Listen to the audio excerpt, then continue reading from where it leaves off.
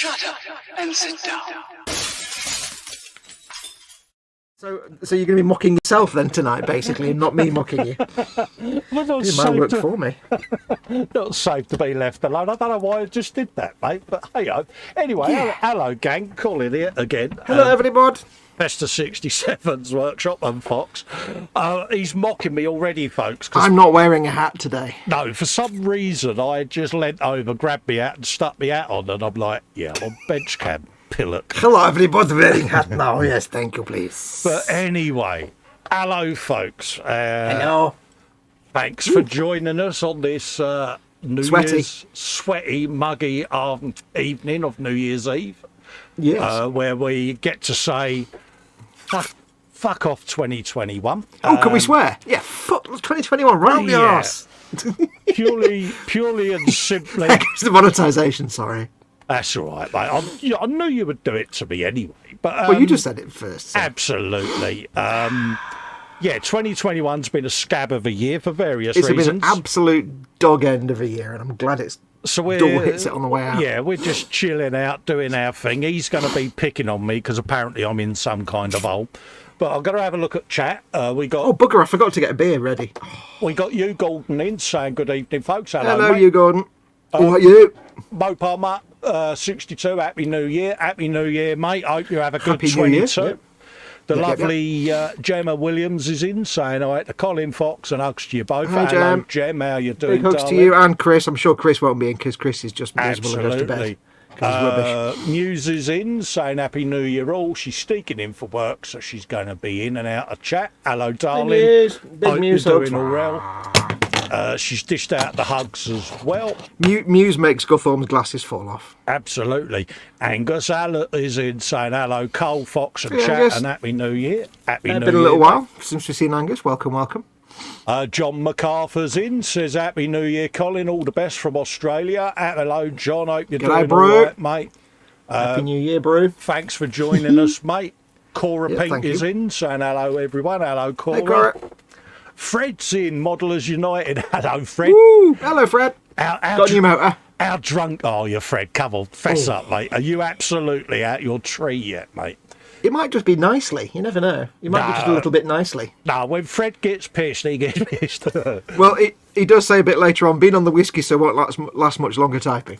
Good man, Fred. I hope you've had a good one, mate, and I look forward to seeing you in 22, mate. I was going to get myself a beer and I forgot. That's right, mate. Go and grab one, mate. I'm only rambling. Candy Right, Grab give me a from minute, I'll go and get me Mongo's beer. in. Says hi to me, Fox, and everyone in chat. Hello, Jeff. I see you've been busy recently, mate, with your work and that. Look forward to catching up with you soon.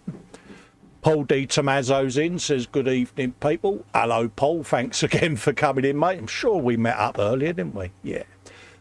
Mobile Nut says he's good to a great 22. Yeah, hopefully, mate. 2022 is a bit better for a multitude of reasons, mate. You know, everyone's been through the wars this year, haven't they? And we've all had enough of it, mate. Island Boy Bob is in, says, hi, Happy New Year, everyone. Oh, God, have I got to say that? Apologies, Bob, if I get this wrong. Slante Math, is that? Anyway. Yeah, if he's falling about laughing, yeah. Jamie Bones in, says hi, everyone. Hello, Jamie, how you doing, geez? Fred says he's been on the whiskey. Marcus Brun is in, says hi all, Happy New Year. Hello, Marcus. Hello, Ross. Scale Model Ninja's in, says evening all and Happy New Year. How do, mate? Noel is in. Hang on. Saying hello. Hello, Noel. Hope you're doing all right. And of course, in about 8 minutes' time, you get to go by your new 2022 name, don't you, Noel? So. Oh yeah, which is do they know it? Olivia? Yeah, it's going to be Olivia. Yeah, courtesy Olivia. of yours. Chris is in over at Gross Models. Happy New Year. Hello, Chris. Hello, Chris at Gross Models. Yeah.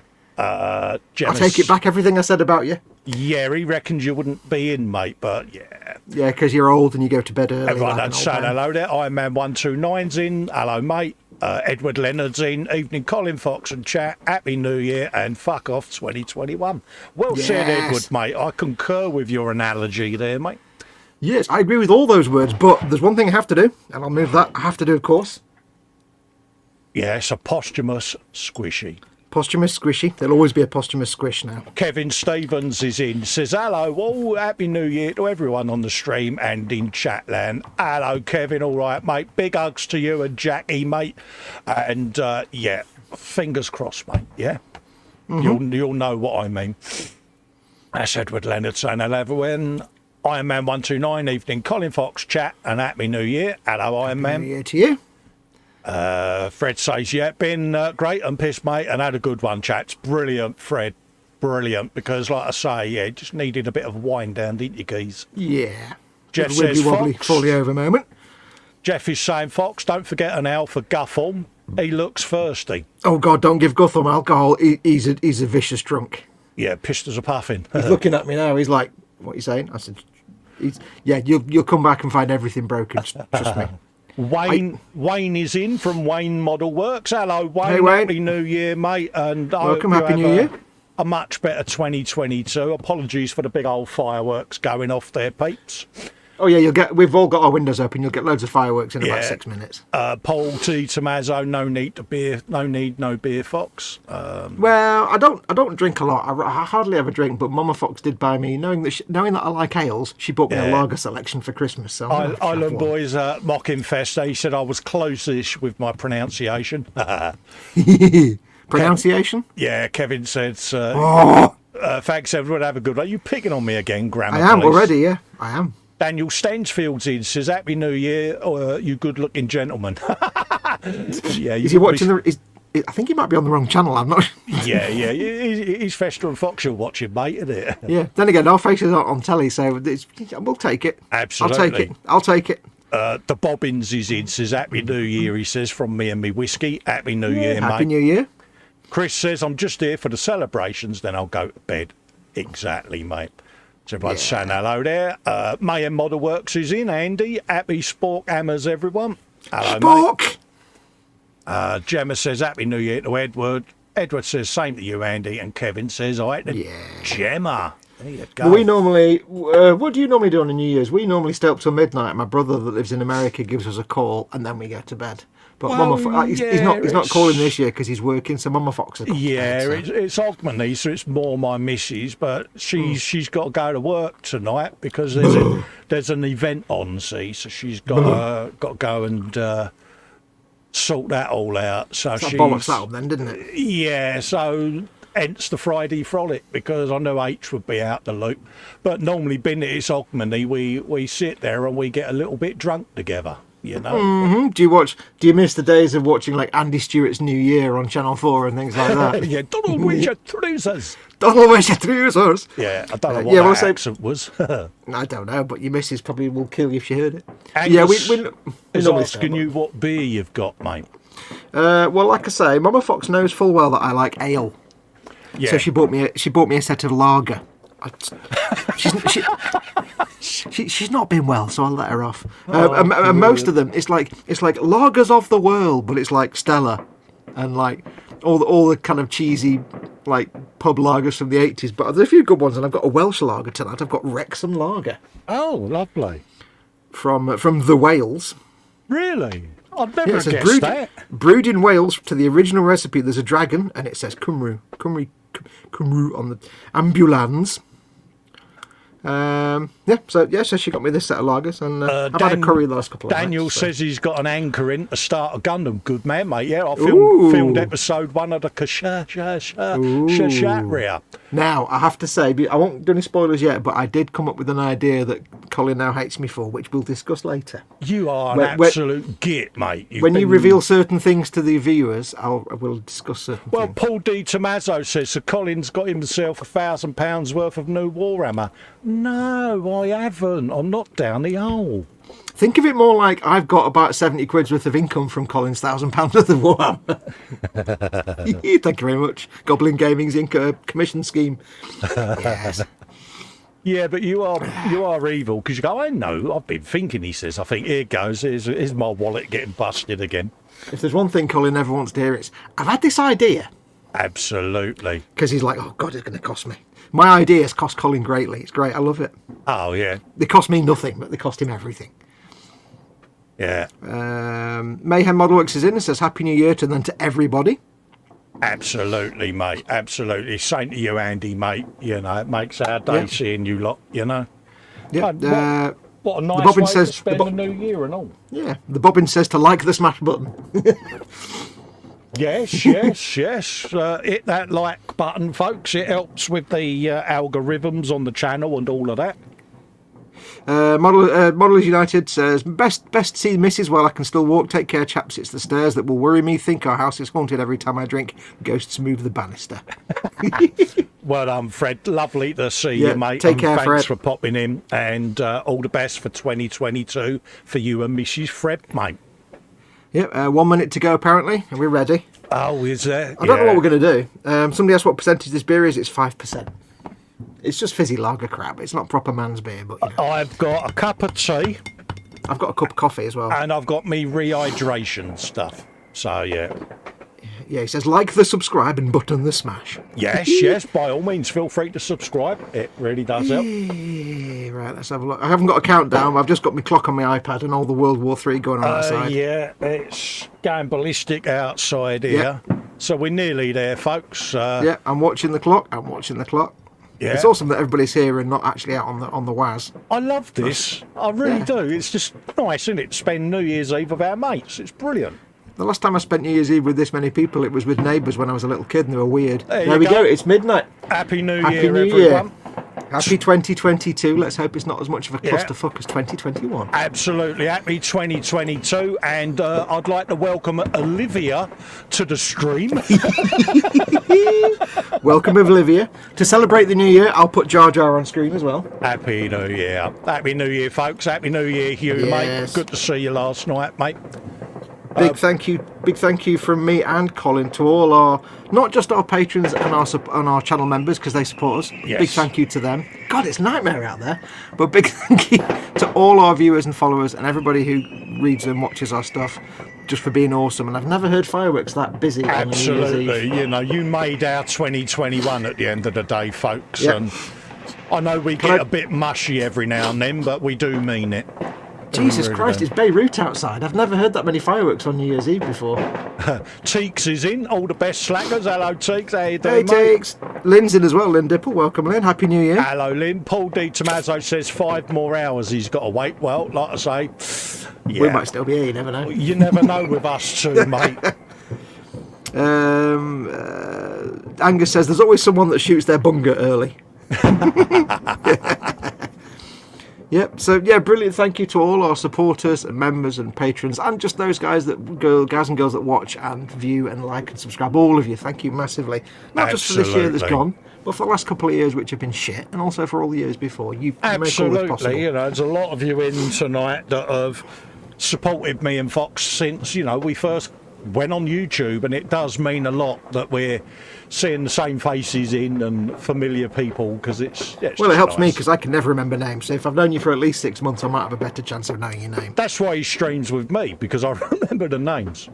Yeah, you see, I have to just work with the people I can remember who the hell they are. I'm not gonna take any risks. I know Colin. I'll stick with him. There you go. Yeah. Hey. No, that's good. The old fireworks are going ballistic. Are we actually working on anything tonight? Nah, we're not. I've got stuff ready, but I've got a beer and I've got coffee and I've got cuddly toys and you're going to be Beirut picking outside. on me, ain't you, as well? I will not pick on you tonight, Colin. Even though you did say pronunciation earlier on, I will not pick on you tonight. What was wrong with that? What pronunciation? Yeah, pronunciation. Yeah, you're adding an O to it. That's all right. What, an O-O or a Gardeno? Gardeno. Wobblio. Right. Coolio.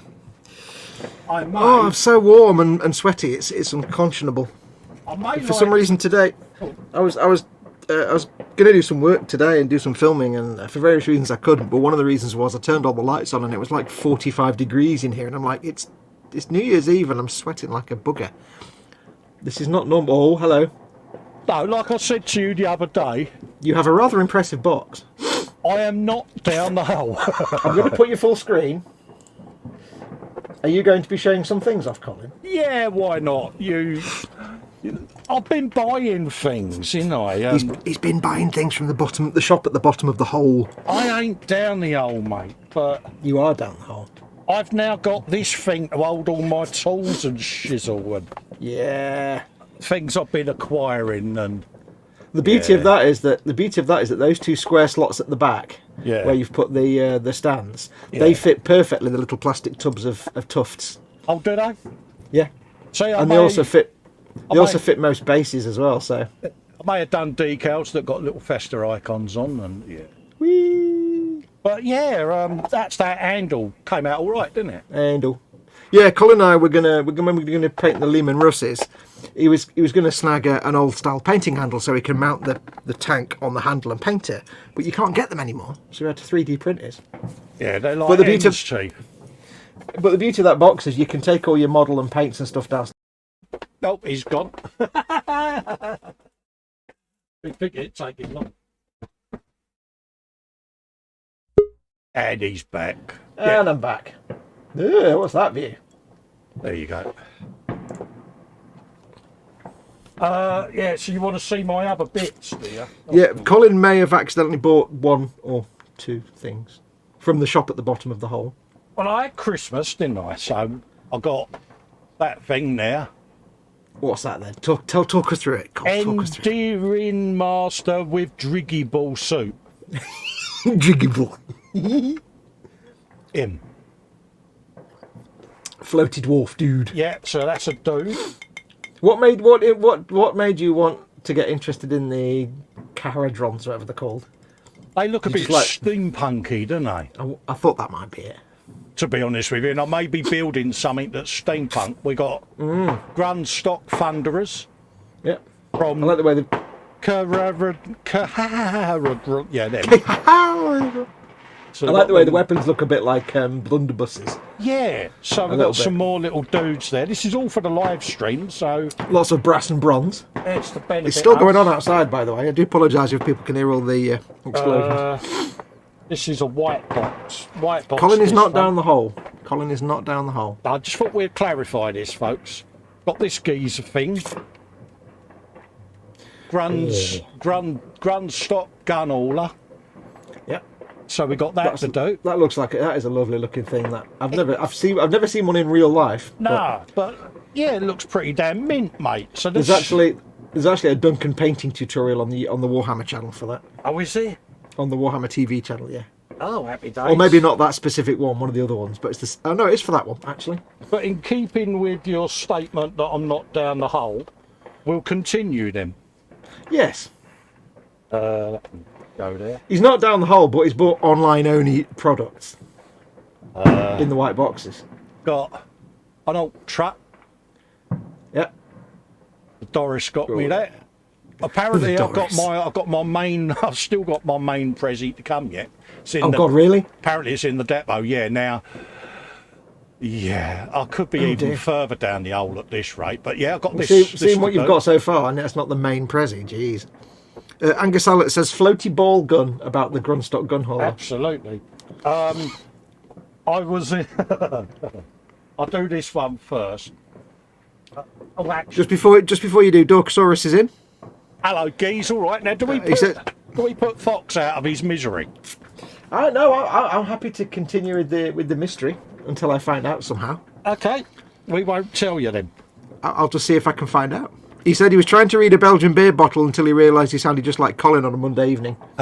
Well, we both ordered something on the same day. Now, unfortunately, Yeah, this just it's so frustrating. mine's arrived and Fox's hasn't. Look at that lot. Right, but I ordered this from Goblin Gaming, who are like 20 minutes from my house. I ordered it from Goblin Gaming, and about 3 hours later, Colin ordered it from Goblin Gaming. His has arrived, and he's in goddamn London. I'm 5 minutes down the road, and mine hasn't turned up yet. Got all that lot. I know. And that was a is. oneer. Look at that lot, folks. This is one of the Battle Force sets that they put out at Christmas. Yeah. Basically, if you're not familiar, what they do every year at Christmas is they do a set of Battle Forces, which is they put together 4 or 5 different sets. in one box, and they chop like 50% of the price off. Yeah. So in this case, you're paying about 100 quid for 180 quid's worth of plastic. Now, see, If you bought all those separately, about 180 quid. I ordered that. Now, the funny thing about that was, now, accidents do happen, folks. Did you press like a load of extra buttons on the website?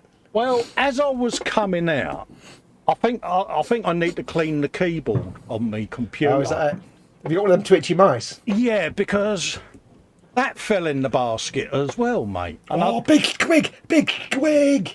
But I like the look of that. I looked at that and I thought, cool, that looks like H when she's got the hump with me, mate.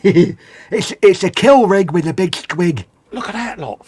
I mean, That is a squig, by the way. Yeah. Even though it doesn't look like a squig, it's a different type of squig. think how that can be, how can we say, slightly modified? I don't think it needs it, really. But I think you should just make, because that's one of their brand new kits. Yeah. So it should, when you build that, it should go together like an absolute dream, because it's one of the new. It's only come out a couple of months ago. Seriously nice. I think you should just build that as it is, because it looks like one of your things anyway. Unless you try and do everything in the box. Well, this is it. I mean, it depends. If there's variants aren't allowed in my world, are they? You can't have that one or that one. It's got to be. Yeah, you've got a choice. Yeah. So I think the choice is just the stuff on the trailer, but yeah. So, I like the little grot sticking his head up the engine the engine component. I know, it's brilliant, isn't it? I think that's meant to be like the leg or the elbow of an Imperial Knight that they've scavenged. Yeah. So yeah, folks. He's not down the hole. I'm not down the hole. Obviously, I've got the Warlek to do. I've got the Stomper next door. I'm sure I've got something else next door as well, because there was something I bought. I can't think what it was, but yeah. You've got the hearse, the bony skeleton the hearse big thing. black coach, that was it. Yeah, Cheers, the mate. black coach. But I'm not down the old, folks. I just thought I would clarify that. Can I just point out, Colin's now got Warhammer in his stash than I have. Oh, don't say that. Technically, I've got more unpainted Warhammer than he has by about 3 times, but he's actually got more unbuilt plastic in his stash than I have. And I may have reached a milestone. Go on. Would you like to know how many points I've got, Fox? Avail me with your numbers. For those that don't know, this is Goblin Gaming. You accrue points every time you place an order. 1,015. I think I'm on about 500 and that's it. Oh dear, but that's not bad, because that's income for me. So I need to get mine up to give income for you. So Yeah, 1,015 points, mate. Yeah. Not down the hole though. I'm not down the hole, mate. You're so not down the hole. I'm glad you realised this. I said earlier on, he's not down a hole. What he's done is he's got the hole and he's excavated out all the ground around it, so it's now just a crater. So it's not really a hole. It's more just a depression. It's been, yeah, but it's all for the streams at the end of the day. That's what I'm telling myself, and it sounds quite plausible. Angus Alex says, so much orky goodness. Dorkosaurus says, that's definitely a Dorkosaurus. I think he meant the big squig thing. Do you know, I'll make a plaque for it, and I'll call it the Dorkosaurus in honour of you. How's that sound? Cool. How about a Dorkosaurus Rex? Yeah. Edward Lennon says, what the fuck is that thing? I think he meant the squig again. Yeah, it is. It's a beastie, isn't it? I love the fact that squigs come in all shapes and sizes. It's brilliant. Oh, yeah. Like the gargantuan squigs and things that you get from Forge World that are like the size of elephants.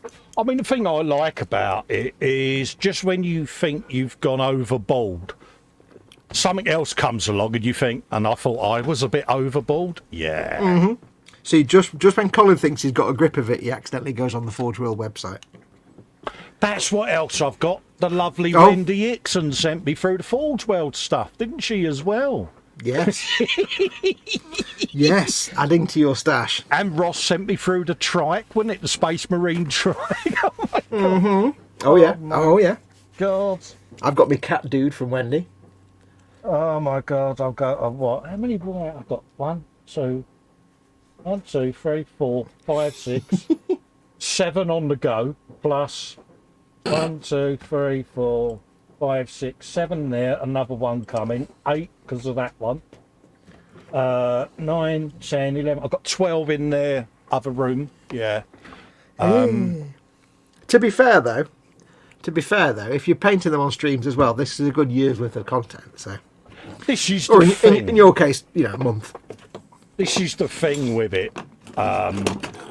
Is it's perfect stream content, isn't it? Let's be honest. Yeah. Yeah. I mean, this is why I've, I bought myself the Mama Fox got me this thing, the what they called the Mortisan Tithe Echelon, which is a million skeleton-y dudes. Yeah. But then I've also ordered that Orc Warband set just because I quite like the Orc stuff. Watching Colin building it has got me really fascinated by the Orc stuff, so I want to do some Orc stuff. Yeah. And it's just stuff to do on streams. And of course, it helps that mine arrived before yours. You shut up, cowbag.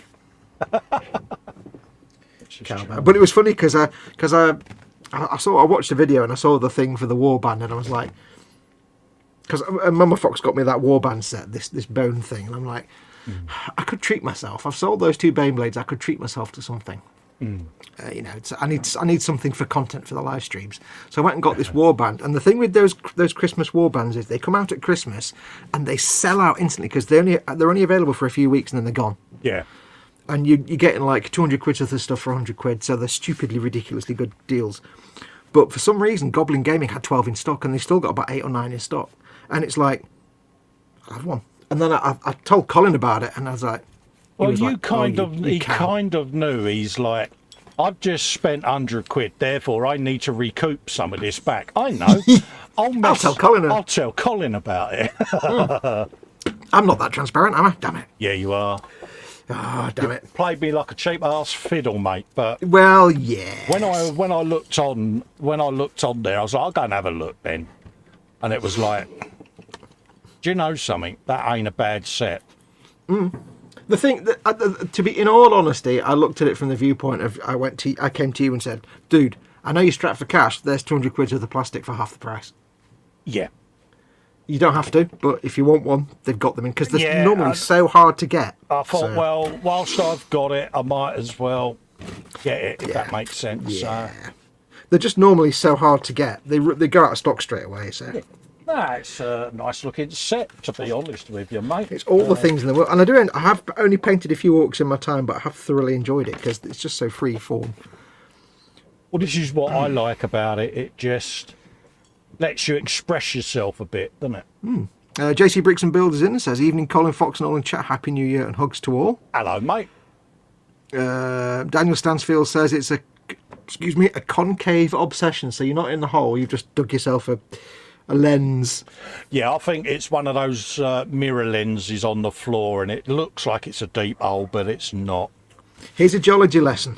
You take a slight depression in the rock and you put a pebble in that slight depression, and then as the sea comes in and out, the pebble wibbles around and gradually carves out a bigger and bigger depression in the rock, and then you end up at the core of the earth and it tunnels all the way through eventually. That's Colin.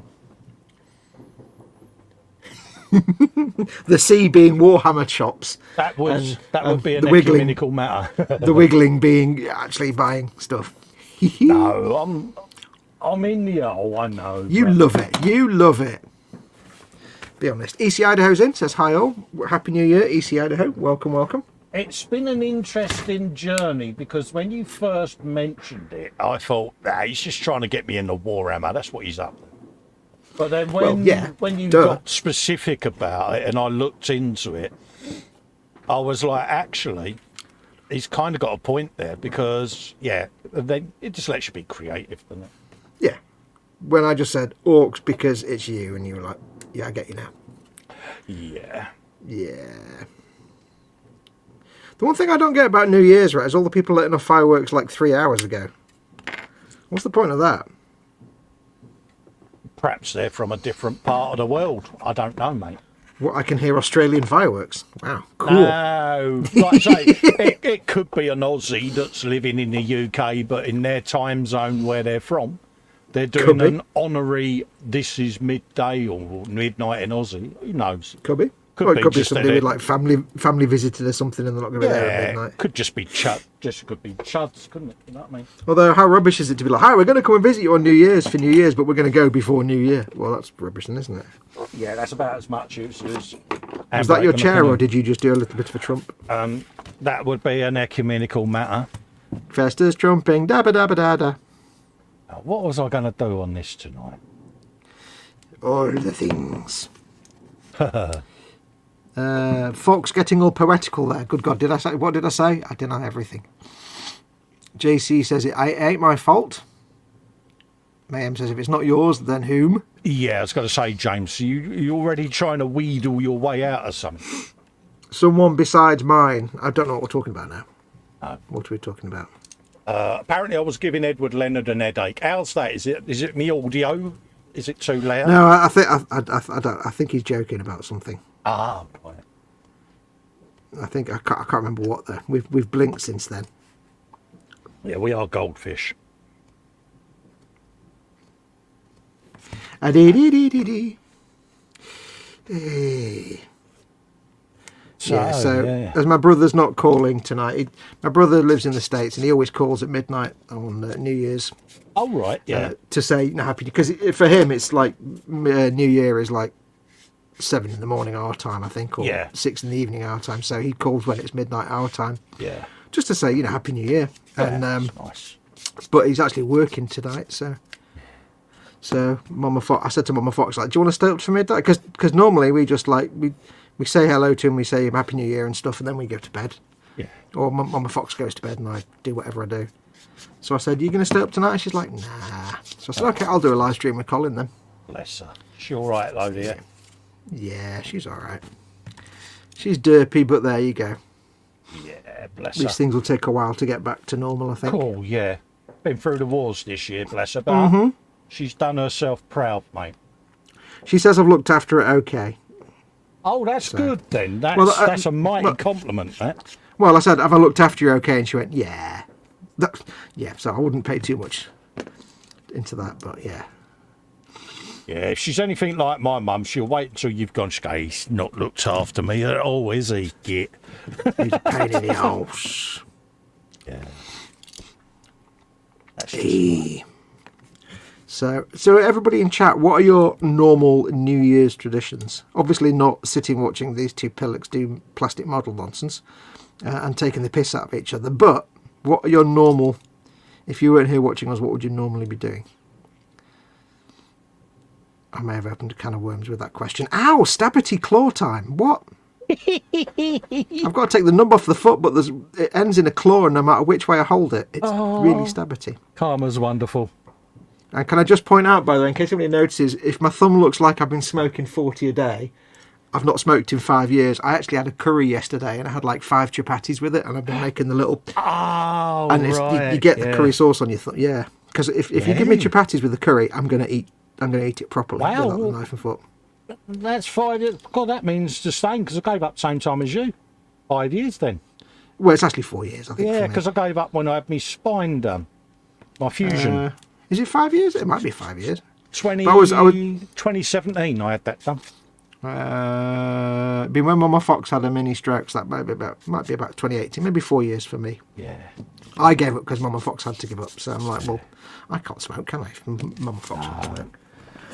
So, yeah. So I thought I better just explain to people why I've got a gammy homeless man smoking 70 roll-ups a day thumb. It's not what you think it is. It is really. It's not. I'm not smoking. That was one of the worst things about smoking roll-ups. You got the homeless, the homeless fingers. It was horrible. What he's done is he's been sitting there with a fag on, going, "Where's my parcel? Where's my parcel? I want my orcs." You just said the F word. That guarantees YouTube demonetizes. Yeah, it's but no. If you give me a curry and I have a chapati with it, yeah, the knife and fork get put to one side. You do it the proper way. You get a piece and you make the little and you scoop and you. Oh yeah. My local takeaway. I've explained it before. It's a restaurant that for many years they got closed down every year and given a new name because they kept getting closed for health and safety. They're actually really good. They're actually really good now there. So I ordered a lambuna on Thursday because Mama Fox wasn't really hungry. So I said, "Well, you just let me know when you're hungry and I'll make you something, like whatever, something in chips, and I'll get myself a curry." She went, "Okay." So she had something else and I ordered my curry. And the next day, I didn't eat it all because I overfaced myself because I had a starter as well. And so I had lambuna with aloo sag, a portion of aloo sag, and made 5 chapatis and a starter. I think some chicken chat for a starter. And the next day I was downstairs and I'm making a brew in the afternoon, and there was the remains of the curry in the bowl from the night before, and I'm like, that smells so good. It smells so good. So I says to Mama Fox, because I decided we were going to have like chicken kebabs and some chips and stuff for tea, and I said, do you still want chicken kebab and chips? She went, yeah. I said, brilliant. You'll have that. I'm having another curry. So I got another curry next day. 2 lots of curries. So nice. So nice. Makes a difference though, doesn't it? Yeah, a nice lambuna, but with a load of sweet chilli sauce dropped on it. Yeah, we're really nice. We finished the last of the turkey, so it's like bangers and mash tonight. I'm like, oh. We got a couple of days out of our turkey. We got like a massive turkey breast. It's like a big ball of turkey, basically. Yeah. Which is, when it's just 2 of you, that's a lot of turkey. Yeah, it's perfect though, isn't it? Oh yeah, well it's a bit wasted really, because there's only 2 of us. Normally you get a turkey and a lot of it's bone that you can't eat and stuff. Yeah. So, but when there's 2 of you and it's the ball of turkey is 100% turkey. Yeah. Yeah, there's a bit of wastage there, but it was nice. I managed to somehow cook the turkey and make sure it came out with crackling. Oh, nice. Yeah, crackling's what you get on pork. Oh. I don't quite know how I managed to get crackling on it. I managed to cook it. I didn't burn it, but it had a really hard, crispy outer shell, which was really nice because it was like pork crackling. I don't know how I did that. I really don't know how I did that. But it's very, very pleasant. Hey, mate, as long as it tasted all right, happy days. Yeah, I might have broken a tooth off or something, but I'll have a quick look at chat and see what people are doing. Because we asked, what do you do? Paul Di Tommaso says absolutely nothing. Good man. Mayhem says I'd be normally asleep. I must admit, if it wasn't for staying up for my brother calling over New Year's Eve, and it's been many years since I went out with my friends to the pub on New Year's Eve, because I'm too old for that shit, I would have just gone to bed. Yeah. Or just been doing whatever I normally do, surfing the internet or drawing or filming or something.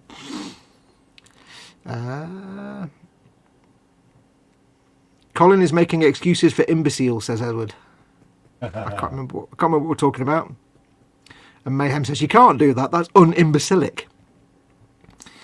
If I had the money, I'd be at my favourite watering hole, says Dorcosaurus. Oh, good shout. Stabity 1, Fox 0. Yeah. I don't mind if I stab myself with a knife, but when I'm stabbed with the thing I'm making, it's most annoying. That's why Death Guard, God damn it, Death Guard. Every single miniature has spikes on it, and every single one wants to stab the living shit out of your thumbs. Oh. Poor Fox. I know. ECIDO says we normally have crab legs for dinner, but it's only 5:21 p.m, so a bit before midnight as yet. Ooh. New Year crab. The Bobbins says, I've just finished a model, the BV155 Caravancan. That's how I'm starting the new year. Hang on. Good shout. Finished a thing, you get a really loud ding. That's probably really clunky as well, because it's on the desk with the microphone. That was an impressive ding, I'll give you that. I'll try something more gentle next time. Oh, no. I've got a metal cup, haven't I? I've got my metal coffee mug. Yeah. My Land Rover coffee mug. That's a good ring. Yes, if you finish the thing, I'll give you a ding. Ted's not here. I'll give you a Ted ding. Curry stain, says Edward. Yeah. Mayhem Model Works brings back an old joke and just says brrr, brrr. Do you remember the old joke about the brrr with Paul with the UBV 97 radio station? Yeah. I've not seen that for a long time. Thank you for resurrecting that, Mayhem. That's awesome. Daniel Stansfield said he'd be working normally. As long as you get overtime. Twisted Rail Hobbies is in. Hello, Eric. Hello, Eric. He says, usual thing, staying home and getting drunk and eating pineapple on a pizza. Good lad. Man. Pineapple on a pizza, absolutely the right thing to do. Candygram says, the New Year's tradition for more than 20 years was to host a big house party with tons of friends, their kids, and whoever wanted to show up. Total seclusion this year and last. Yeah, exactly. Yeah, this is the thing, innit? I mean, that's where everyone's got the ump in it at the moment. Because I mean, if you've got a family that you hate, then it's been absolutely brilliant. But oh, yeah. I've actually been able, it sounds really horrible to say this, but there's been a few things I've been able to get out of this year and last year. Yeah. Not family stuff, just other stuff, but a few things I've been able to actually avoid Yeah. because of all this. And I've been like, I'm sorry, I can't, because they're obviously self-isolating because I'm a fox. And I'm sitting there going, thank God for that. Yeah. Don't do anything. Edward says, we don't do anything. We have prime rib dinner on New Year's Day, but we have to wait until Sunday because my daughter is in Florida. Oh, right, yeah. Prime rib dinner. Never had prime rib. No. Oh. Sounds like I should probably have it at some point. The only tradition is done on New Year's Day for dinner. Have gammon chips, pineapple, mushy peas, and onion rings with a dollop of English mustard on the side. Oh, now you're talking. That all sounds perfectly correct to me. Yeah. I don't know what we're having for dinner tomorrow. I think we had a salad tonight. I've got bangers and mash tonight. I think I've got duck on Sunday. Bit of duck. You like a nice Donald, do you? Yeah, I do like a bit of Donald, I must admit. Yeah, we had. My missus can't stand it, but I love it. I'm not a big fan of duck, but it's all right. Yeah, we only had I made a little salad tonight because I've got to be wary of what Mama Fox is eating. And Oh, right, yeah, of course, yeah. well, the thing is, I found out. I didn't know this, right? I learned a science fact. No. I did, and I'll reveal it to you. This is especially so for old, wobbly people. Your diet can actually affect your bone strength. Yeah. Now, that sounds really obvious. But what's not really obvious is how it affects your bone strength. Basically, if you eat an acidic diet, which means high protein and high carbohydrates, so lots of meats and things like that, Yeah. it leaches calcium from the bones Oh, right, yeah. to break it down. Yeah. But if you eat a lot of alkaline food, which is vegetables, fruits, and things like that, they're alkaline and they add calcium. The processes that go on to digest and break them down add calcium back into the bones. Oh, right, yeah. So ideally, if you're old and wobbly and got delicate bones that break every time you fall over, or you're just generally old, it's always good to eat lots of fruits and veggies, just to make sure your bones are in good nick. Oh, So, right. as Mama Fox and I do tend to eat a lot of crap because I'm 7 years old. And Yeah. I'm in charge of the house and I'm 7, so yeah, it's a lot of takeouts. I'm Yeah. rubbish. And only I go thought, well. I better get some salady stuff and just give us some tomatoes and fruits and lettuce. And I went onto Amazon and I did a Morrison's order, and I ordered one. Amongst the order was one small bag of like nectarines because Mum likes nectarines. Yeah. One small bag of like 6 nectarines. They sent me like 50 of them. Oh, wow. Like, not 50 bags, but there was like about 6 or 7 bags. I'm like, I've got a bowl full of nectarines now that she's going to eat like 5 and the rest are going to go off. I'm like, wow. Yeah, they're gonna sit there with Brussels sprouts, aren't they? Yeah, but I'm going to throw them out because they tasted nice, but they smelled like death Yeah. when they were being cooked. Where are we up to? Ooh, an unexpected ding. Hello, good night, and Happy New Year, says Hugo Saws Collector. Hello, Hugo. Hello, Hugo, mate. Happy New Year, buddy. Yep, Happy New Year, my friend. Welcome to 2022. May it be less shit than 2021. Absolutely. Absolutely. Yeah. Yeah, we could all do with a bit more of a pleasant year. Candygram says to Andy, nice, the classics never die. That joke is so good. I love Paul so much when he does things like that. He's brilliant, isn't he? Whenever you say something that sounds a bit like controversial, it's like it's hard to explain the joke. If you don't know it, you're never going to figure it out. Pineapple on pizza is a travesty, says EC Idaho. Clearly misinformed. Clearly you're not living your best life. Yeah. Be best. Be best. Put pineapple on your pizza. Oh, Dorcosaurus finished painting a 1/8 scale truck body. Now, is that the whole model finished or just part of it? Because you don't get a ding for part. If it's like you've painted part of it. No, I've seen it. It's actually finished. Is it finished? You get a ding. Edward could be worse, like Fox being organised, says Mayhem. Really? When was this? When was you organised? I've never. No, he said that. something could be worse. It could like me being organised. Yeah, I was going to say. Yeah. Like I say, I'm in the position I've got to run this house at the minute, and I'm like 7 years old, so you don't trust anything to me. Twisty Rail is hoping that 2022 wasn't paying attention to the last 2 years and acts normal. Yeah, it would be nice. Yeah. Richie Lamzane says, quick visit, guys, to give a thumbs up and to wish you all a happy new year.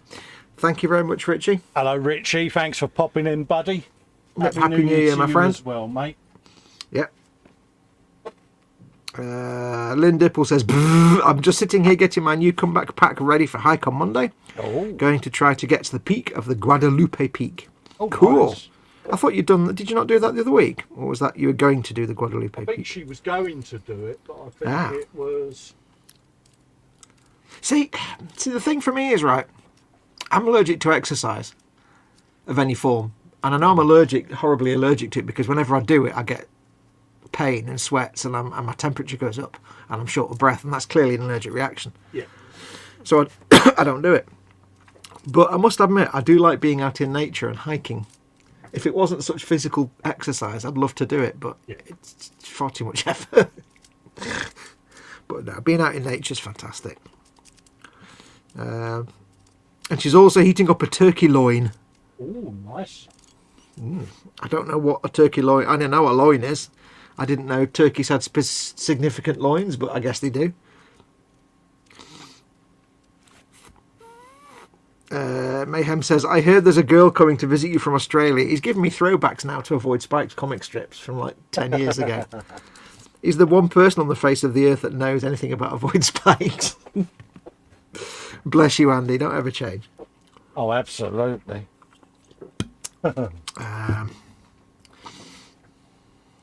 Mayhem says to Edward, Southern drawl voice, you don't understand. I damn near pissed myself. That's not really Southern drawl voice, but that's more like an Ozarks. Sorry, boy. I damn near... Well, you wouldn't say... Yeah, would the Americans say piss themselves? Yeah, I think they would. I damn near wet myself. God damn. Thanks, Jeff and Edward. There were pictures. Hopefully I'll get further than halfway. Good luck. Have fun. Enjoy the wilderness. Make sure you do it safely, though. If it's nice, if it's all snowy and cold, make sure you take all the relevant gear and stuff. I mean, she does it. She does hike anyway, so she knows what she's doing. Yeah, she knows. She knows what she's doing, doesn't she? But we have, you know, we have to obviously advise our viewers to be safe and things like that. We have a responsibility.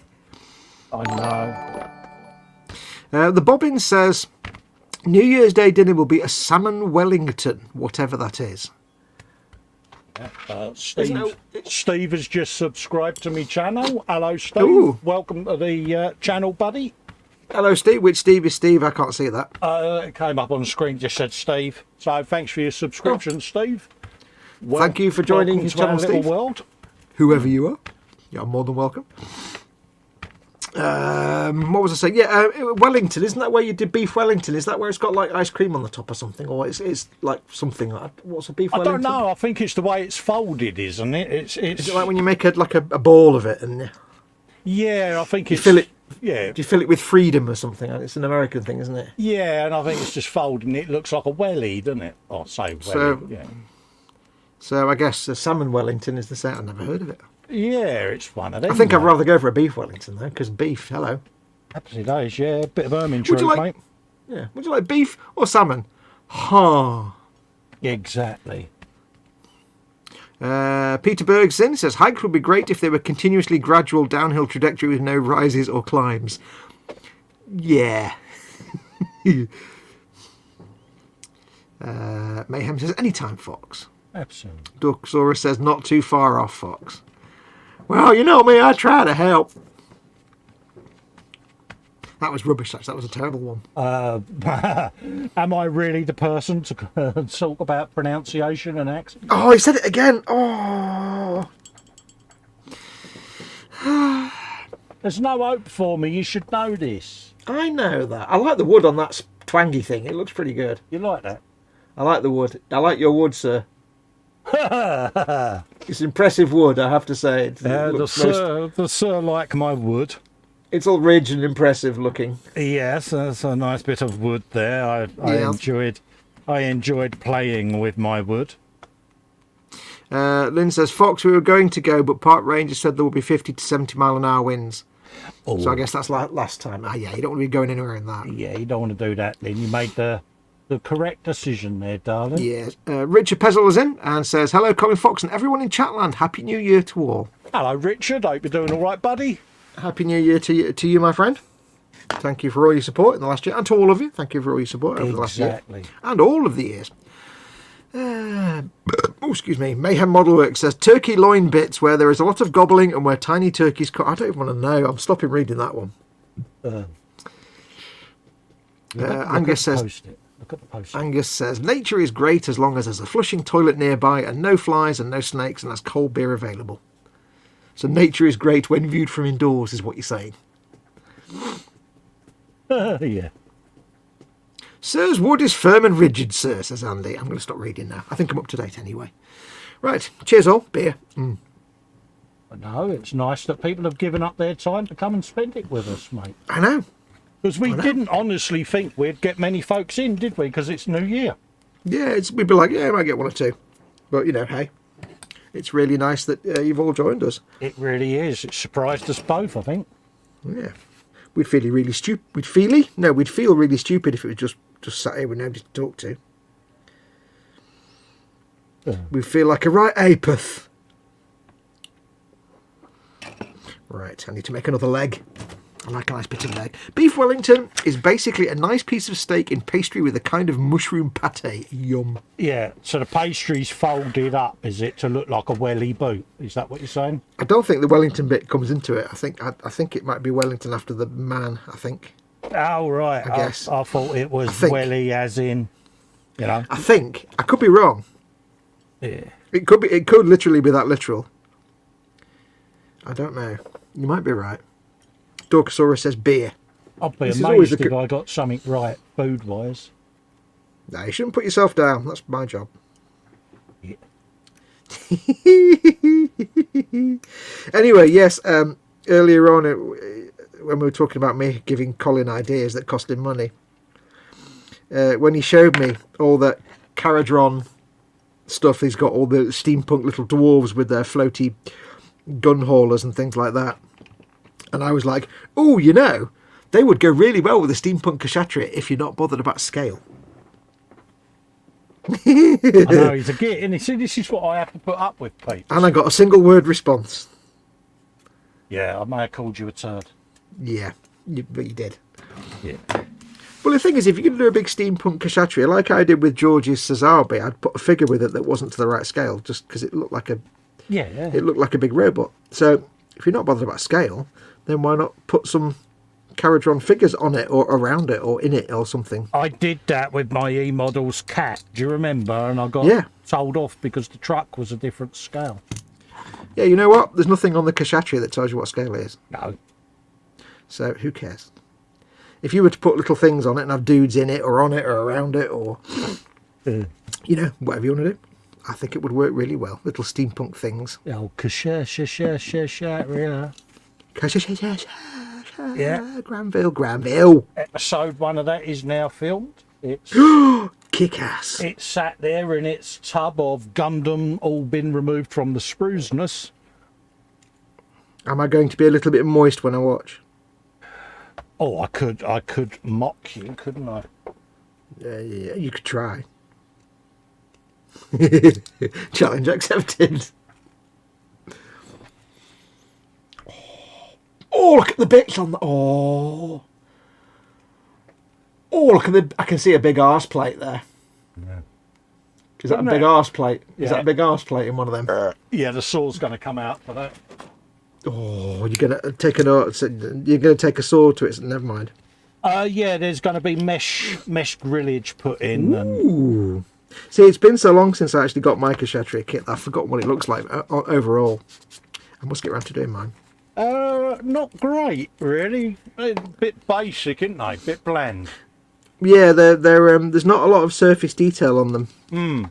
But I mean, they're designed to look like the one in the anime, but the one in the cartoon doesn't have a lot of detail on it. But yeah, they are rife for panel lining. But then again, it's only the thing is the reason it's so simple is because it's only an HG kit. Yeah. If it was a master grade kit, apart from the fact it'd be like 4 times as big, Yeah. It will probably have a lot more surface detail and panels and things, but because it's only an HG, which are like simple kits, it's the same as the little simple ones. It's just really big. Yeah. Which is why people think it should have a lot more detail, but it's like, no, it's only an HG, mate. It's not. Yeah, but it can be. How can we say embellished? Oh yes. Oh yes. It's got. I've made me hook to hang it from. Ooh. Well, you see, when I do mine, I'm not in the mindset for doing cutting and poking and prodding and all that kind of nonsense. You know me. So for me, it might just have to be. I don't know what I'm going to do. I might just have to paint lots of stripes and things on it and things. Yeah, I'm looking forward to doing it. Like I say, I'm going to do some assembly on it this week. Ooh. And film that and see how I get on with it. Obviously, I've Very got well, all of the springs and cogs and all of that lot to work. So there's lots of drilling and goofing around with it. I'm looking forward to it. See, I'm thinking things like, you probably planned this anyway, but things like, I'd be doing things like, I'd have a panel here, and I'd cut a shape out, and I'd make a little box to go behind it, and I'd put springs and cogs and things in that, so it looks like a recessed load of workings. Things like that. I'd be like, well, but the thing is, I wouldn't have the skills to do it, that's the thing. Yeah, it's going to have gubbins, that's why I'm putting the mesh grill on that arse flap. So that you can see cogs and sprocketage inside. There's going to be chains and gears and all sorts of tomfoolery and finery. And it's always good to have mesh on your arse flap. There's going to be wood. Have you got wood? There's going to be wood and brass. To quote, I can't remember the name of the series. Ood Denzel. Yeah. Ood. So there is going to be woodage and gubbings. There'll definitely be woodage. Yeah. Oh, I see what you mean. Yes, so I've got you. So yeah, it's kind of the concept seems to be growing on me a bit. You know what I mean? And I've had a look at the instructions and you've had a look at the instructions and then decided to ignore them completely. pretty much, yeah. You know, I looked at the finished kit. And it's like, yeah, mine ain't going to look like that. Colin doesn't look at the instructions to find out what to do. Colin looks at the instructions to find out what not to do. Yeah, I mean, the first thing I did when I flicked it open was, well, that can be modified, that can be scribed, that can have a sprocket on it, and yeah. Did you just say, I immediately, or I am Egypt? He said... I immediately. It sounded like he was saying, I am in Egypt. I'm in Egypt. I'm immediately, yeah. I'm in Egypt. I'm in Egypt, me. Oh, yeah. Frankie Day's in. Hello, Frankie. Hey, Frankie. What, Frankie? How are you, mate? I've been worried about you, dude. Not seen you for ages. Yeah, it's been a while, hasn't it? Hello, Sir Colin, good man, and the gang. Hello, he says. Kick ass. Mate, brilliant to see you in, Frankie. I say, I hope you're keeping well, mate. And I hope 2022 is a good 2022 for you, mate. You know what I mean? You've been through the wars lately. Mm-hmm. And, yeah, kind of want you to have a bit of a good one. Yep, so welcome. Happy days. It's good to see him in, mate. Yeah. It's always nice when the people turn up that haven't been around for a while. Well, yeah. Because we do worry about our regulars and we don't see them for a while. Yeah, we get a bit all sentimental, don't we? It's like, oh, we get a bit worried when people suddenly disappear. Because, you know, we're men of a certain age now. It's not good when people suddenly don't turn up because we're like, oh, God. Yeah. I just heard a noise outside, and because I wasn't paying attention, I don't know if it was an explosion or a scream. Oh. It was like a... I think, but I wasn't listening. I wasn't... You know when you hear a noise but you're not listening to it and you think, hang on, what was that noise? Yeah. Not that you don't know what it was that made it, but you don't know what the noise actually was. I don't know if it was a scream or a firework or a... I don't know what it was. So you buy these big ass bottles and look how little is in there. What's that? Super glue. Yeah, you'd send that back, mate. You know what I mean? Look how little's in there. What does it say on the label should be in there? 15 grams. Who measures liquid in grams? Exactly. What? Are you buying off like fake eBay? Yeah. I mean, fake Amazon. On the label, the crafty bar stewards. Look, they've got a little thing there. Fill line. And how bad though, isn't it? You see that and you think, "Oh, that's a fair old whack." I bet they use the same bottle for different amounts. I'll tell you something, That's mate. how they do it. Shrinkflation. No, the last time we got onto this, I had a Yeah, bit here we of go. a wibble, didn't I? Let's not do old man ranting. Right. Because I know what you're like. I mean, I'm quite happy to sit here and let you rant for 25 minutes again because it's funny, but you'll just get worked up. It just takes the mick, doesn't it? I don't know if that's shrinkflation. I think that's just cheapness of using the same packaging but with different amounts. Yeah. God damn American glue companies. I don't know. Thieving little bastards. I don't know who makes it, but Gorilla's American, I think. I'll be writing them a stern letter. Oi. I'm going to write you a stern letter. We'll have none of that. Thank you very much. I don't know why I'm doing an Irish accent. See, so he's got the ump there. He's got his squig out. That's I beg your pardon. You keep your squeak to yourself, young lady. All right. I've got I don't know whether to glue the legs on this, if it's going to make painting his inner thigh area a bit tricky. I don't know. Bobbin says no wibbles, please. It's a Bew year. Yeah, a New Year even. Yeah. A Bew year? Is that like the dreaded Bew Goy Goy? Yeah, Lynn says Colin's getting on the rant box. No. Candygram says boo, Gorilla Glue, bad form. It is a bit naughty, in it, really. But yeah. You having a wibble, says Andy. Slightly, but then, you know, that's what would I know? There's a reason he's called the Wibble King. That just takes the... You see, even when you say don't have a wibble, it says, yeah, but... And then he sets him off again. There's no not wibbling with Cole. I'm a man of limited words, but when He's tapping his finger on the desk, I can hear him going, oh, say nothing, say nothing. Is it that obvious? It's like... Always. Yeah. What was that? Oh, that's me just saying... Yeah. Oh, right. It sounded like some sort of little weird percussive instrument. No. I can't debate whether to glue the legs on. If I glue the legs on, I'm not sure where I would mount this onto something for painting. Oh, that's that. Is that the skeleton set you got the other day? Yeah, it's the one my folks got me. I think I can glue the legs on and still paint and get in between the legs to paint, if you pardon the expression, because there's some glowy bits between the legs. I'm just going to... Can they be magnetised? No, I'm just thinking I can paint quite easily in there because there's enough separation between the two legs. Yeah.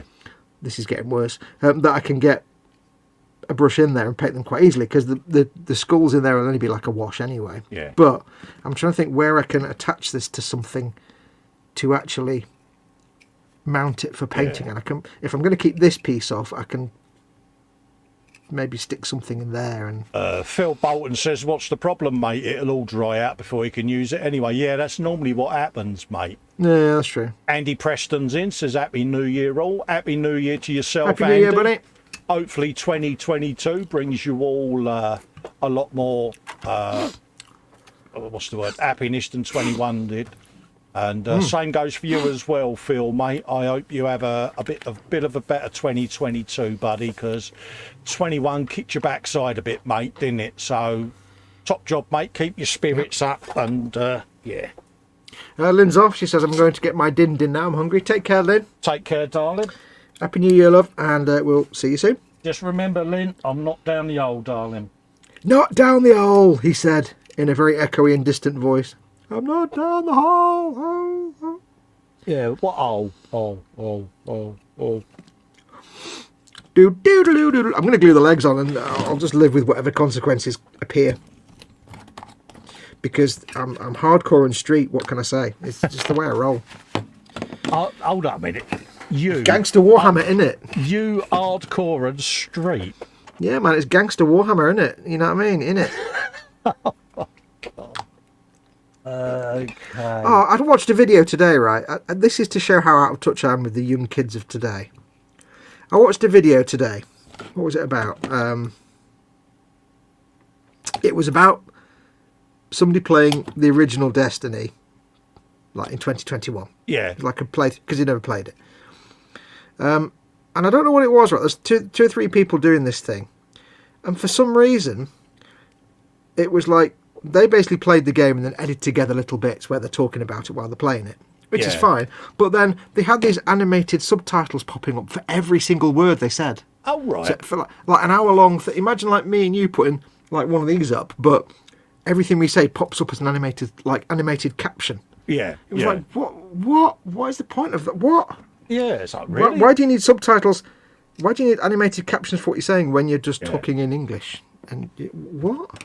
Phil Bolton says, thanks, Cole, me friend. He says the Eagle kit is helping. Oh, good shout, mate. Ooh. Lynn says, Colin, and in caps, you are down the hole. No. Yeah. By no, he means yes. I'm not down there. Honestly, Fox could sit here now and show me loads of Warhammer kits, and I would not be tempted by any of them. Colin? Yes, mate. Go to Forge World and look up orcs. Nah, I can't whilst I'm live, mate, because it's just not polite, is it? See, he's trying to get out of it now. No, you're trying to guilt me into going on to Forge World to look at orcs now. No, because you're not down the hole, but what I'm doing is I'm planting this seed, so as soon as we finish streaming, he'll be on Forge World looking at orcs. But he's not down the hole. See, now I'm sat here, I'm looking at my other screen going, but he'll not... He'll not know that I've got it already favourited in my browser. Oh, I know, young lady. Oh, mate. Don't you trouble yourself about that. I know many things about you. It's when he goes, well, future live streams, this might be something to consider. I'm like, you idiot. Yeah, because I'm putting the onus on him then, saying, this is something you should do for the people. Yeah, that's how he sells it to me, folks. Unless you want the people to cry. Yeah, to make the viewers happy. Yeah. If you don't buy this, a kitten will die. Oh, god damn it. Welcome to Forge World. We kill kittens if you don't buy shit. Oh, damn it. Every time it gets me. Where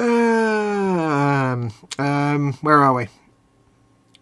Paul Di Tommaso only has the narrative version. What are we talking about? We're talking about the Sazabi? Maybe? Oh, the Sinanju. Talking about the Sinanju. Oh, yeah. I've got a Sinanju in my stash. It was very nicely bought for me by I've written the name on the box, Dominic Kahonjic, I think it was. I can't see the box. I probably butchered that name. It was very kindly gifted to me. I've not built it yet. That's the Verkar. And so it's normally me that butchers the names, mate. Quite Morning, Vicar.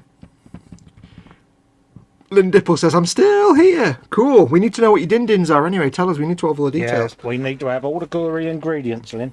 Mm-hmm. One thing I found out, by the way, for those in the audience who know your Gumpler, apparently the Japanese think it's really weird that we say Verkar. So if you have like a Verkar kit, because it says on the box, you know, Sinanju Verkar, because it's a version Katoki. It's designed by Hajime Katoki. Or is it Katoki Hajime? I never know which is his first name or which is his surname. Yeah, that's the very bloke I was thinking of. Yeah, I think it's I don't know which is the surname, but obviously in Japan it's surname first, so it's probably Katoki Hajime. Or it might be Hajime Katoki. Anyway, it's designed by him. But apparently it's not supposed to be Verkar, it's supposed to just be called version Katoki. That's how you're supposed to pronounce it. But we just say Verkar because it says that on the box. Apparently the Japanese think that's hilarious that we say that. Well, I hope anyone from Japan doesn't watch the Factoids then. Welcome to Festa's Factoids. You haven't done anybody Japanese in your Festa's Factoids. That'd be hilarious. Yeah, I try to avoid the Japanese and the Indian names are the ones that get me. Actually, Japanese aren't that, but Japanese are actually fine because they're not normally complicated. Indian names and East Asian names can often be very, very complicated. Yeah. Like Thailand names of people, like Thai names. Yeah.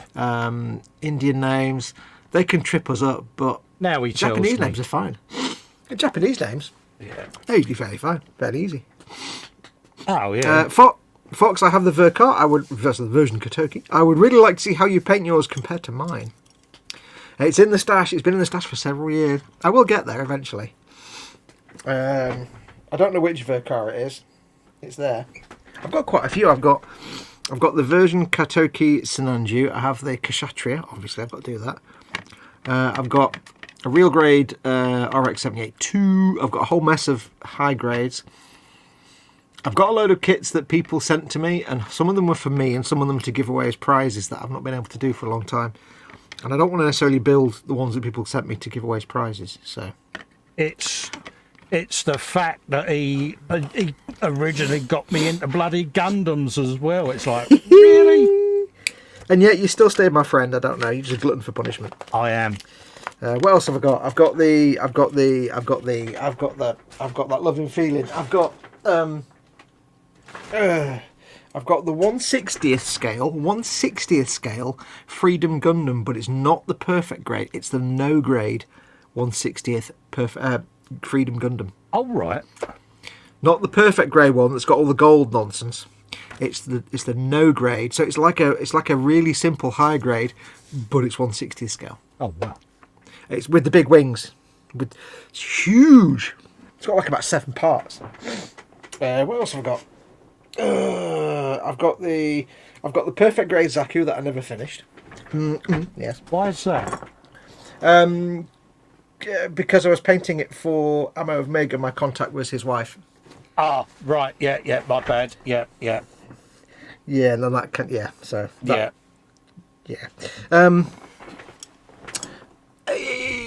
What else have I got? I've got quite a few like HGs and stuff like that I need to paint. Yeah. And I've got there's something else I've got, but I can't see it under my desk. Oh, I've got the pink Zaku dance version that Paul got me. The something or other. It's a pink Zaku with like love, a sticker that says love on it, and it's all pink, and it's the dance concert version. Steve's saying, how comes whenever he watches the Gunpla World Competition, there are never any builds from the UK? I wouldn't know, mate. Because there are no official Bandai distributors in the UK, so it's not as popular over here. Because if you want to buy Gunpla in the UK, you have to get them from either import them from outside the UK, which no, it's going to be really expensive. There are people in the UK that sell Gunpla, but here's how it works. If you want to sell a product, you can either go to the manufacturer and ask them to send you 10,000 of them at a massive discount, and then you can pass on that discount to the customer. So if an item costs £100, let's say this thing costs £100 from the manufacturer, I'm the retailer, and I say, I'll take 1,000 of those, but please sell them to me at £70 each. Okay, so I pay £70 each for these, and I can sell them to you, the customer, for £75, which is cheaper than the £100 they're actually costing for the manufacturer. Yeah. Keep in mind that Bandai put the price on the side of the box. They have a recommended price on the side of the box, which makes it harder. So in a lot of places, you can buy a Gunpla or Bandai kits cheaper than the official recommended price, because they sell to the distributors at a discount, and the distributor can pass that discount. They don't have to, but they can do. However, in the UK, there are no official distributors. Bandai do not have an official distributor. So if you're in the UK and you want to sell Gunpla or Bandai kits, you have to buy them from another retailer. Yeah. And there's, for example, there's a retailer in Italy, there's a place in Germany, and a few other, I'm not going to name names, a few other places that do a lot of sales to British retailers. Now, if I'm now in England, I'm like, I want to sell Gunpla, but I can't get anywhere with Bandai, because Japanese business is really weird. Japanese still depend on things like faxes a lot. It's not like in, say, Europe, where you can just contact a company and say, I want to sell your product. Brilliant, here's a load of product. In Japan, it's kind of massively different. You can't just do that. A lot of retailers will contact Bandai and never hear back. So, as a British retailer, my options are contact Bandai and never get a word back from them, or contact somebody in Europe and say, can I buy some of your stock at a slight discount, please? And they'll say, you can buy the stock, but I'm not giving you a discount. So that retailer might get it from Bandai at cheap because they're a distributor. They might sell it to me at a little bit less than retail value, but not much. If anything, it might be full retail value, and therefore I can't pass that saving on to the customer because I've had to pay probably full price for it. Yeah, you better pay top dollar. Yeah, so this £100 item that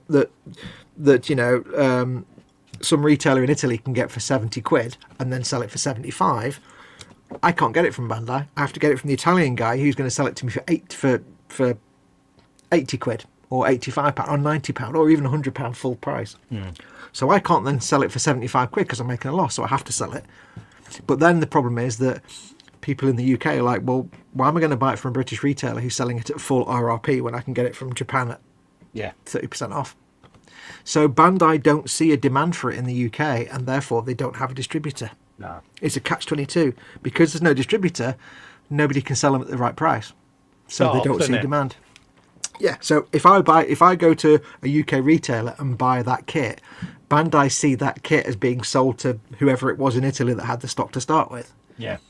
They don't see me buying it, so they just don't see a demand in the UK. So it's open to the UK, but there's not as many people. It's such a strange thing, really, because for years people have been building them, and yet, like you say, you just But the other thing as well to keep in mind is that there's not a big Gunpla and Gundam is not as big a cultural thing here in the UK as it was in, say, the US or in the East Asian countries and territories. In the US, of course, they've had Gunpla and Gundam for years.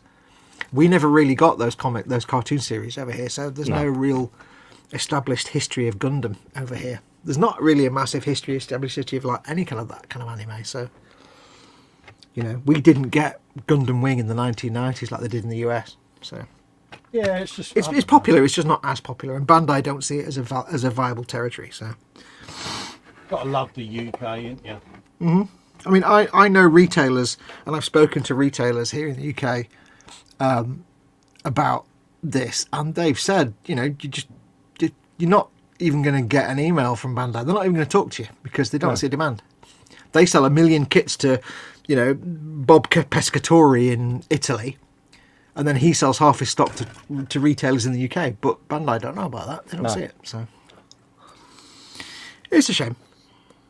But yeah, it's not going to change either, is it?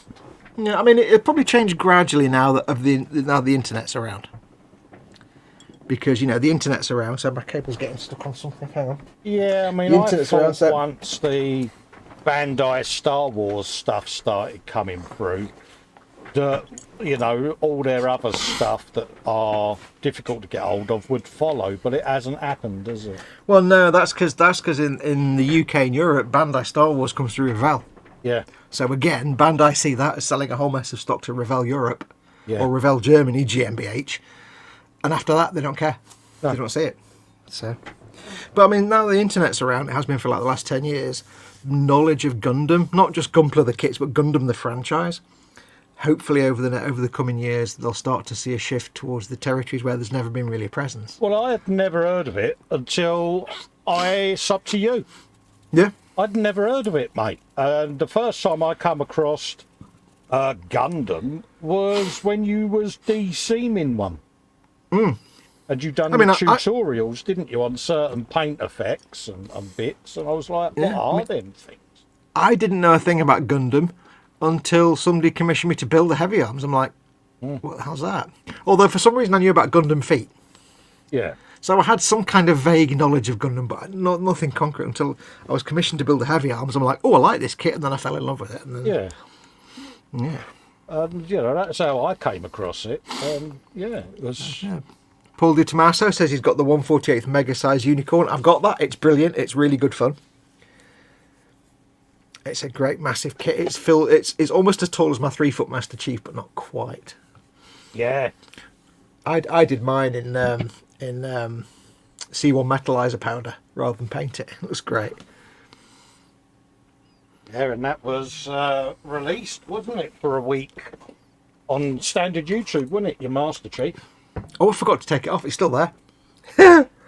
If you're not one of my patrons or channel members and you've never seen the Master Chief build, it's on my channel now, and I forgot to take it. It was patrons only, and I've made it available to watch. I've just forgotten to put it back to patrons only. So if you've not had a chance to watch it, I'll probably forget to put it back for another few days. See, I had to remind him, and I did his pimpage for him, folks. Yeah, I know. See, 2022, new Festa, Pimpularity. Lynn says she'll be going to bed in about 2 hours. Got to get up early for work. Oh, bless you. Dorkosaurus needs to finish his 1/100th Blaze Zaku Phantom. I need to start at some point my space battleship Yamato. But the thing is, I've got nowhere to put it when I finished it. That's the problem. That's the thing, mate, isn't it? It's... Phil Bolton says UK models are too busy building Spitfires. Yeah, it's... Yeah, it seems to be the thing at the moment, doesn't it? Edward Lennon says, why does it always have to be an Italian guy? It is actually, there is... I don't want to give her any trade secrets, but one of the big distributors that sells to like the UK is a place in Italy. Is a guy in Italy. We will leave it there. There's a few others, but yeah. I mean, big companies can certainly get a conversation with Bandai. Yeah. And in Europe, they see a market, which is why they've dealt with Revell and some other companies. But the UK, they don't see the sales to the UK because nobody distributes to the UK. Staff, though, isn't it, when you think of it? It's like a missed opportunity, it really is. Yeah, well. But The thing is to them, if somebody goes to them and says, sell me 1,000 kits at 30% off and I'll become a distributor, and they say, we have nothing to back up your claim that you're going to sell them. We've got no evidence that there's a demand there, and we've got no history with you. So why are we going to sell you a £300,000 worth of stock at 70%, at 30% off? yeah. Whereas if it's like Revell, they'll be like, okay, yeah, we can tell that you're quite a big company, so yeah, we'll do that.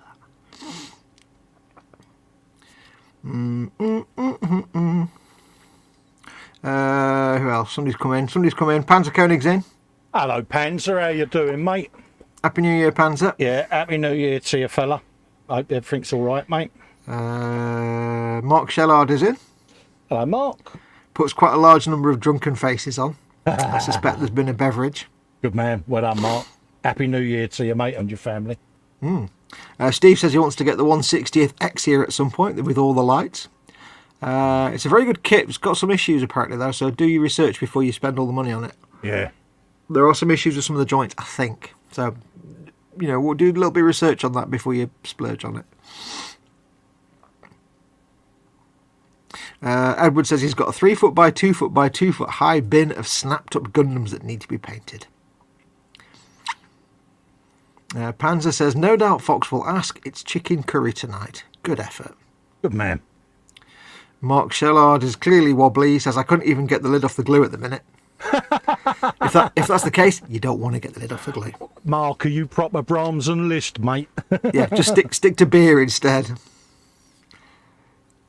He's doing the Tommy Cooper voice, isn't he? I said that. Yeah, and I think Panzer's been on it as well, because Hugh Gordon says, morning Panzer, and Panzer says, hi Hugh. Yeah, bless. Right, I've glued his legs on. But I've got to debate now whether I want to glue him to the base or not. I don't know. Look at that. It's mint, isn't it? There's a little man between his legs. It's quite disturbing. I'm not quite comfortable. I am quite pretty impressed. Josh is in from Ryesdam Design. Is it the new year Josh. for you guys yet? Yes, it is, Josh. It's 11 minutes past 1 in the morning, mate. Yes. But Happy New Year to you, mate. And I hope you have a brilliant 2022, mate. Yep, Happy New Year's and Gefahrten. And all that. Much love and respect to you and your friends, mate, and your fellow modelers in the US. Yep. Where am I going to Always nice to see people in from the States. Yeah. Well, we do when we do these late night things. Oh, it's brilliant, isn't it? You get to meet them all again and catch up with everyone. And I don't know where I would... If I was going to mount this to paint it, I don't know how I would mount it. Would you do it on one of your handles? No, it's... I want to be able to make sure I can get a brush in here to paint these skulls. Right. Which is just a wash, and I could theoretically just about do it. But I also want to be able to dry brush the other side of the legs and stuff like that. So if I can mount it upside down, like that, then I can get to everything. But I don't just want to jam something in with a blob of blue tack because there's stuff in there I want to paint. But there's nowhere I can easily drill a hole to put a stick in to mount it because everything's visible. There's no hidden bit that I can drill a hole in. It's most frustrating. I mean, I can put something in. Maybe I could. I don't know. I don't know what attaches to that. It's an arm, I think. It's all arm. You need arms. Underneath the arm. Cheers. Do you know, I think we done that one really well there, mate. I think we did do that one very well. Yeah, I've had a beer and everything. I'm clearly doing much better. I don't know how I'm going to clamp that. I don't know. Ooh. I'm overthinking it, clearly. I've got to be able to clamp it in such a way that it's fixed and won't wobble every time I try and paint it. But... Well, why don't you just use a crocodile clamp and then paint the bit that you clamped it on right at the very, very, very, very end? Because it's kind of a bit big and weighty to be in. It'll flop around. Well, if you know what I mean, big and weighty. Normally, if it was just a figure, I'd drill a hole in the foot. You see it, or I'd just, and mount it on a cork. But the feet aren't like that. I can't do that. I could just keep building and worry about that later. Yeah, worry about it later, mate. That's the blokey thing to do. Yeah, worry about it next year, mate. Yeah. What, you mean in 2023? Jesus. So, do we reckon that the poster will bring your stuff tomorrow, or do you not get post on New Year's Day? Well, it's a Saturday. Is it a bank holiday? Bank holiday weekend, isn't it? No, I'm not going to get my orc stuff till next week then, am I? Fascist. God damn it. How did it get to you thousands of miles away and you ordered it after mine? God damn it. God damn it. Then again, to be fair, it's only the reverse of the coin, because when I ordered a big fluffy towel from Dodo Juice, to do my part work on. Yeah. Because I've got little towels and they're a bit small now. So I ordered a big fluffy towel. And the website said, we're closed for Christmas, fuck off. Well, it didn't. It just said, we're closed for Christmas, your order will ship in the new year. Yeah. And knowing the guys from Dodo Juice, they're all in Poland, all absolutely pissed up out of their minds. Yeah. But I was like, oh, well, I don't mind. I'm not in a rush. It turned up 3 days later. Happy days. With an extra parcel that had some socks in it. That's just what you wanted. Yeah. And a little note that said socks for Fox, because I used to know the guys from Dodo Juice. Yeah. Dom and PJ, I used to hang out with them and work with them, so they're really cool guys. They're really cool guys. Dom and PJ, they couldn't be more different if you tried, but... Dorkosaurus says it will flop around, that's what I told her. Yep. It's always going to flop around, love, it's normal, don't worry about it. Yeah, if ever you need car detailing products, Dodo Juice are the people to go to. They're awesome. I could use an paintbrush, except it's too big. Arse, I tell you, arse. I could use a small paintbrush. It's a possibility. Let me go into my cache of shitty paintbrushes that I don't need to worry about. Your drawer of brushness, is that what you're saying? I actually have a drawer that I simply labels crap brushes. And some of them are pretty crap. It has to be said. Crap, but too big. God damn it. I'll explain why in a moment. Edward Leonard says Dodo socks. It's got a tit on it. Yeah. It's got a tit on it. Yes, 2021, the year that Festa said it's got a tit on it. Yep. It was the year of the tit. It was the year I said penis on e-models. Penis on e-models. See, I can get the, ironically, the most shittiest brush I have is the Citadel starter brush, and that actually fits perfectly. But perfect. I still don't know if it's actually good enough for mounting it into paint. That's another thing you made me buy, wasn't it? The bloody brushes. What was it? Artificer layer. Artifice. That's a tiny little brush. Good then. It comes in its own tubularity. Yes, that's a little fine detail brush. Yeah. They're the ones that, for a long time, I rued them because I thought they were rubbish because they never kept the points and stuff. But for some reason, the last couple of months I've been painting, they've done me proud. I'm like, I don't know what's changed. I don't know if I've changed or something, or I've just got some good ones. But those Bane blades, I did a lot of the work on them Bane blades and the two Deathcore dudes. with artificers, and I'm like, Yeah, medium Didn't even base. yep. Base brush. Yeah. That base brush is good for putting down a base coat for about 3 days, and after that it just becomes a good dry brush. Yeah. It won't keep its little teardrop shape for very long. A layer brush. Yeah. This is all for them Lehman Russ things, isn't it? Yeah. Mm. Yeah. Well, yeah, no, I just started getting good results with the artificer brush, and it's like I didn't even go near my broken toes hardly at all. Yeah, you kind of hated that brush, didn't you, for a multitude of reasons? So I bought some expensive brushes, and now it's like, oh, actually, it's not that bad. Yeah, but it's like anything. The toads have got their place, haven't they? Yeah, but the those base brushes that are like that shape, they'll become fuzzy and unfocused very, very quickly. They're not really much use for base brushing after about a week. Yeah, but I've found that with the dry brushes, they're pretty shite, aren't they? well, I'll go on them in a minute. But these things, when you use them as a base brush at the start, they're brilliant as a base brush. Yeah. They give you a nice smooth coat, but within a few days they're all fuzzy. But they make brilliant small dry brushes. Yeah, So they're worth their weight as a small dry brush. a bit. I actually like the dry brushes though. That's one of the new ones. I don't know about the synthetic ones. I've never used them. Yeah, they're not great, mate. The old dry brushes, the non-synthetic ones, I've had these for years, and they're absolutely some of the best ones I've got. I do recommend the dry brushes. They are kick-ass. I've got the army painter ones now as well. They are nice. The soft dularity, mate. Look at that. Oh yeah. Oh, I need some like that. I haven't got any like that. The kind of makeup brush. I haven't got any like that. Oh, mate. It's like, I need to get some of those. The only dry brushes I've got are the standard kind of flat size type brushes.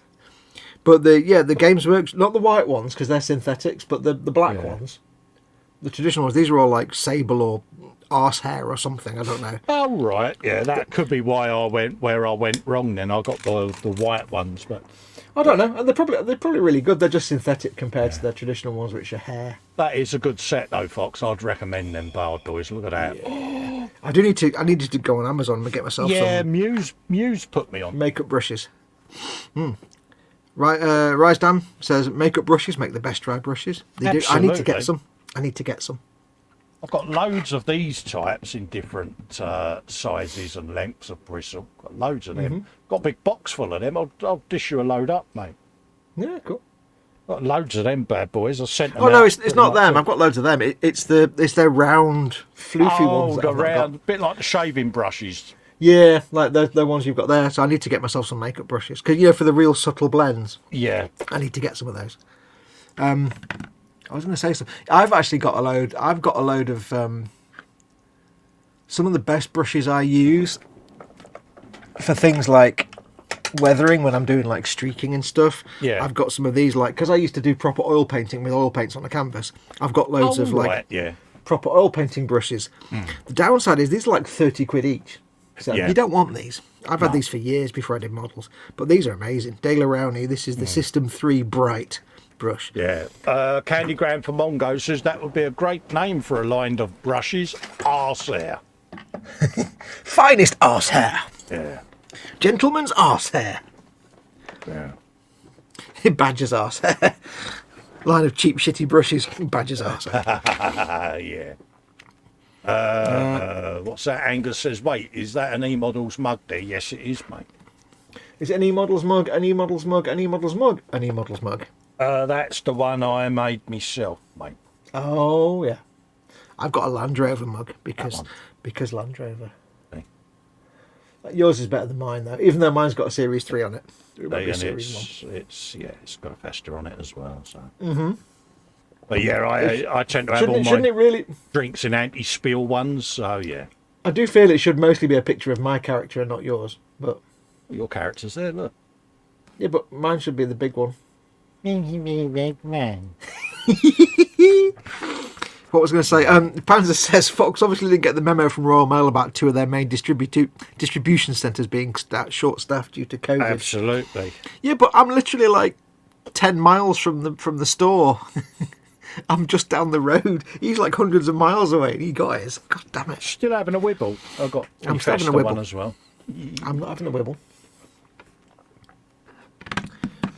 Do I don't have any model making guru. I do have a couple of Juness mugs that I made for myself. Persona 4 reference there, but yeah. Yeah. It's just I don't know what to do with this. Notorious for spilling stuff and drinking my own brush water, so I tend to have all my drinks in them type. You know when somebody says something and you finish the sentence in your head? Yeah. When you said drinking me own, for some reason my brain went piss. I don't know why. I don't know why.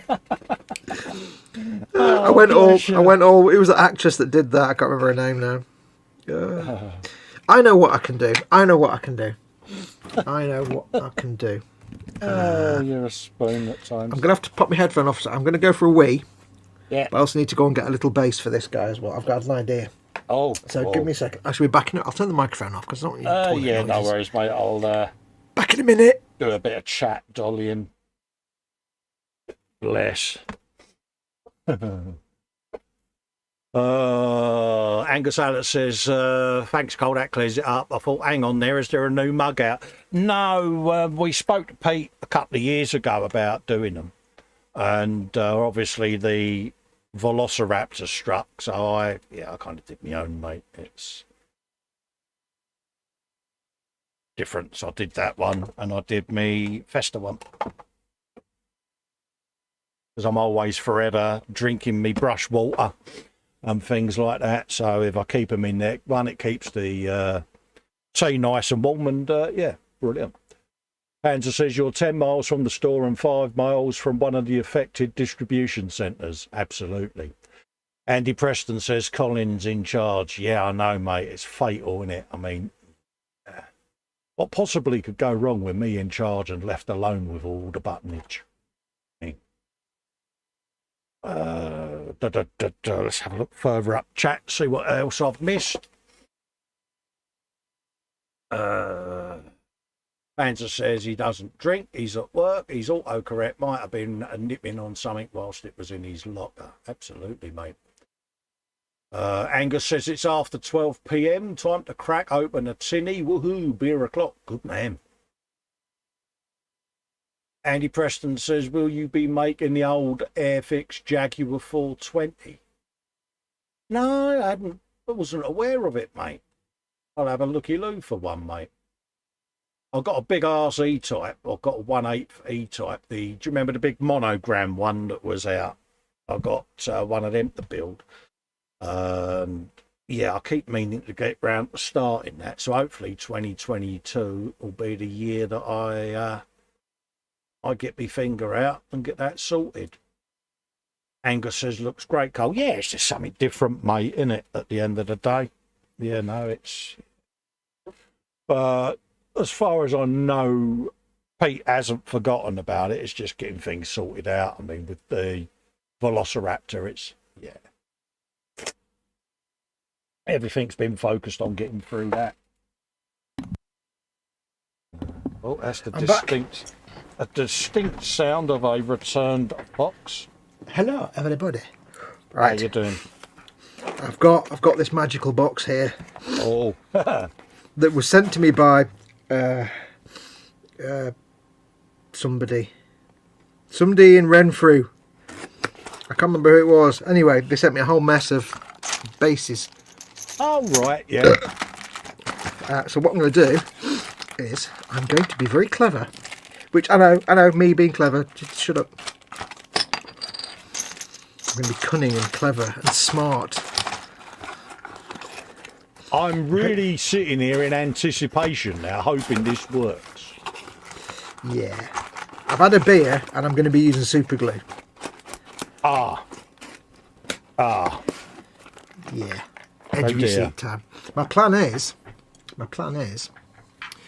I can't drill a hole in the foot to mount it to a corked paint. I don't want to glue it to the base because I need to get in between his legs to moving on. What I can do is Oh dear, here goes. Super glue his foot to a base like that. Yeah. So I can have it on a handle and still get into everything. Handle. So I can, if I glue his foot to a base, on the edge of the base, it means that can be clamped in the grip handle, and this can. Oh, everything's accessible that way. Sounds like a plan. All I need to do is. Candygram says Fox plus beer plus super glue equals fun for viewers. This is the correct statement, mate. Happy times and failing. So all I need to do is I needed a tiny touch of super glue, enough that when it's finished I can snap it back off again.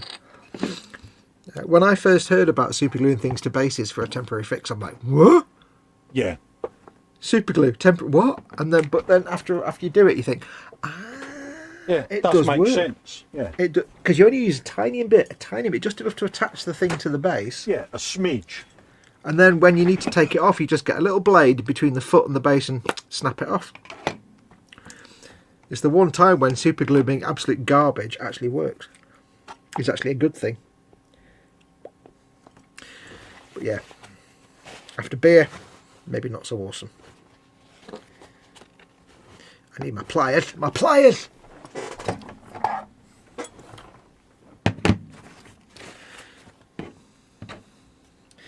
So I shall just clean out my orifice, if you pardon the expression. What an heiress. I'm oozing. I need to clean it out. I don't want my orifice to get all bunged up. And there we go. Lovely.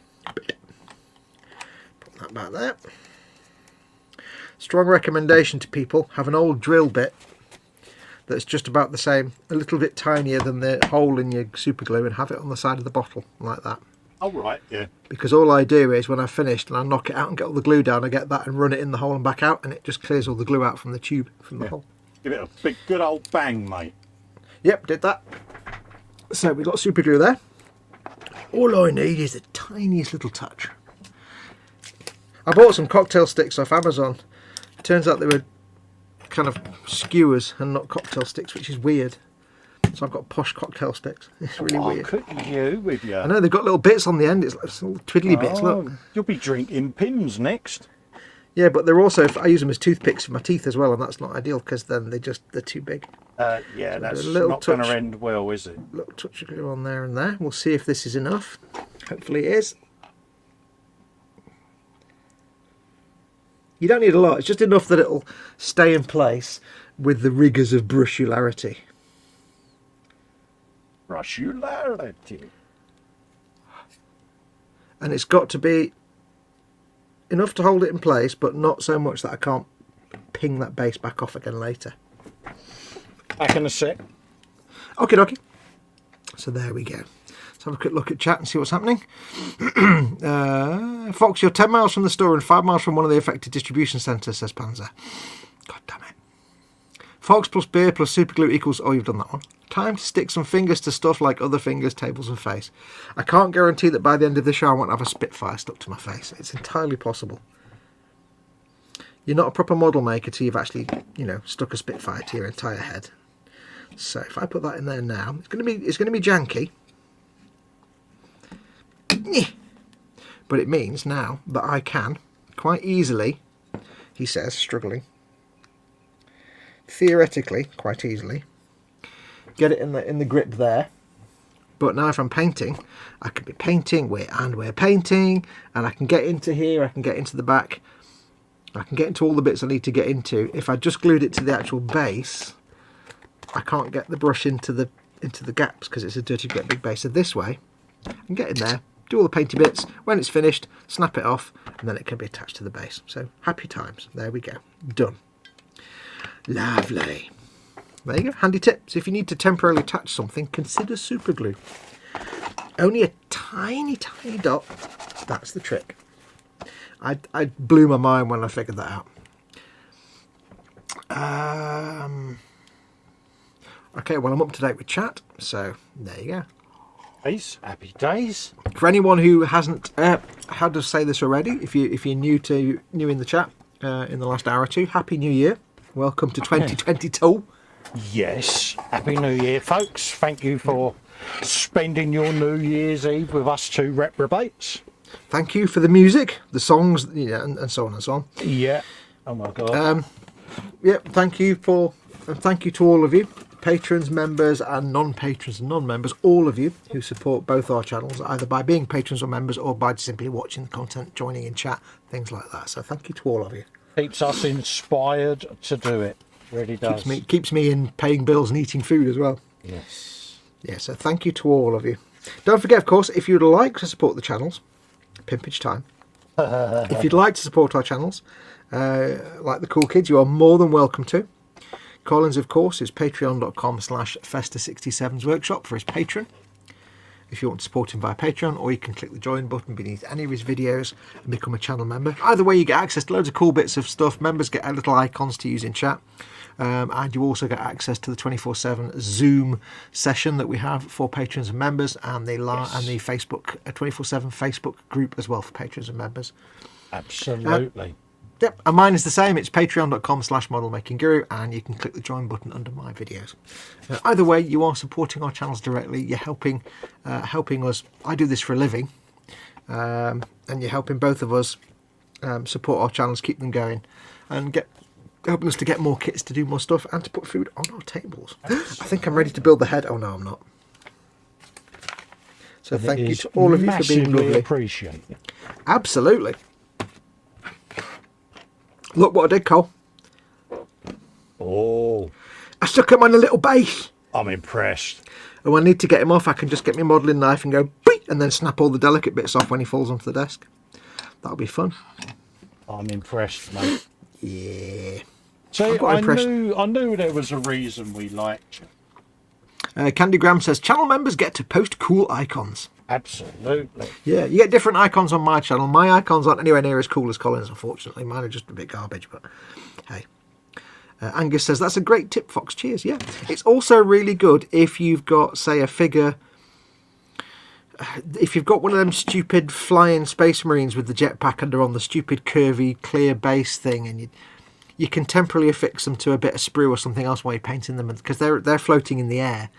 So you can temporarily fix them to like a bit of sprue or whatever. What I used to do was drill a hole in the foot and jam a cocktail stick in and glue it with PVA glue, and then when I finish painting and stick it in a cork, and then I pull the stick out. But then I was like, well, I just use super glue. It's a lot less hassle.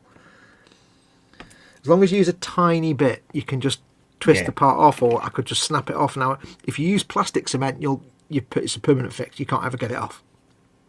But you CA glue, I could just snap that off now and it wouldn't break the plastic.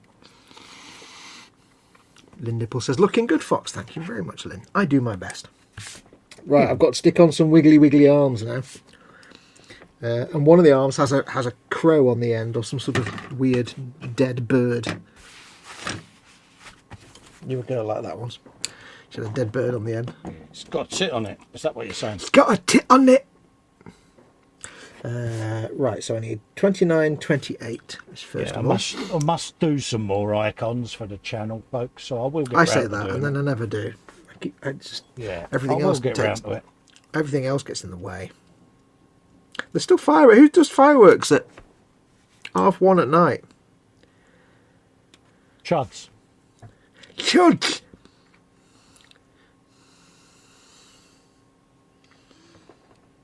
My name's Bradley and I'm a chud. Thank you. I don't know what the kind of... I don't know what British chud names would be. I mean, it's like, for those who aren't British, when I say a chud, I really kind of mean like, if you're American, I mean like a white trash redneck type. Oh, well, no, white trash. Let's just say white trash is kind of a chud. Stupid, Yeah, waste of oxygen. Stereotype, innit? Oxygen thieves. Yeah. But I don't know what British names you'd give to chuds. I don't know. I don't know what like modern young people's stupid names are. like sort of ghetto names. I don't know what they would be. Nah. Like 30 years ago, it'd be like Sharonella, or Kylie or something. Yeah, Chelsea. Chelsea, for things like some. I know, like 20 or 30 years ago, names like Kieran and stuff were quite chuddy as well, but they're all right now. It's like Townie now. I don't know what they would be now. Like Sharonella, Caranella. Gets you thinking, doesn't it? I'd rather not. Yeah. It's the kind of name that you hear shouted down the aisle at Tesco's. Yeah, Sharonella, get back here. Yeah, Daniela. You know, some hard of thinking mother of a dubious quality shouting at her child to not wander off in Tesco's, but by using all the swear words they can muster at the same time because classy. Oh yeah, you get them, don't you? You still see them. Oh yeah. Big hoop earrings and the Croydon facelift. It's like yeah, the people that really shouldn't be wearing skin tight pants of any kind, but they always do. Yeah, that looks like a bag of Brussels, doesn't it, with a rope around it? Yeah. There you go. That's Check just your the chat. blokes. Check your chat. Oh, bless. Thanks, Ross. You get to get a bit of air guitar in a sec then, mate. Scale model Minja has put in a £5 super chat. Minja. I like the way you say that. Start off the year with a festive Festa Foxx. Oh, cheers, mate. Oh, Thanks, thank you very Ross. much. Muchly appreciated. Well, I'm saying thank you on Colin's behalf, but thank you very much. Yeah, he gets to see a bit of air guitar come up. Ooh, yeah. Have you a bit of that? A little bit of that. Yeah, look at that. You've got like a bony arm with a bird on the end of it. Because the bony arm's holding a bit of bone and the bird's trying to steal the bit of bone. I thought that was a band from the 70s, Boney Arm. Bony arm. See what I did there? That was steal like spam! I won't do it again. You tried. I'll give you that. But thanks, Ross. Much appreciated, buddy. Candygram for Mongo says Chud equals cannibalistic humanoid underground dwellers from the epic even 1984 movie, coincidentally called Chud. Yes. I actually got the term chud from Will at Tested. Oh, right, yeah. Because he used to refer to morons as chuds, and I'm like, that is the bet. I'm going to call them chuds from now on. Just basically morons. If you're a chud, you're a moron. Maybe white trash isn't the right word. It's kind of white trash, but it also just means you're generally a moron. In Britain, you'd be a townie or a mouth breather. They're the people that normally you say to them, what's the time? And they go Wednesday. Yeah. Or, you know, they pretty much have to breathe through their mouth. Conjures up a great image, but we do see them, don't we? Yeah. Chuds. So I've kind of used them to mean like, I've repurposed an American. I've done a reverse American. I've taken an American word and made it British. I've repurposed an American word to mean mouth-breathing morons, basically. Yeah, but Americans can do real good put-downs, can't they? Oh, yeah. Yeah, but that's the thing. But the British, I think, do the best ones because the British ones are very polite put-downs. Yeah. They're very restrained put-downs. Yeah. It's like, ew, fuck off, he hinted. Yes. It's like, okay. Yeah.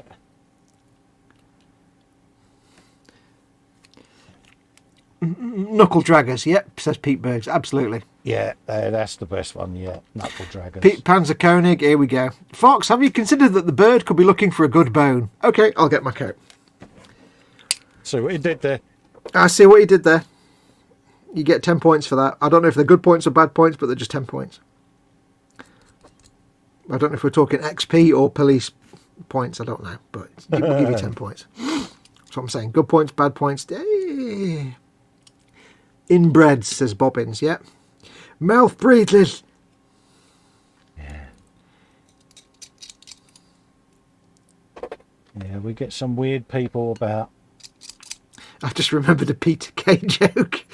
Oh, where right. he's talking about, like, you know, like Mancunians and stuff. I think it was Peter Kay. Mancunians and, like, you know, Mancunian slang. And, like, buzzing means really good. Yeah. And he said he was in the theatre, and he was in this theatre in like a cinema in Manchester, and there was all this noise there was like a hum, and he went to the guy who was at the thing, and he said, "Here, mate, the screen's buzzing," and he went, "Oh, thanks, mate." "Yeah, mate, it's buzzing." "Oh, thanks, mate." All right. It doesn't work. It's a crap joke. It doesn't work unless it's Peter Kay telling it. Oh, my eyes suddenly started watering for no real reason. Oh dear. Ooh. Ooh. Hello. Yeah. I think that's better. I was going to say, he's still about, isn't he, Peter Kay? Because I know Oh, yeah. Yeah. he took a time out, didn't he? Don't know. Yeah. Phil Bolton says, "Oh, chav's not a thing anymore." Absolutely, they are, but it's not really a term you hear very often anymore. They're still around. They're just, I just prefer to call them chud. You still see the Burberrys about, don't you? Yeah, they're still known as chavs, but I just don't. I started using chud, and I thought it was a much better word. Because you go, what an absolute chud. It just seems more impactful than what an absolute chav. It's just a great word, and I decided to completely steal it from Will at Tested. I mean, chavs are a unique breed, aren't they? At the end of the day. Well, breed's certainly a key factor, but... yeah, they're still about. Breeding in an inward direction. Yeah, you sit there and you're like, yeah. How have you managed to get this far in life? And yes, there is an Avoid Spikes comic strip that deals with that exact thing.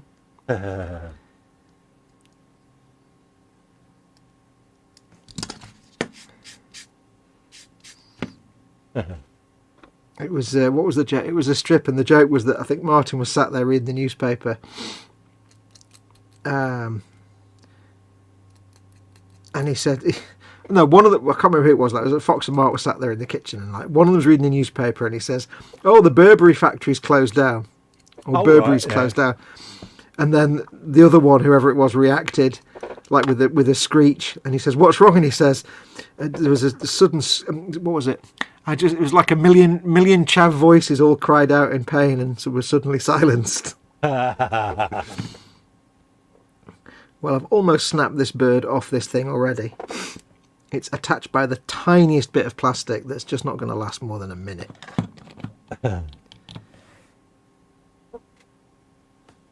Yeah, I guarantee this bird's going to snap off.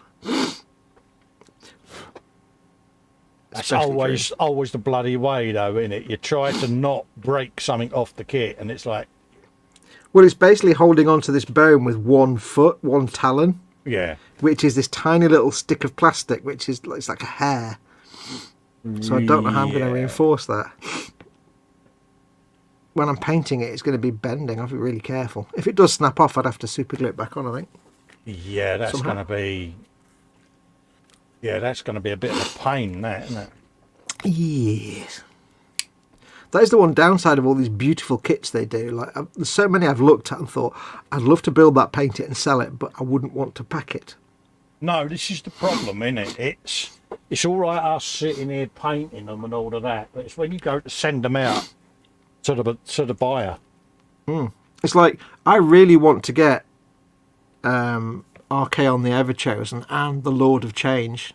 Yeah. I've never tried painting big, massive figures before, and they're beautiful, but they've got these massive spread out wings, and it's like, how the hell would I even pack that without... I don't know how I'd do it. No. But I'd love to paint them. But they're not cheap kits. No. If people don't know what they are, go to the Games Workshop website and just type in Lord of Change. Yeah. Or Archaon the Ever... It's Archaon, the Ever-Chosen. They are beautiful, and I would love to paint them. But I don't know how I'd pack them and ship them. Yeah, I mean, I'll do them anyway. I'll get them and do them anyway to film it, but... Yeah, if you've never seen them, go and have a look. They're amazing. Anybody watch them? They're on my wish list of things to film. But I don't think I've got the skills to paint that kind of figure just yet. I've got my Mortarion that I need to paint. I can paint little things, but big things like those demons. Ooh, I've not tried that yet. I don't know if I could do it. That surprises me to hear you say that, because, you know, you did your big old Master Chief and things like that, and that came up all right, didn't it? Well, yeah, but the difference is, if you look at these demons, it's all like feathers and fur and flesh. Yeah. And that's the tricky bit. It's all like, you know, there's big expanses of fur and stuff. There's big patches of flesh, and there's things like wispy smoke and weird ethereal smoke threads, and it's like, I can see how I think I know how I'd do it. Yeah. I don't know if it would come out. I mean, if it's kind of, I know you shouldn't really, but go and have a look now and you'll see exactly what I mean. I wish I could put pictures in chat, but we can't. So I could do a screen share, I suppose, couldn't I? Yeah, could do. Yeah. Should I? Yeah, do it. Why not? I'll have to put my other screen on. Hang on. Because I can't. Where did you say it was? On Forge World, is it? No, Games Workshop. Games But Workshop. I'll go and get them. Hang on, give me a sec. I'll find them. Don't you worry yourself. Games Workshop. No, not Gam's Workshop. That's a whole different shop. That's an adult-only shop, that one.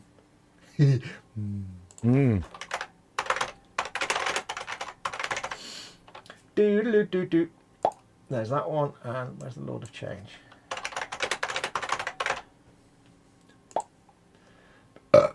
I shall do a screen share relation. Hang on. Share and share screen and window and application. Thank you. But I'll have to.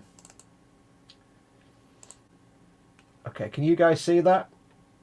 I'll add it for you, mate. 2 secs. Oh yeah, because I'm not in the thing yet. Add to stream, mate. There you go. There you go. It? Yeah. You'll have to do the full screen bit for me because I've not got the buttons in front of me. Yeah, it's full screen, mate. Lovely. That's the Lord of Change kit. Well, that's nice. And I think it's about a foot tall. I'll show you what it looks like. Let's load it in. Not a bad price, actually, for that. Yeah, it's not bad, 85 quid. It's, I think it's about 1.5 foot tall, 1 foot tall or something. It's massive. But it's all feathers, and where it's not feathers, it's like flesh. Yeah. If you'll see, I don't know if you'll see. We've got any close-ups. Oh. Like the feathers, I mean, look at that. I just, oh. That's Angus Allett has donated $10 through Super Chat. He says, cheers, Colin Foxx. Don't blow it all on Warhammer. Would I? I'm not down the hole. Would he blow it on? Yeah, he would.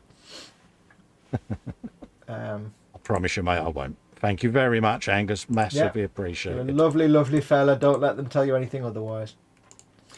So, yeah, I mean, it's absolutely stunning. It's a stunning model. That really does look beautiful, mate.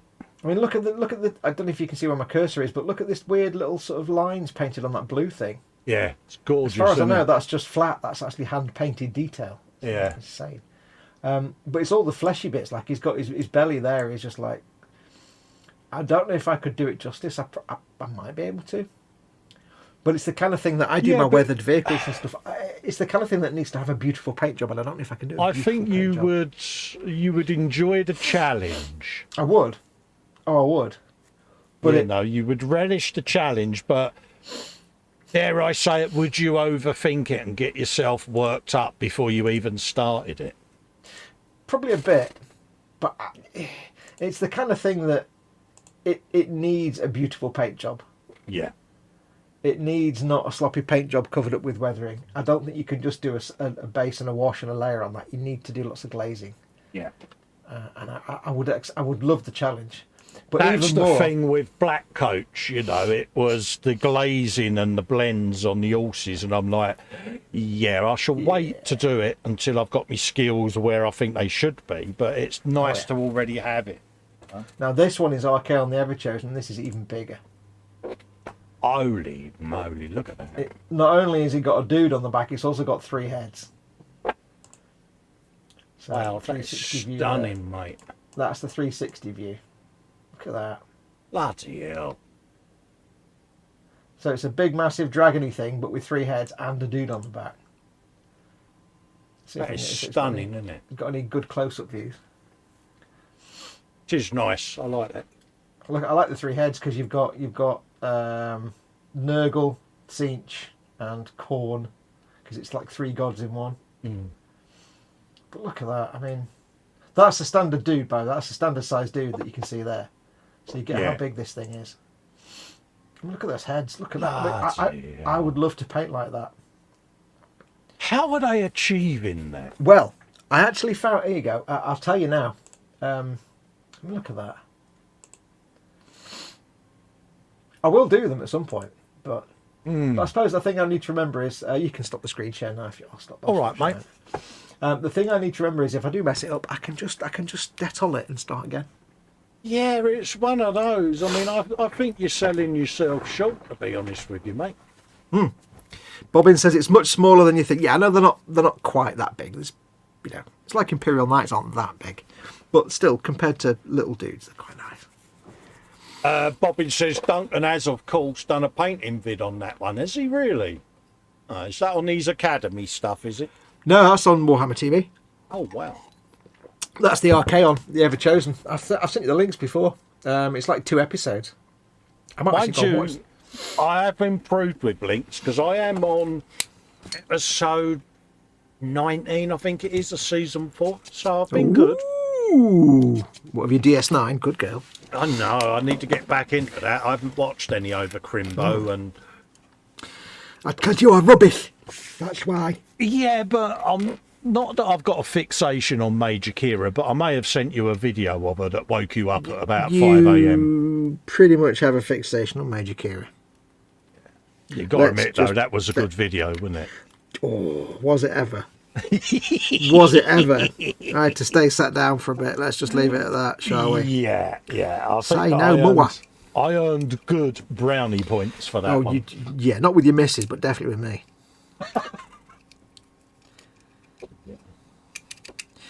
Yes, I mean, I will get those two models, but they're just the kind of model. It's like, you know, I can paint a Baneblade, you just paint it, slap mud on it, do chipping and weathering.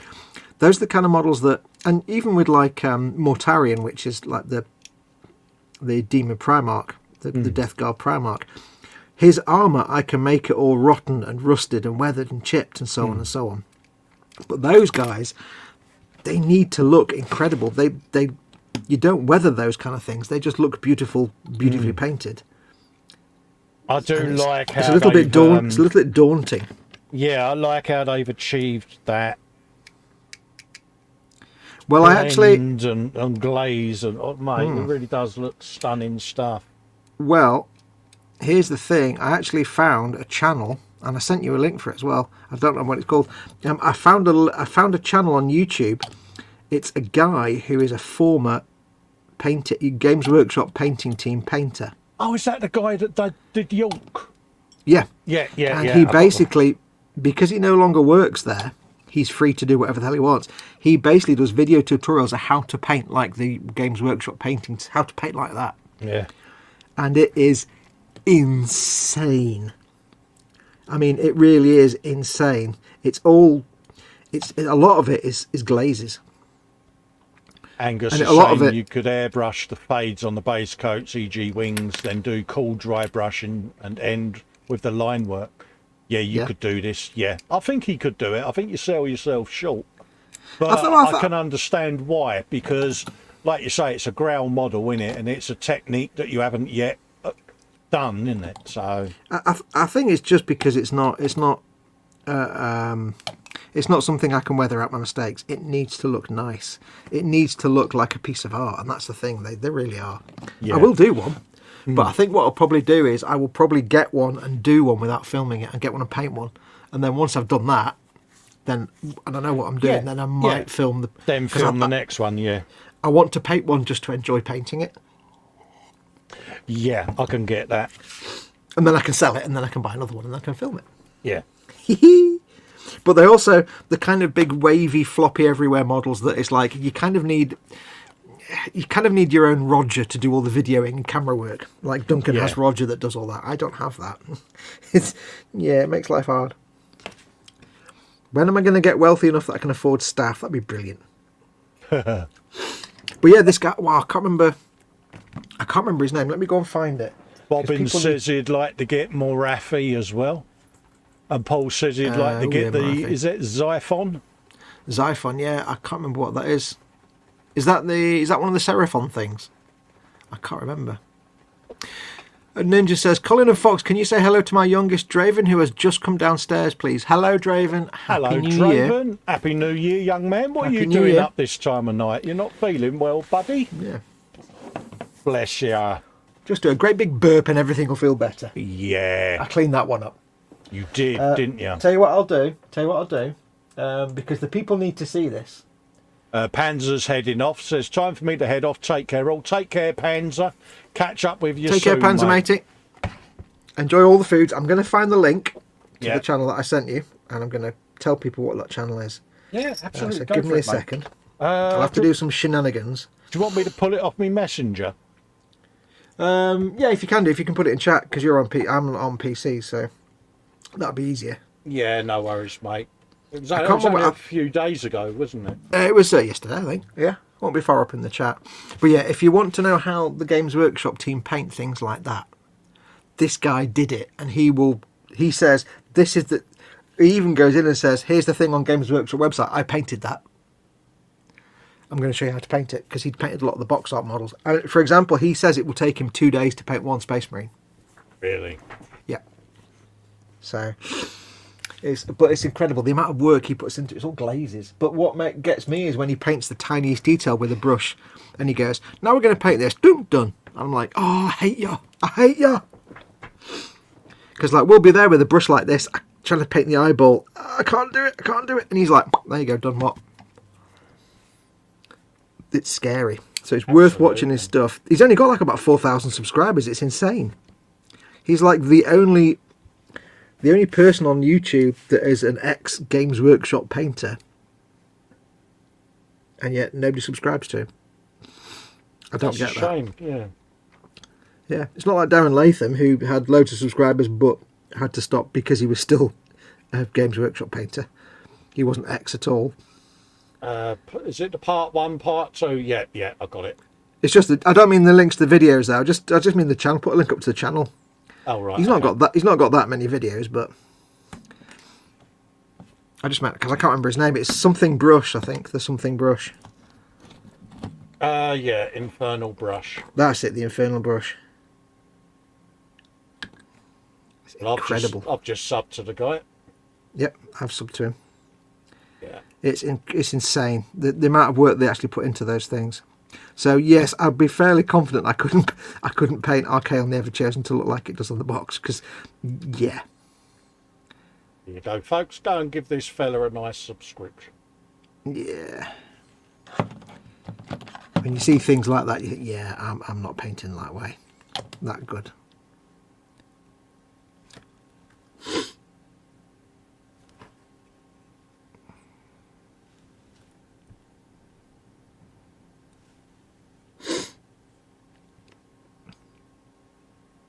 La la la la la. There you go. I've put on my arm with that bird that's bound to snap off at some point. Oh, that was an option. The other arm was an optional one. Okay, I don't need the other arm then. Yee! I've got to have the flappy bird. I can't not have the flappy bird. Forge Wheel Space Marine Fighter looks similar to the BSV Viper.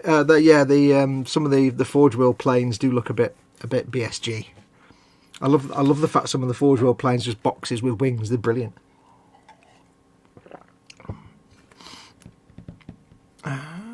He is now very excited and waving at the TV, says Scale Model Ninja about Draven. Hey Draven. Oh, hello geez, hello Draven. How you doing, mate? Gothorm says hello.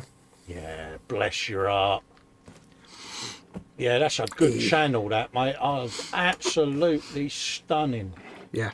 Out of paint, an orc, beast snagger, the heavy metal way.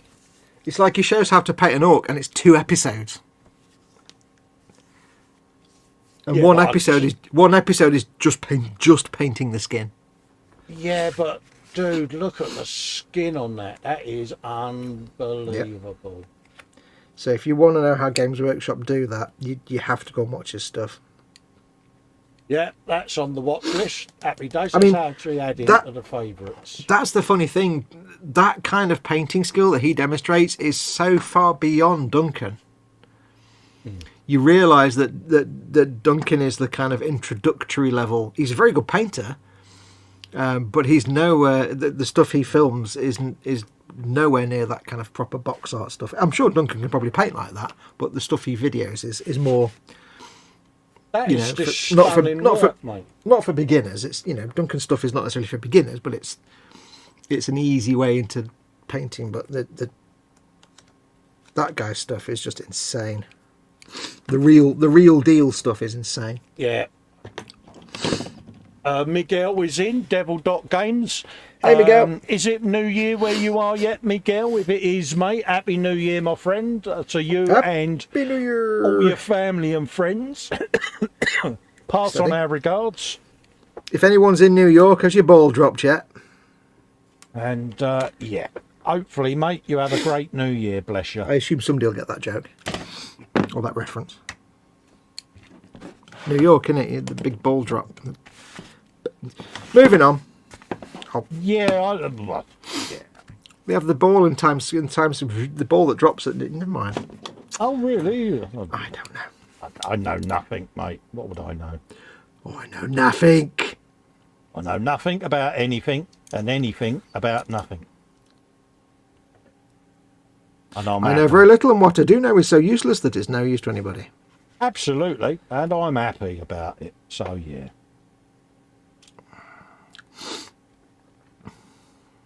I have a degree in derpology. Absolutely, mate. I have a degree in not saying things properly. Yeah, you mispronunciate them. Yeah. Oh. God damn it. Are you grammaring me again? Yeah, I'm grammaring you when you didn't even grammar. Oh no, you're so bad. I'm bad.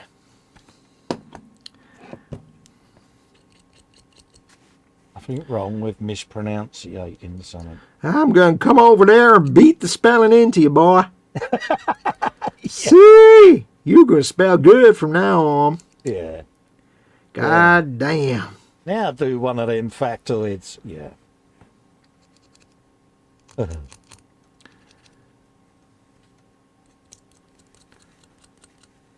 we doing a model show this Monday, or is it bank holiday still?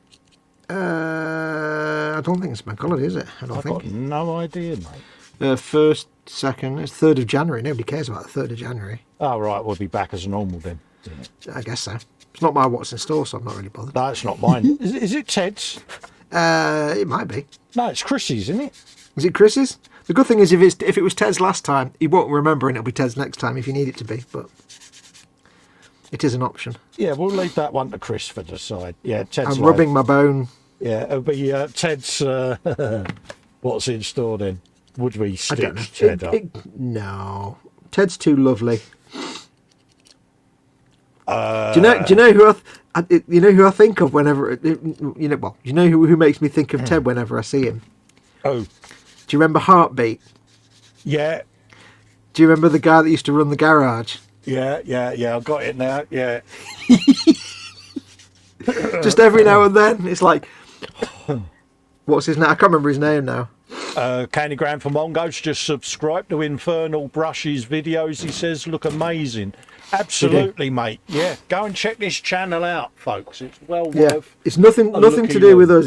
It's we're not.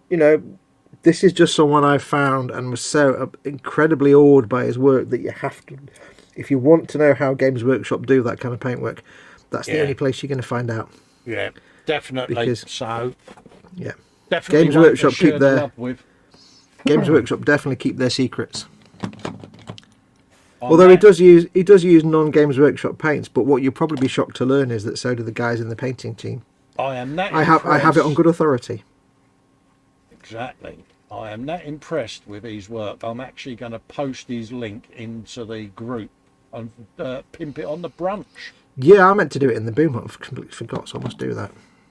Because, so I shall feature this on this week's Sunday brunch, folks. Because why not?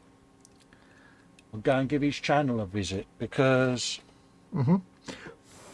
we likes what we see there, don't we? You'll come away amazed and also really angry. He's because a wizard, Harry, isn't he? There's a certain bit to being British that means you always hate somebody who's better at something than you are. It's just part of being British. It's the law. We won't say it because we're far too polite, but we do. Part of us will always hate somebody who does something better than we do. Oh yeah, we start off with an healthy respect and we go, yeah. Nearly snapped that bird off the arm. Nearly. Oh, really? I think I might have to. I don't know what. It's a bone, so I might be able to. I don't know how I can. Yeah, Angus Allert's just subbed to him as well. Happy days. Yeah, feel free, mate. He's going to have a looky-loo after the stream ends. Yeah. Yeah. Some really interesting looking techniques there, mate. You won't regret it. You'll learn a lot about glazes and things. Oh, mate. It's brilliant for a noob like me because. I mean, The one downside to those techniques is that they do require you be incredibly good with the brush. The techniques themselves are fairly simple, but you need to be good with the brush, because a lot of it, you'll see he's got in the when you look at it on the screen, you've got a brush tip that big, and he's painting a little tiny thing here, and you think, oh, that's not so bad, because he's got a little bit of paint on the very tip of the brush there, but that brush tip is like that big. Yeah, this is then where... his thumb goes, and you're like, oh wow, he's painting with molecules basically. Yeah, that's where I struggle with me shakes and twitches and.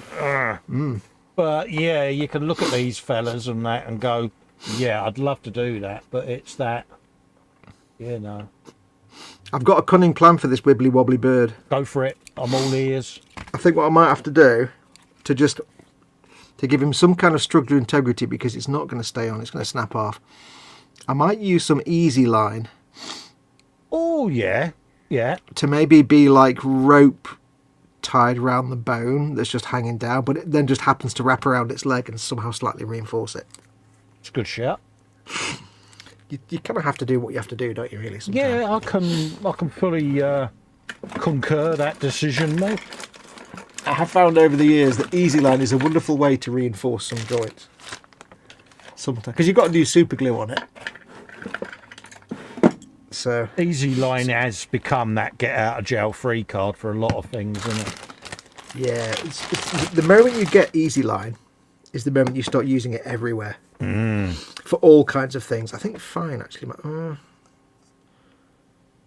Yeah, fine might be better actually. I mean, it doesn't really make any sense having a rope on a bone, but then again, it's a creature made of bones eating bones, so let's just not niggle the points here, shall we? Absolutely.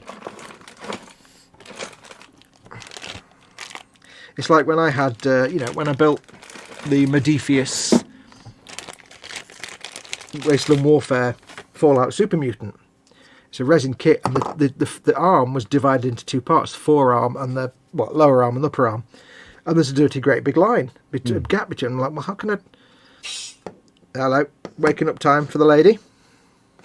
Yeah.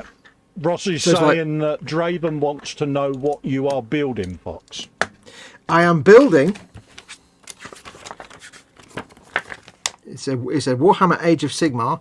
It is a Gothizar Harvester, which is basically a giant creature made of bones.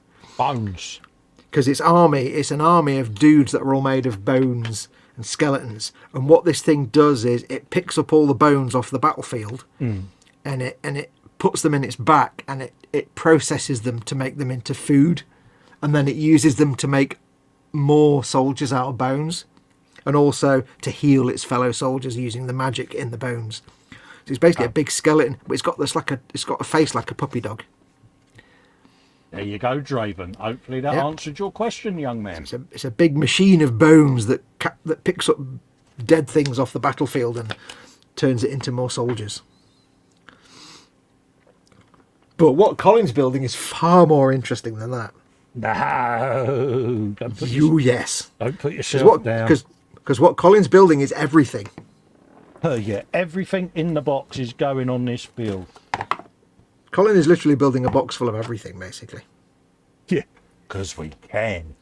Because you can. Right, it's time for the super glue again. This can only go one of two ways. Pete Tong. Yep. I'm just cleaning out my tubes. Excuse me. I need my pliers again. Oh, hello. I'm looking forward to painting all these bony dudes, because skeletons are kind of not hard to paint.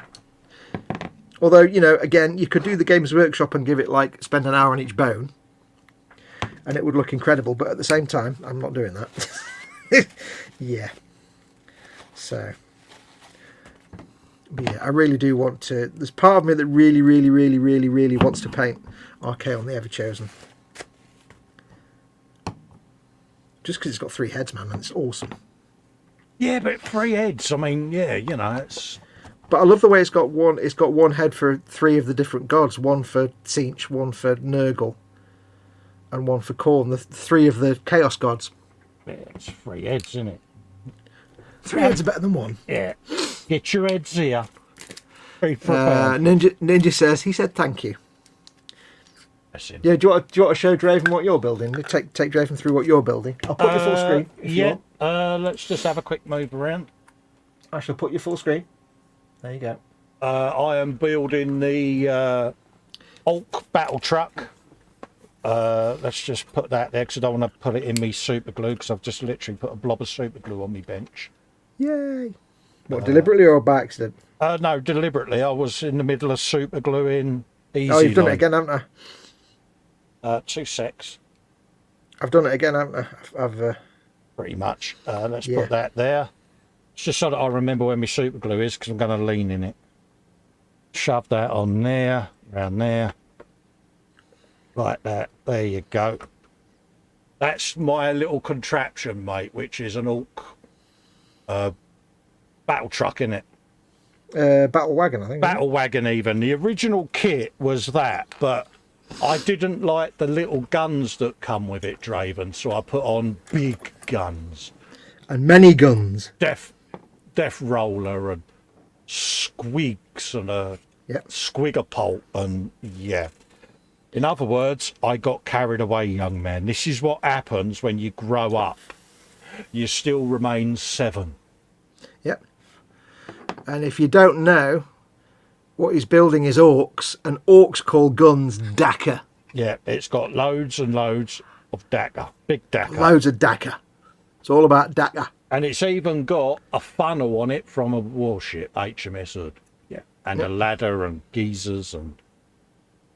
So there you go, young man. Have you a bit of that? Now, I would quite happily drive round in that. I'd be pretty happy to do so, wouldn't you? Yeah. So that's what I'm up to, young man. Hopefully you might be a bit of a pickle when you get to like the McDonald's drive-through there. Yeah. Hopefully you that might like get a bit that. challenging. That might get a bit challenging. So yeah, that's kind of what I'm building. Well, say building, it's built. It's just like, yeah, it's fettling. It's all Foxy's fault because he normally says to me, everything in the box has got to go on the kit. Plus, you need to buy all of this as well. Mm. Yeah. And then it just descends into anything and everything can go on the kit. But I don't exactly. Mind. I don't mind really, honest. You don't mind because it's all fun. Yeah, that's. I'm basically saying, you know that thing you enjoy, do more. Yeah, that's and what you're the like, kit, okay. It's what the kit originally looked like. One of those little things, and it was nice. Don't get me wrong, but it could have been so much more. Yeah. Oh, and Fox loves the insanity of my childlike mind, didn't you, mate? Oh yeah, more is always the right answer. So yeah, mate, that's what I'm up to. And we're thoroughly enjoying every bit of it. Absolutely. Because we can. Because it's orcs, isn't it? Yeah. It's not orcs, it's orcs in it. Absolutely. Underneath your orkies. Underneath the orcs. Cheers. Right, well, this bit of string totally didn't come out like I planned. Oh, really? Is it turned into a pile of poo? No, it's... I was hoping to have kind of loops and things, but it came out looking just like, I don't know what. Yeah. You notice how I cleaned that up because I didn't know whether Young Ears was still there, Ross, and out of respect, I don't want to use grown-up tones because it wouldn't be right. You're not right. I know I'm not right. Hey, that bloke's a nutter. Oi, nutter. What you doing, nutter? Yeah, oi, he's a nutter. Armadillo. Crunchy on the outside. Something on the inside. I don't know. This week, I had mostly been eating caramel salad. Right, I think I've gone a bit weird here, but it might come out in the paint job, I don't know. But yeah, you sitting there doing easy line reminded me that I hadn't done the easy line from my funnel. I'd probably recommend that you do the easy line on your funnel for that. Yeah. Right, so we'll see how this comes out in the wash. I don't know if it's going to even make any sense at all. I may have made it look stupid. I don't know. It's just a string, an unconnected string relating to nothing, hanging down for no reason whatsoever. Yeah, but if you believe it's going to work, it'll work. Mind you, that's only for Orc, isn't it? I saw a little video today, right? Yeah. And I think it's based. I don't know what the story is based on, but you know this whole thing of like orcs believing in things. Yeah. So there's a load of Imperial Guard Astra Militarum dudes, and they're there, and they're fighting off this horde of orcs. And there's like 5 or 6 dudes. Yeah. And there's these endless waves of orcs coming at them, and they're shooting them, and they're fighting, they're shooting them away, and eventually they run out of ammunition for their las rifles, their las guns. Yeah. And there's still orcs coming, and they're like, "What are we going to do? What are we going to do?" And then the sergeant says, "I've got an idea." And he points his rifle at an orc and shouts, "Bang!" And the orc falls down dead. Because the orc doesn't. Shot. Yeah. Yeah, because the orc doesn't know there's no ammunition. He believes he's been shot, so he dies. Yeah.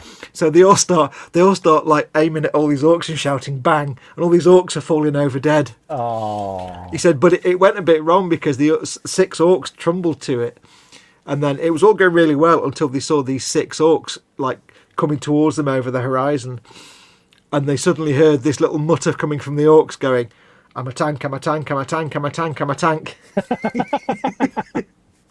Yeah, see, I'd go for that. I'd go for that being orc myself. Oh, yeah. For those that don't know, orc technology works because the orcs believe it works. It's as simple as that. Right, I've put this string on. It kind of wraps around the arm a little bit, and then it just hangs off loosely like that. Which will be an interesting... Work. Well, the thing is, once I've painted it, it might look all right. I might try and loop it round a bit so it's not just dangling like... Wow, Paul D. Tommaso says it's 205 Canadian dollars to buy the Xiphon Interceptor from Forge World. He just can't afford it. Oh, that's one of the big... yeah, that's one of the big doodad ones, that one. That is serious wedge, mate, isn't it? Yeah. The thing is, it's because it's resin.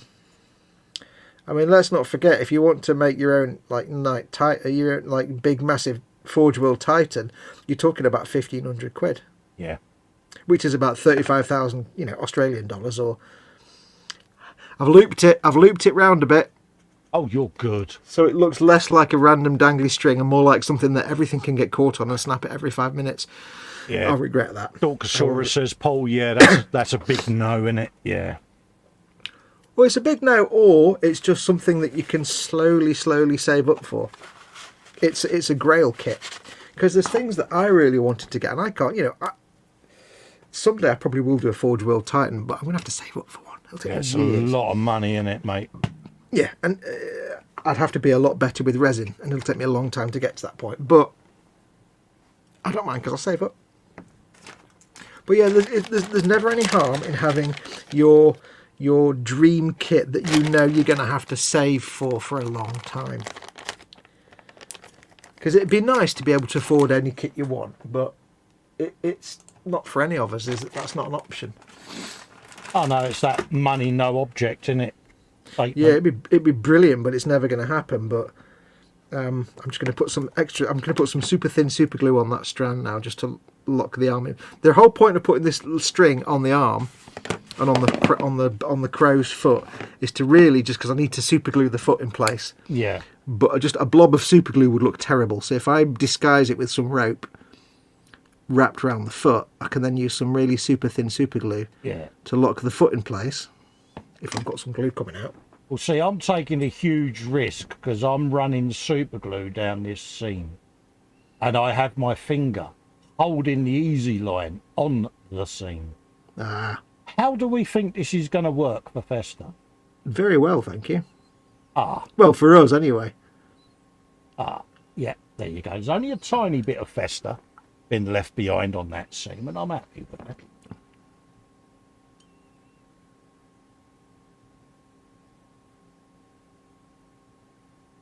Because I can lose that with a bit of pigment. There you go. That is the tiniest amount of exceptionally thin super glue. Basically what I did was I wrapped the easy line around. You basically got a bird and you've got the bone, and there's a tiny thin bird leg between them, hold them together, which is going to snap in 10 minutes. So all I've done is I've wrapped easy line around the bird's leg tightly, and then dangled it down onto the arm and glued it in place on the arm, so it looks like it's wrapped around the leg and it's just going down the arm. Yeah. But then I can go in with the super thin super glue and just blop it onto the bit where it's wrapped around the leg. That will hold the leg together and give it some structure. The thread will hold it and make it even stronger, but it looks better than just putting super glue on the leg, which would make the leg just go blip and look like a blob. So it's kind of a bodge, but it means I've now reinforced that bird's leg nicely in a way that makes it look like there's just some cable or string that's on the bone and it's got tangled around the bird's leg. Yeah. So even if the bird does get the bone, it's knackered because it's got a load of string around its foot. So hopefully that'll be nice when it's painted up. It'll look like string or rope of some sort. It makes no sense to us because there's nothing else on the model to say there should be rope or string, but it's a bit of a bone off the battlefield. It could have some cable on it. Yeah, exactly. It's all nonsense. We know what you're trying to do. The Bobbin says, I'm going now. Thanks for another lovely stream of goodness, and see you all soon. Later, Take care, Bobbins. Happy New Year, my friend. Many thanks for coming in and spending some time with us, mate. We do appreciate all of you coming in and spending your time with us. It does mean a lot. Ninja says to you, Colin, you should have seen his face. He said, that's Roran's truck. Ah, bless him. Now he's saying it's his truck now. Yeah, he claimed it, as he, Ross? Yep. I guess you'll have to get it sent off, won't you? Draven says night-night. Oh, I'll take night-night. He's probably gone now. Night-night, Draven.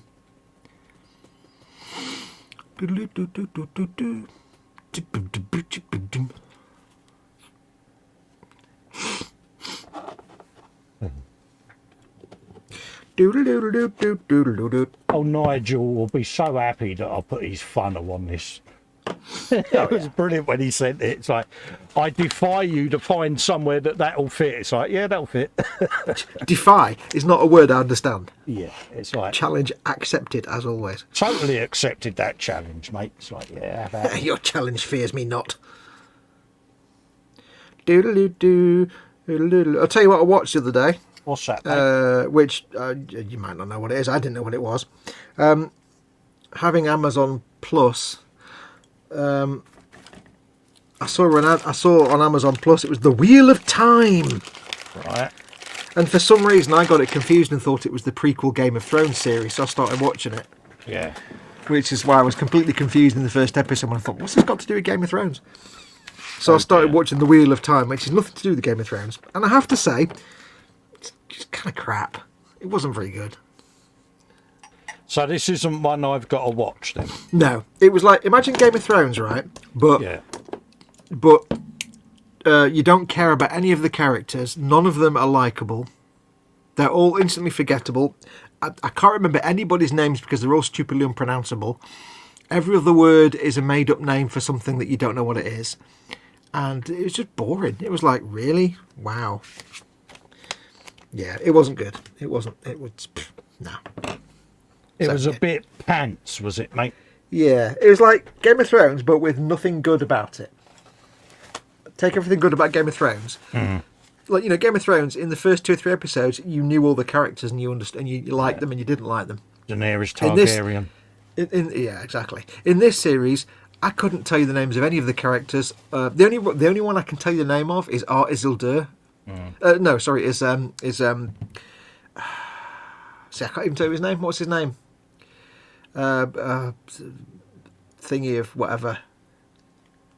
The main character's name. The only reason I can remember his name, and I can't remember it now, is because there's a YouTube channel with the same name. But other than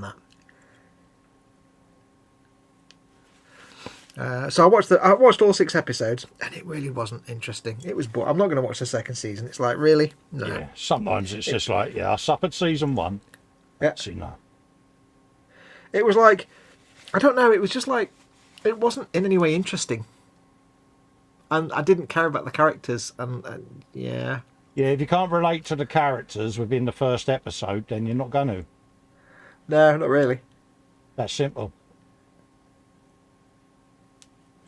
But it's like every other word was a name of something that you didn't know what it was, and it's like the X of the Y with the thing needs this spirit of M with the, and I'm like, that whole sentence makes no sense at all. I don't understand. But one thing that ruined it for me was like I won't get the episodes right, but the main character who's called, and I can't remember his goddamn name. Rand al'Thor, that's it. Rand al'Thor is his name. There's a YouTube. The only reason it rang a bell is because there's a YouTube name the same. This guy Rand, I think in the 3rd episode or something happens. I'm not going to say anything, but something happens and he loses his jacket and his bow and arrows. Mm-hmm. And then miraculously in the last 2 episodes, just suddenly without any explanation, he's got his coat and his bow and arrows back, and it's like, what? There's no way he could have got them back. What? Oh well, never mind. Because like between those episodes, he's actually walking around without his bows and arrows and without his coat. It's like, what? Now he's got nah. Mm-hmm. Yes, no. It's just it was not good. I wouldn't recommend it unless you have read the books and like the books. I don't know. It might still be crap. Yes, there are some shows that are just not worth making. Yeah. Sorry I was diverged because I placed an order and for some reason they want to ship it to my old address, says Edward. Nothing wrong with that, mate. But I placed an order 2 weeks ago and it was fine. How strange. What was your question, Colin, as I was putting the little man back to bed? Asks Ninja. Oh, I can't remember now. Edward says, Rule 1, don't drink and purchase stuff off the internet because everything becomes super confusing. Yeah, I can't remember what it was now. It was something, wasn't it? I can't remember now. Dorkasaurus says to Edward, it's a present to yourself because you won't remember what you ordered. I don't know if you get this or if anybody else gets this, but you know, like when you order something on Amazon or eBay or whatever, you order it and it turns up and there you go. Yeah. But sometimes you'll order something and you'll forget it, and when you get a package, you're like, oh, excitement! There's a package, I don't know what it is. What is the most unusual thing you've ordered from eBay? See, my youngest boy was drunk once, and he went on eBay and he ordered a wood carving set, you know, the one with the heat gun. Oh, yeah. And he also ordered a violin. I think the strangest thing I've ordered would be... I wouldn't say strange. I ordered a load of, like, prop weapons, prop firearms. Yeah, like from like movies and TV. So I've got an Uzi from the movie Commando. I've got an AK-47 that was used in The World Is Not Enough. Oh yeah, I've got an Uzi and a musket. Yeah, it was like, why? But I ordered these because they were cool. They were cool movie props. But yeah, and a deactivated wire Colt Peacemaker. It was like I ordered a non-functioning Mauser and got a 1847 Colt revolver instead, and I was like, well, that wasn't what I ordered, but never mind. Yeah, you sit there and you think, okay, what happened to me? The thing is, I needed the Mauser because I was doing a comic strip at the time, and one of the characters had a Mauser, so I thought that'd be a good reference. I ordered a lock-picking set at once. Yeah. And I've no idea why. And I tried it, and I was... Yeah, is that the one with the transparent padlock? Because we might have ordered the same one. Yeah. Yeah. I think I ordered it on a whim, and then after about half an hour of I don't know what I'm doing. Yeah. Yeah. Yeah, I got one of them, mate. Did it come in the little presentation pouch? Yeah, I think so. Yeah. I'm so glad it's not just me, then. Yeah, but have you ever noticed though that when you do that thing, when you order something online, then you forget what you've ordered, and when it turns up, it's an amazing surprise? Yeah. Have you noticed how whenever that happens, it's always the most inane crap? Yeah. It's actually like you get all excited and you open it, it's like a pack of dishcloths. Yeah, you're like, why? Yeah. And it's never like you get this package. What have I ordered? What have I ordered? Oh, it's Warhammer. No, it's like, oh look, it's a pack of dishcloths. Wow. Yeah. Or oh look, it's a box of envelopes. Yeah, it's always something crap. Yeah, it's a tea cozy. Why have I ordered a tea cozy? I ain't even got a teapot. You never forget the amazing thing and then get the amazing present. You're like, no, it's always something mundane. Oh, look, it's a pack of dental brushes or something. Yeah.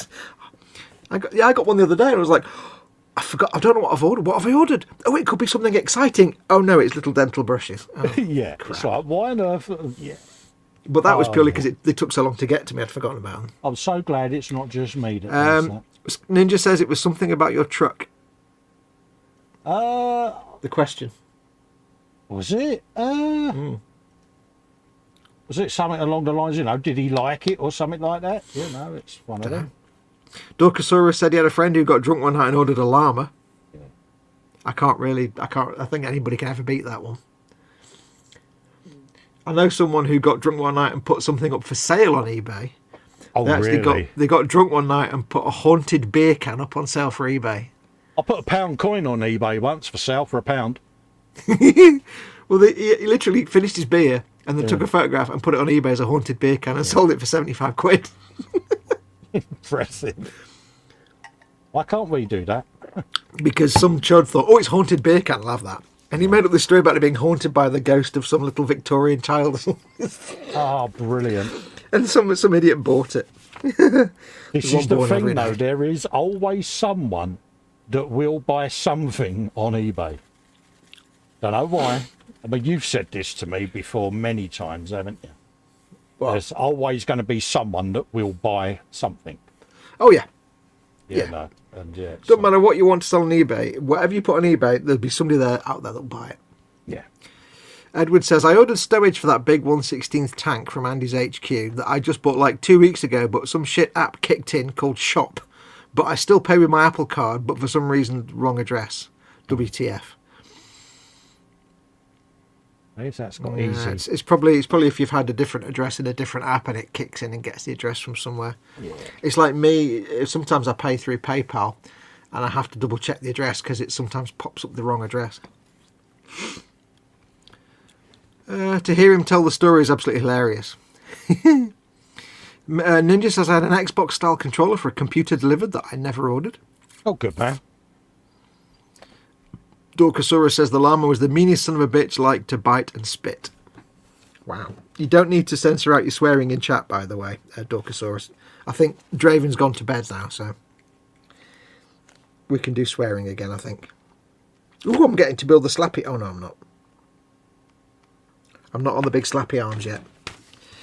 So there you go. That's the thing with the bird on the back glued on. Oh, good. With bits of string. You can barely see them on camera because they're so faint.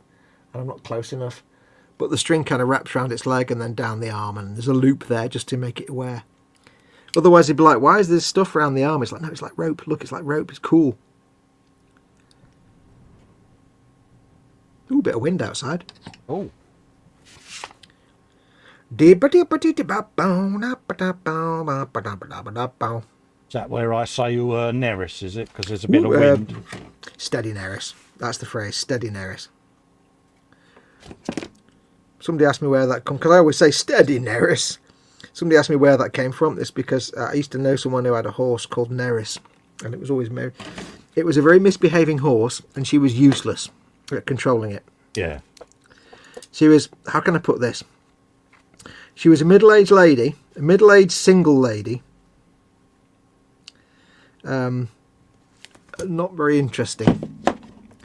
I suppose you might refer to use the word spinster, perhaps. In the 70s, in the 70s, she'd be described as an unmarried spinster. Yeah, that kind of lady. She was lovely, but she was like Mavis Riley. She was like, she was all feeble and pathetic. Yeah, and somehow she also had a horse. Oh, which she adored, but which she had no control over because she was like a wet lettuce. Yeah. I don't think she actually rode it. She just had this horse. Yeah, just acquired it somehow. Yeah, she had a horse out on a farm, and he was called Neris. I mean, who has a horse called Neris?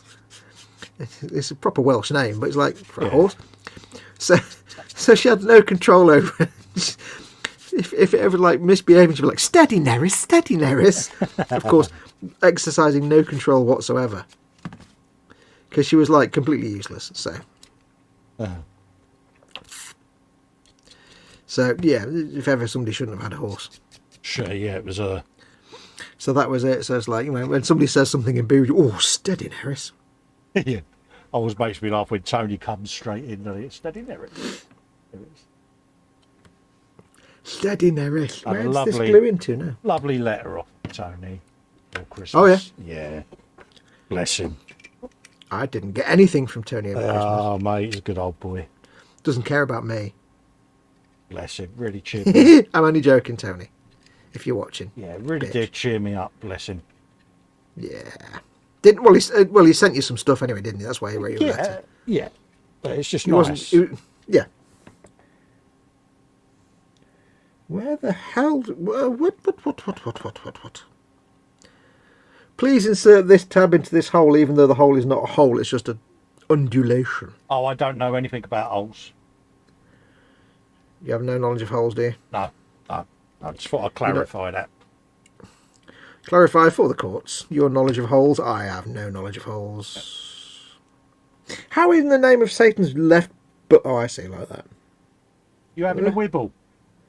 I'm having a how the fuck does that go in moment. You are, aren't you? Is this up there with your Dodge Charger wibble from a couple of weeks back? No. This is literally... This is vague instructions as to where something goes. Figure it out. Yeah. But you get like a peg and a hole. But the peg's a peg, but the hole's just a fold. Oh, yeah, Really, I know the one you should it's not really a hole. It's like, you want to give me some help here, Games Workshop? G-dubs. Yeah, they're not very good at that, are they? They're good at undulations. They're just not good at... I can see where it's supposed to go. I just don't understand how it's supposed to go like that, particularly. Yeah, but it doesn't really matter. It just has to glue in place and shut up. Quite frankly. Oh, ping. There's a distinct and resounding bumpage there. There's a slight bump of the old Land Rover tin mug of happiness. A good, Happiness, I goodly said. tin mug, that. I said happiness. Happiness. You steady, Neris. I know. See Models Night all over again, innit? I have no idea how the name of... Oh, flange. Flange, drop it. Oh, it's on the floor. There we go. Oh. Did it go on the floor or did it go into a secret hidey hole that I'll never find? Flange magnets, never know. is that? Flange magnets, was it? That could be on the floor or it could have disappeared into my box of gloves. I don't quite know. Oh dear, Let's find carpet out. monster alert.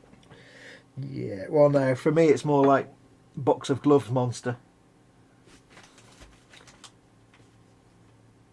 Or it could be on the carpet. Not quite sure. Yes, carpet, there we go. Haha, got it. Yeah, I've got like my box of like latex gloves, you know, for airbrushing and stuff. Yeah. And unfortunately, it just so happens that every single glove that's sticking up out of the box that's open is sticking up with the hole sticking up. So if anything falls in that box, it's lost in an endless maw of gloves that I'll never find anything ever again in there. Yeah, I had it when I took my keyboard apart to clean it. The amount of photo etch that I found in it. That was like, brilliant. I found all this photo etch and then it was...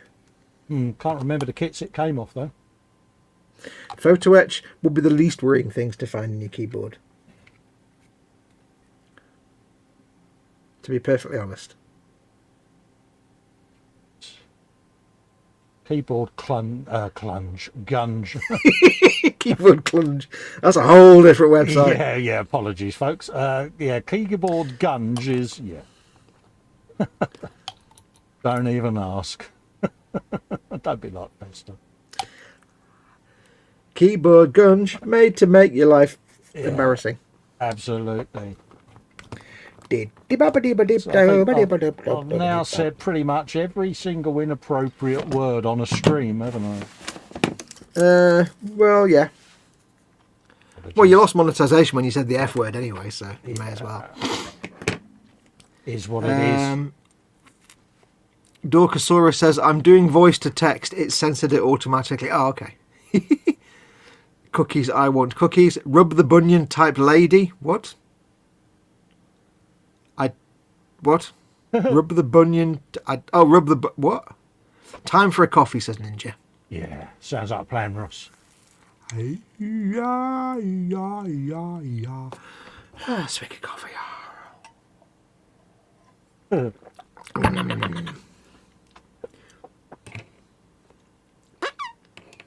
I was going to have tea tonight because I don't want to be building things while drinking coffee and getting the handshakes. Yeah. But the thing is that tea goes cold, and after about an hour I can't drink it. Yeah, Coffee I can drink all. Yeah, it's a bit. Coffee I could put it in the freezer and eat it as an ice cube. I'd be more than happy. But then I remembered Mama Fox got me all them coffee bags of varying strengths, and the only ones that are left now are decaf. Yeah. So I'm like, oh, I can have that then, because I can have that, and it's not going to affect me and give me the shakes. Edward Leonard saying at least he got the Coppin and the dude inside painted today for his black coach. Oh, nice. Ooh. How are you doing finding it? He moved a P in there. Oh, sorry, wrong joke. Yeah, you could make some kind of noise. Honestly. Sorry, I wasn't paying attention, mate. Oh, just bitch. How's your black coffin thing coming along? Mine, have you started it yet? No. Oh, I thought you'd started it. No, I'm not starting that until I've watched some blending videos and that. Blending? Will it blend? Not that kind of blending video. No, it's just one of them, innit? You know, I've got it, but I kind of want to see how the proper painters paint it up. Because like I said before, I'm just a noob to all of this. Noob. I'm not an oracle of Warhammer expertise, not by a long shot. Look at the nubularity. Or you could just figure out your own way to paint ghostly, spectral, glowy, floaty things. It's up to you. Whatever you want to do. Exactly. I think there are a few videos on the Warhammer TV channel for how to paint them, but they're using like simple methods. 35. I'm sure after watching that fella that I'll pick up some kind of tips. I don't know if he covers that kind of effect on them. I've not watched all of them. He might do on some of them. There might be some like flame or smoke effects on some figures that'll probably be the same techniques. Absolutely. I've not watched them. I'll have a looky-loo, mate, because I will binge watch that channel. Oh, your woman you were talking about 3 minutes ago, Fox. Oh, rub the bunion type lady. Oh, Mavis. Was it Mavis? Neris? I don't know what rub... Yeah, but I don't know what rub the bunion means. That may be a reference that I don't know. What the hell? I was 3 minutes behind. I think Dorcosaurus may have had some kind of like brain collapse. He says, coffee, no Evan Williams eggnog. What the hell? I was 3 minutes behind. Be right back. Yeah, he'd been on the show. I think something's happened. I think he might have had a blue screen of death. Yes. Beep, beep, beep, beep, beep, beep, beep, beep, Knowing Dorcosaurus and who he is, yeah, I can relate to that. I will find out. Had you have been in the hangout last night, you would have found out because Dorcosaurus was in. Ooh. Well, the problem was that I had internet that was about as reliable as Wibblecins. I don't know. No, my internet was up all over the place. It was like as reliable as a fat kid in a sweet shop. You know what I mean? It was just not. It was. Hey, mate. It's all right. So I couldn't have joined, even though I wanted to. Oh. I couldn't have. I wouldn't have been able to join anyway. Oh, lamekins. I was in the text chat, but that's because I could just about get it in there. It was like my internet was so unreliable and slow. It was like I felt like I was on AOL chat. I was like, oh God, age, sex, location. Going back, yeah. Yeah, ASL. Oh, Bennett. AOL. Yeah, AOL chat. AOL Messenger. God, Messenger. Was it Messenger chat groups, wasn't it, or something? Yeah. It was AOL Messenger. It was AOL chat where you joined in. That was the days when you worked your way up to having a GeoCities website. Yeah. And a MySpace. what was it, AOL Cities. It was like you had an AOL homepage that was like a kind of AOL town. GeoCities, wasn't it? Well, no, yeah, I know GeoCities, but you'd start off with an AOL account, you get a free web page that was AOL Hometown or something like that. Yeah, that was it. But you'd think, one day I'm going to have my own GeoCities website page. Yeah. On this here internet of things. Yeah. You know, and you sit there looking at all the websites with flashing Starfield backgrounds and, you know. Yeah. Dancing baby gifs. And it's like, oh, isn't it amazing how websites have changed? Because they went through that stage, didn't they, where everything had to be animated and oh yeah, and then all of a sudden we've now gone back to everything being flat, minimalistic, and clean again. And well, we realised that animated websites all over the place, that animated gifs was just garbage. absolute pain in the arse. There is, I can't remember the address, but there is actually a website that has archived and preserved a whole bunch of GeoCities web pages. Oh, really? Like hundreds of them, and they're preserved perfectly as they were when they were active. Because GeoCities is long gone now, so oh yeah, it's they basically so that and they're all just an absolute mess of like pointless animated gifs everywhere, just randomly. And it's like, oh god, what were people doing? But that was the thing back then, though, wasn't it? I know, but it's so embarrassing. It's like, oh, let's God. have as many flashing lights and glitter on this website as possible. Every It's like- button had to jump up and down or do some kind of pointless thing. Yeah, and it's like, here's my website about trees, and then the whole page is covered in the most irrelevant gifs of like dancing babies and Mermaids. a skeleton dancing, and and it's like, it's not got anything to do with anything. It'd be a UFO, and you'd be like, what? Yeah, Basically, what I'm saying is, we were idiots. yeah. We were all idiots. Amazing how it's all changed again, though, innit, and gone backwards. But it was like mobile phones, wasn't it? I mean, we got iPhones, and the iOS, sort of from version 7 onwards, became very flat and minimalistic. But before then, you know, it was waste bins that looked like real bins, and it's the same with Mac OS and Windows, isn't it? How it's There's a word for when you make your icons look like the actual things, and it's a word I can't remember. It's a specific design name where the thing looks like the real thing. yeah. So like the waste bin looks like the waste bin, and the folder looks like our folder. It's called something, and I can't remember what it's called. It's going to bug me now. I was actually grateful though that when I did my first website back in, I think, about 2000, when I did the first dogsounds.com website. Yeah. Luckily, it was my mate Martin at the time who did the website for me, and we both designed it and he built it. Yeah. But despite the fact this was like, you know, in the year 2000, where everybody was doing GeoCities crap and it was Starfields and dancing babies, somehow we managed to design a website that was, by today's standards, would be probably quite modern. It was like simple buttons. It was all flash, because it was flash. All flash animations. Yeah. Simple buttons, nice and simple. Dead clean design. Yeah. Nice font, and it's like, it was probably like, by today's standards, it'd just be our website. Yeah. But by those at the time, everybody was able to build it. I was so proud of it. Well, yeah. Wow, we made a website. You can just about, if you go into the Wayback Machine, Yeah. you can just about see it, because it loads some of the buttons and things. Yeah. Not many of them, because a lot of it was flash based, but Yeah. it just about loads the old website on the Wayback Machine. Messing Just about with Dreamweaver. Oh god, Dreamweaver. Oh god. Oh my god. Yeah, Dreamweaver. Wow. It's going back a bit, isn't it? It is. Have I still got Dreamweaver on this system? Oh god. That would be a question, because I've got full Adobe Suite. Probably have. If you never deleted it, you still have it somewhere. Yeah, I've got it. Adobe Dreamweaver. Yeah. Was that Flash or was that? What was, Yeah, it had Macromedia Shockwave Flash, wasn't it? I mean, what was Dreamweaver was the website building software, wasn't it? I think, Yes. Yeah. But was it for building anything or just for building Flash based? No, you can build anything with it. Was it just like an interface for HTML basically? Oh, yeah, yeah. Okay, yeah. Yeah, you can pretty much drag and drop stuff around, put your code in, and all of that. Oh, I've just remembered.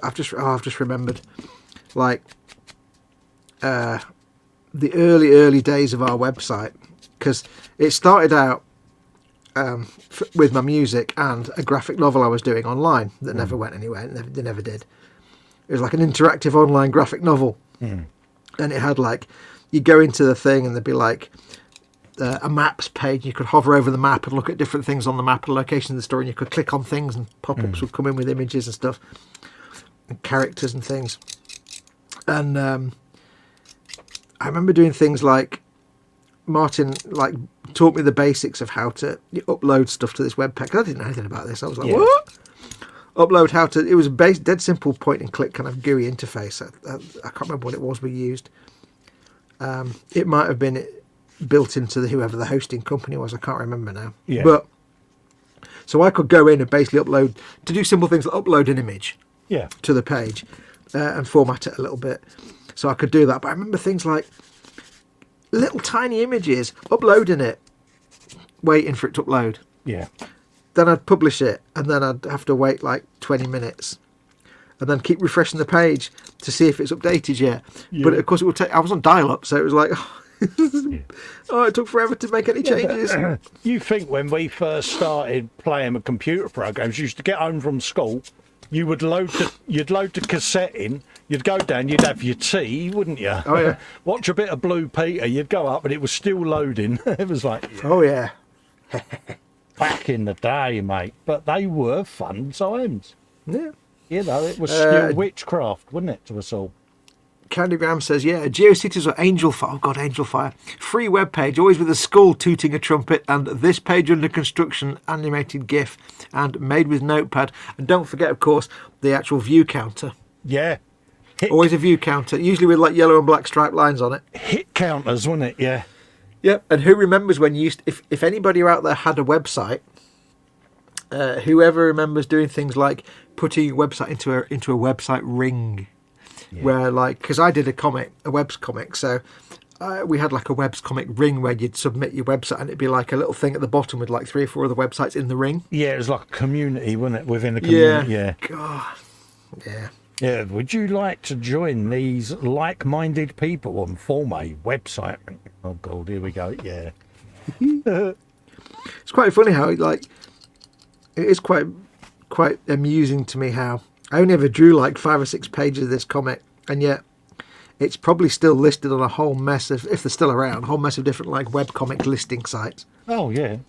Because we made sure to spam every single website that listed webcomics to get it out there. But it's long gone now, though, isn't it? You know, that's what we did back then. Yeah, it is funny as well to go onto the Wayback Machine and just see some of the like, not all of them work, but you'll go to some of the pages and some of the artwork will load up and some of it won't. Yeah. Some of the buttons will work and some of it won't. It's like, it's quite funny. Oh, it'd be an interesting one to go and look at, to be honest with you. Yeah. Well, if you go to dogsounds.com now, it goes to my model making guru website, because I'd shut that website down a couple of years ago. But yeah, if you go into the Wayback Machine, just do dogsounds.com. Go back all the different iterations of that website, and some of the webcomics there. Some of it's the buttons don't work anymore. Half of it you just get errors. But it's fun. Oh yeah. It was good times though, mate, wasn't it? Yeah. We were young and stupid. We knew no better. We knew nothing at the time. Yeah, but the web back then was in its infancy, and it was quite a nice time to be on the internet, really. Oh yeah, it was good times to be on the internet. Let's not make let's not mince words, Bones. Everything was exciting. Yeah, there wasn't the type of social trolling and things like that there is now, was there? No, and nowadays everyone and his dog's got a website anyway, so... Yeah, it was an innocence and a naivety that we all had with this new fandangled technology, and... Yeah. And don't forget, of course, this is in the days before, before Facebook and before everything else. Yeah. Hello, Mama Fox. There was no social media. This was before MySpace, before, none of that existed. There literally was like AOL chat, and that's probably about it. Yeah. if you wanted to go online with people, it'd literally be something like AOL Chat or BBS. Yeah, that was it. BBS. I was trying to. Yeah. I never did BBS. Never did that. I was amazed to find the other day, and nobody will know what the hell this is, and it won't mean anything to anyone. But I used to hang around. I was an active member of the Halo community back in the early 2000s. Oh right, yeah. Used to hang out on halo.bungie.org, which is still going. And used to hang out on the forums there and all that kind of stuff. And I was actually invited. There was a subculture, a website called Subnova. Oh right, yeah. And they were basically like there were people from like they used to hang out in the Halo community, and they just set up their own thing. See you later, Dorcasaurus. Sorry to interrupt take care, you there, buddy. Fox. Dorcasaurus right. is off. Catch you later, Take mate. care. Take care. Happy New Year, buddy. Happy New Year. So it's like an offshoot community. Mm-hmm. And somehow I got invited to it, and it was kind of cool. But I was amazed. It was tiny, and it was like I was amazed to find that I think a couple of days ago, just randomly I managed to find it still exists. Yeah. But there's only about 70 people on it. But it's like, wow. Oh wow. Because it was like a little tiny subculture off the Halo community. Amazing. Yeah, but I enjoyed the internet in its infancy, you know. But then again, look at how YouTube has enabled us to do this show, for instance, tonight, you know, with Absolutely. people in from the States and Australia and that, you know, and folks like us that are in our situation, should I say, we would never be able to get out and meet like-minded people because, No.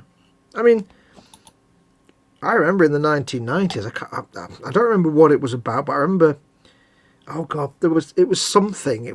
I can't remember what it was, but it was basically where we might all get together now and have a discussion about whatever, this model, whatever. It was something where, I can't remember what it was, but it was basically, there was an advert in the paper saying, hey, if you're into this, come to the McDonald's in Manchester on Wednesday, on Sunday, and we all meet up. And so I went to McDonald's and we met these people and we talked about whatever the hell it was, and then we all went home. Yeah. And that was from a little advert in the paper. I mean, this is like the 1990s. Yeah, it used to be in the personals bit, wasn't it, or whatever, the groups and that. Yeah, I don't know what it was. I can't remember what it was, but it was vastly amusing to be able to just remember that now. But old school model making clubs. It wasn't model related. I can't remember exactly what it was. You know, it might have been a music thing or something. I can't quite remember. Yeah, it's just something I saw in the paper. It was like in the local paper. Yeah. Starting this group. I think I went to one of them and realised, I'm not going to meet with these guys again. Edward Leonard says Australia. Australia. Candygram from Mongo meetups, he says. I remember going to a Linux one ages and ages ago, yeah. We used to write up goof web pages about co-workers during lunch, then send them a link so they could see our online lowbrow buffoonery, says Candygram. Good man. View counters, I've forgotten about those. The pre-Google internet, back when people who tried to sell anything would get roasted mercilessly, was much more weird and interesting. Oh, yeah.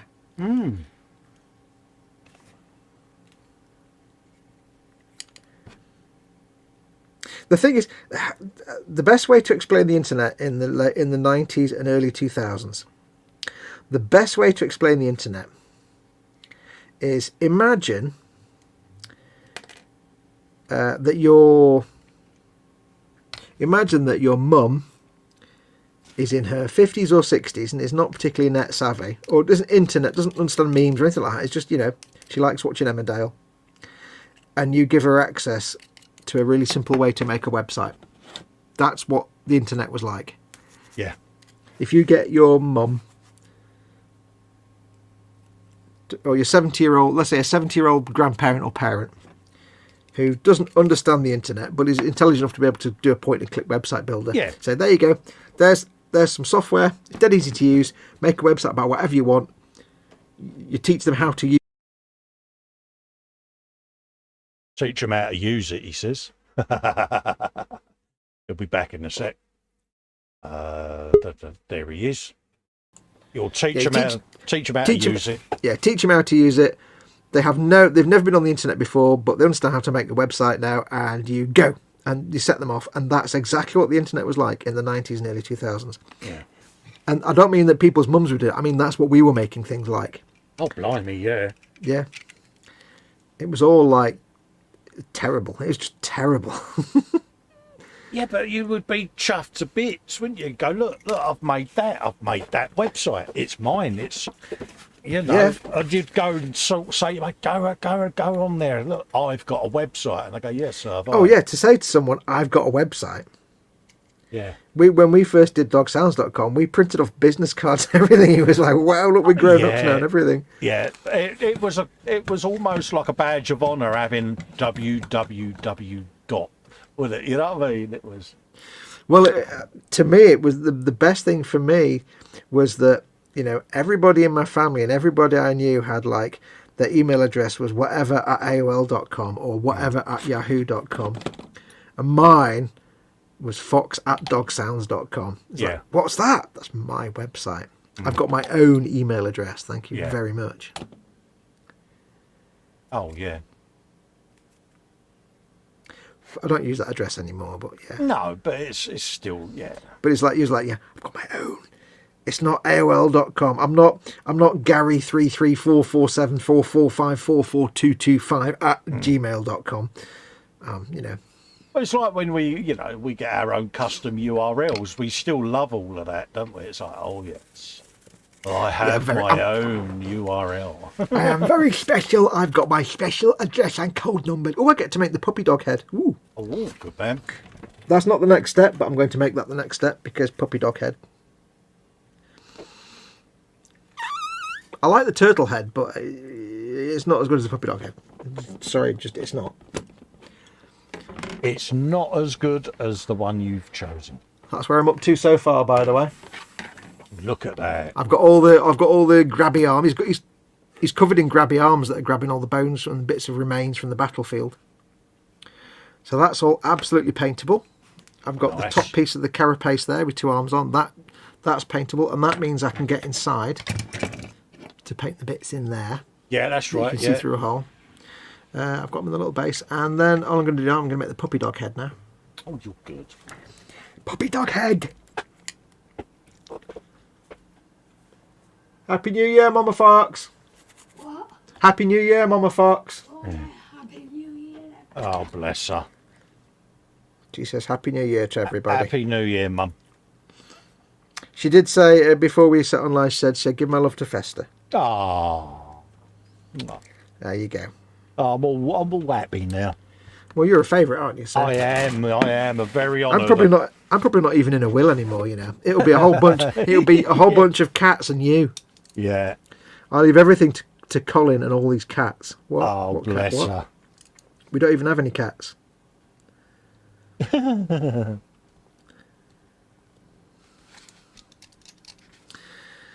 Puppy dog head. Diddle-doo-doo-doodle. Although its lower jaw is a bit bigger than its upper jaw, which is kind of not how jaws actually work normally.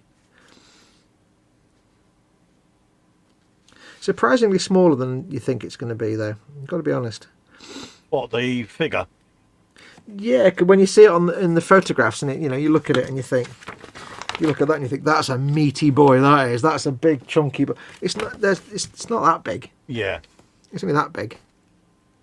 Yeah, that can sometimes be quite soul destroying. We've had this discussion before. Where you can get a 20 quid Valkyrie or 25 quid Valkyrie or a Sentinel, and the difference is Sentinel, big ass Valkyrie, isn't it? Yeah. But I think, well, it just in a way highlights the skill of the painter that did that, because that looks big because there's so many fine details. Like the little fine highlights on the armour there. Yeah. Make it look really big, but when you realise it's like that, it's tiny. Yeah, these people are obviously 12 and a half with 20/20 vision, and we hate them all. They've not got old man eyes like we have. No, and old man hands, and old man arse, and old man beard. It's really annoying, isn't it? But don't get me wrong, I have the utmost respect for their ability, but you also have that professional envy, don't you? You're like, don't get me wrong, I respect those bastards enormously. Yeah, and you sit there and go, but they're all gits, aren't they? Because look how that's painted, and mine looks like it's been done with a roller. Thanks. Git. Now, there's a dirty, great big mould line right down the middle of this skull, but to their credit, how have they... I don't know. To be fair, they've got a mould line right down the middle, or a seam, which will be easily filled. But to be fair, they've put a little wiggle in it halfway down the nose. So it's on the top of the skull. You can't really see. On the top of the skull, it's all straight. Yeah, yeah. So you have to fill that. On this bit, though, it kind of wiggles like that, as if it's actually a fusion between two plates of bone. Yeah. So you could theoretically leave that bit on the top of the bone. And I'm trying to see on the artwork if they've actually done that, but I can't quite tell. Because on the artwork, they've actually they've hidden the seam at the top of the skull, but I can't tell what they've done with the... Yeah, whether they've left it on there or not. No, I can't quite tell on that photograph. Thankfully, they're usually not very hard to hide, these kind of gaps, so we shall do our best. Like you say, you know it's there. That's the problem, isn't it? Mm-hmm. Well, like I say, because it's such a fine little gap, it's very easy to clean up and fill without any real effort. Oh, it's the beauty of their plastic. Their plastic is so much fun to fill gaps with sometimes, because it does just splunge out really nicely with the glue method. Yeah, the glue method does work, folks. It does work. It's so cooperative. Their plastic. It is the way forward, isn't it? It's like when you get plastic that's really hard and brittle on a kit, it's never really amenable to the squishy glue method. But GW plastic is so forgiving for that. There are so many... it surprises me how effective it is on GW stuff. Oh god, yeah. So many little bits that you end up filling just that easily. Gets you out of many a hole. Not that I would know. I see what you did there. Also gets rid of many a hole.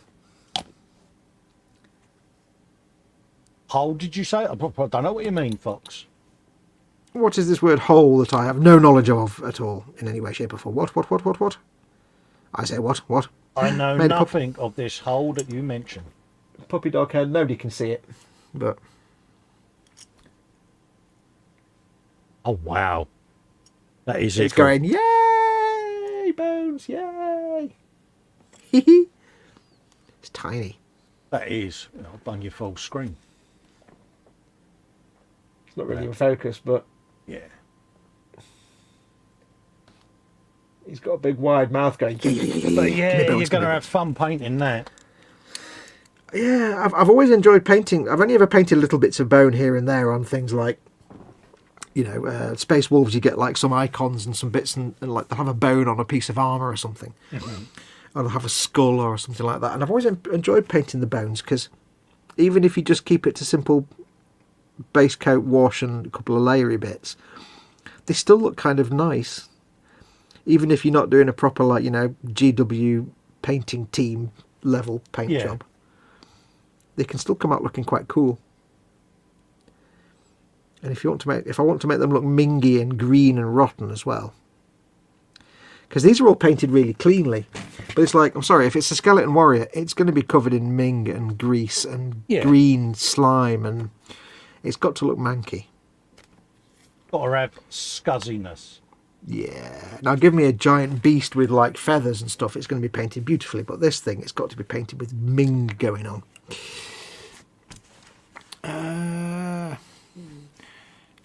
Let's have a look. Remember the eternal September of '93? That's when AOL connected its subscribers to Usenet, changing the Usenet culture instantly. Some people still regard this as the death of the internet. Usenet, bloody hell! That's well before my time. Wow. I didn't get into the internet till maybe 90. I'll tell you what. The first time I ever used a computer was a Windows 95 computer. The first time I ever used with DOS 6, I think it was, and then Q Basic. I know I'm talking Windows 3.1. Yeah, no, I'm talking bollocks. Mama Fox had a computer, had a desktop computer with Windows 3.1 on them. So, yeah, early 90s we had a 3.1 Windows desktop here. And then I remember the first job I had that actually used a computer rather than just a dumb terminal, it was Windows 95. And it's the first time I'd experienced that kind of Windows. Yeah, file manager, program manager. Yeah.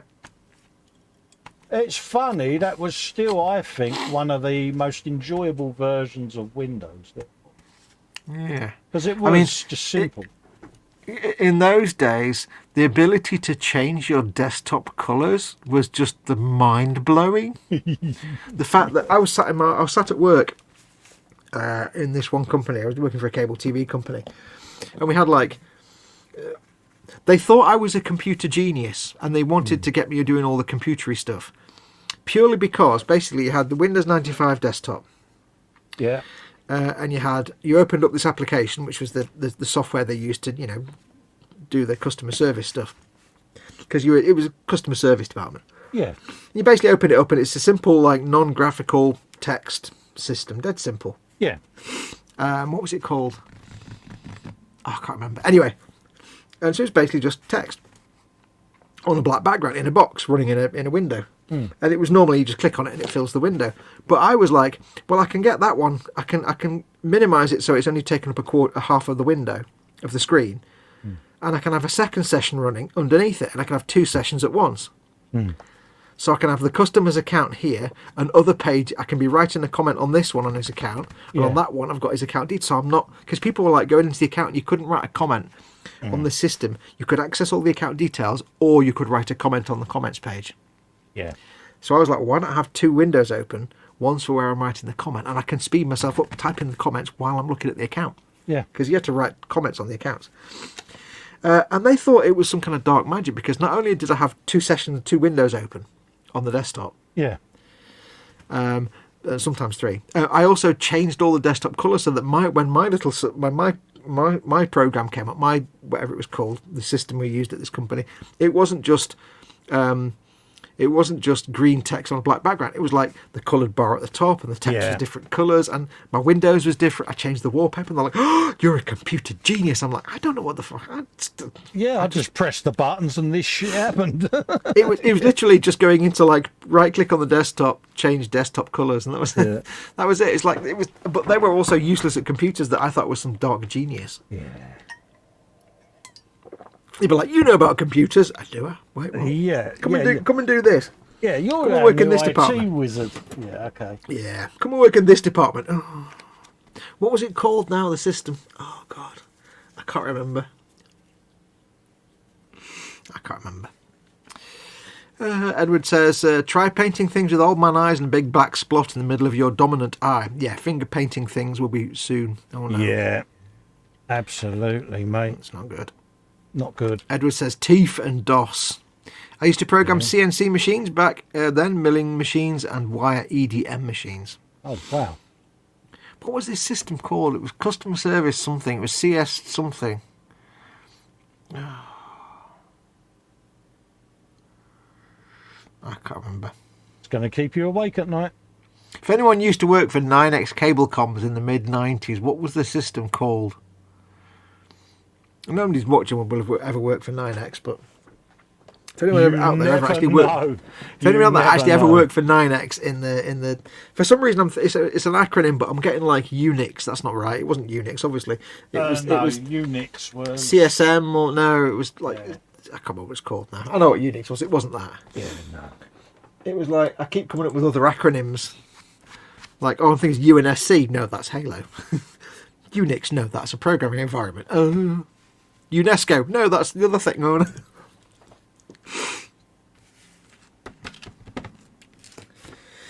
Where was I up to?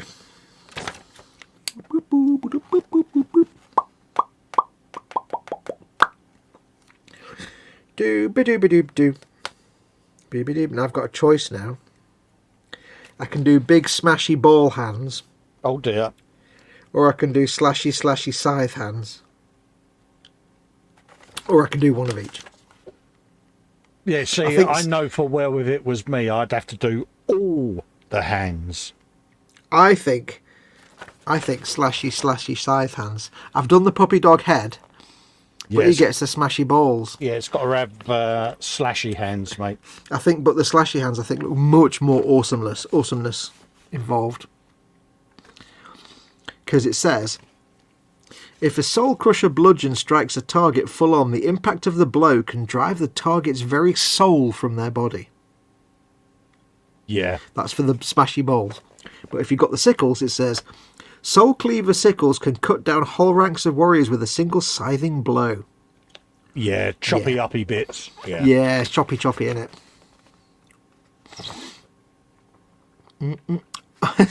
One of the weapons is actually listed as ossified hooves and tail.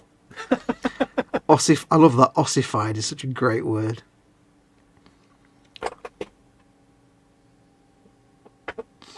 So he's got the sickles.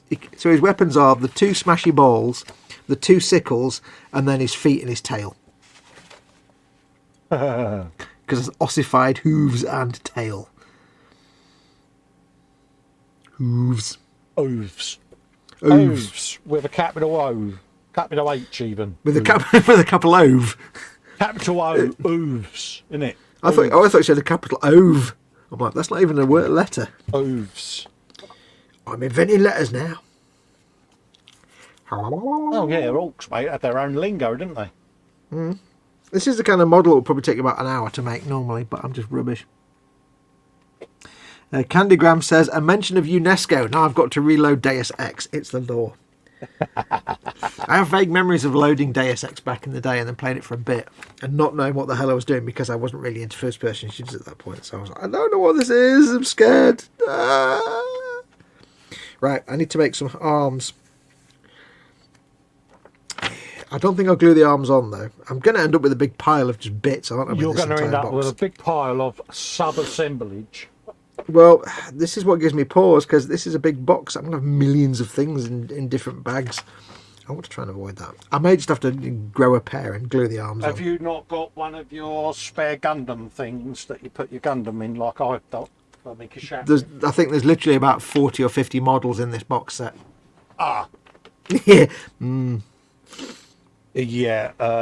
It's got a biscuit. I've got a biscuit tub. Yeah, it's going to be anyone that's got any toffee tins, sweet tins or anything, please send them to.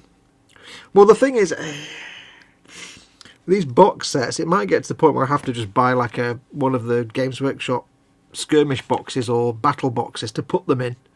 Do you know? And then when they're painting, they can go in that and I can sell them in that. Yeah, do you know I was not looking at them the other night, but yeah, it was.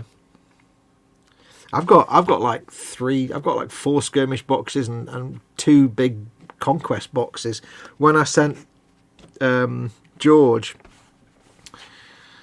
because George bought my little Armiger, my 2 little Armiger Knights with a load of space marines. Yeah. He bought those, so I sent them off to him in a battle box, in a little skirmish box. Yeah, because it's like, well, it's a travel box for Warhammer, and I might as well put it in a box and send it. There you go. Yeah, it makes perfect sense because they've got the foam inserts, haven't they? And all yes. Not that I looked at the multiple images and considered it, because I wouldn't do that. Well, it's like all my Warhammer that I've got to be painted, a lot of it is in like a Crusade box. I've got a couple of Crusade boxes. Oh, I think 1 battle box and 1 Crusade box. All my Warhammer Conquest is in 1 large battle. Because I'm not down the hole. Trump time. That's the first Trump of 2020-2022. Or whatever year it is. Yeah, 2020. Oh, there's a certain piquance to that one. I mean, honestly, to me, it only seems like yesterday that it was the Millennium Bug, you know? Oh, God. Yeah, I was still working at 9X at that point, but it wasn't 9X by that point. It had changed ownership. Yeah, honestly, I can't believe where the time's gone. Nope. You know, I mean, when I first got my driving licence and looked at the date on it of 2037, that seemed millions of years ago. That's a good point. When's mine actually due? Mine is, let's have a look. Yeah. Also, where is my driving licence? Never mind when. Mine probably needs renewing now, but who knows? But I haven't driven for years, so probably won't again, if I'm honest. Mine is 2028. Yeah. I hope by that point you can just fill out a form online and it goes. I was quite amazed that when I got a passport. No, I had. Oh, what was it? When I had a paper license, and when I applied for a plastic license, they just used the photograph on my passport. Yeah. They just said, we don't need to upload a photograph because they don't like. You don't need to. We'll use the one from your passport. Okay, cool. Saves me a job. It's like 6 years out of date, but hey, I had more hair and less beard then. But if you're fine with it, then that's fine. I'm fine. You're fine. We're all fine here now. Fine. Oh, that's a good shout, Jeff. He said for nice boxes for shipping, if you have a tobacconist nearby, they'll often sell large empty wooden cigar boxes for $1 or $2. Many are very nicely made and sturdy. Oh, wow. Oh, yeah. Yeah. I didn't think you'd still got the wooden cigar cases, you know. Yeah, still get those. I found that... what am I doing now? Hang on. I've got to pay attention to what I'm doing now. One sec. Wait, what? What's the difference between these two? Edward Leonard says farts may have commenced. Hang on a minute. It's given me a choice of arm pieces, but they're exactly the same. What? Huh? Huh? Huh? Don't understand the difference. Why have I... You're looking confused, mate. Well, I've got a choice of this piece or that piece, and they're almost pretty much identical. So I don't understand. They're not handed, are they, mate? No. They are quite literally exactly the same. Let me read these instructions properly like a grown-up. What does that symbol mean, for a start? Yeah. Dry fit stage before gluing. I think that's probably a good idea. Right, do that and put the arm on there. Then the other arm... Oh, okay. It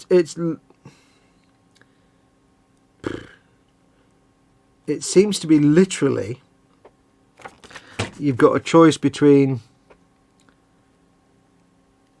these two like upper arm bones, and one of them has a slightly different set of dings and dimples in the ball at the top. Non-functional difference at all, just ever so slightly cosmetic differences between the ball at the top. That weird. Yeah, it's like this one looks a little bit different. Okay, are you just trying to pad out the spruce here or something? I see no absolute difference at all. So, Greebles? Yep, absolutely. Doop, doop, doop, doop. Didn't need to cut both of them off then, really, does? Never mind. Hey, mate, saves having to do it later. Yes. Only thing about doing these bone things, I've been playing Destiny this week a little bit. I've been going all retro and playing original Destiny 1 again a little bit this week. Right, yeah. And they're making me think of the Hive, and I hate fighting the Hive. The Hive, I hate them. I gave up on Destiny 2 because it just became not fun. Yeah, I still need to sit and have a session on Skyrim, to be honest. Yeah. Well, Destiny 2 just turned into PvE, play with 3 of your mates in a squad kind of stuff, and I'm like, well, I've no interest in that. No. Whereas, and it changed every 5 minutes and became completely confusing. I didn't know what the hell was going on. But Destiny 1, it just had a solid single player campaign to it, so it's like, well, I can still play it as a single player game. There you go. Yeah, happy days. So I deleted Destiny 2 and I play Destiny 1 occasionally, because you can't beat a bit of Destiny. It's brilliant gunplay. Destiny 2 became the kind of thing, if you don't play it for like a month and you come back, you don't know what half the currencies are, what any of the challenges are. You're like, no. And you do like 3 missions, be like, right, now you need to join up with 4 other people to complete this quest. Oh, well, that's not going to happen. Yeah. Well, it's meant to be that kind of game, but hey, Destiny 1 was still, a lot of it was soloable. Yeah, not everyone wants to be part of a gaming community, do they? They just want to go in, play the game themselves. I know I would. Yeah. I mean, some of it was just like, you need to, to get this weapon. That's great. You need to do this quest and then do a strike, which is you and 3 other people. But you can go in and matchmake a strike and play with 3 people you don't know. Yeah. But it's still like, I just want to do a single player campaign. Thanks a lot. Yeah. So I gave up on Des. But it was more just a case that even for the content I could solo, I didn't know what the hell was going on. They kept adding content, currencies, and removing currencies, and adding, you now need to get 6 of this material to make it to this thing that you convert to that to make this weapon. I'm like, I'm not doing that.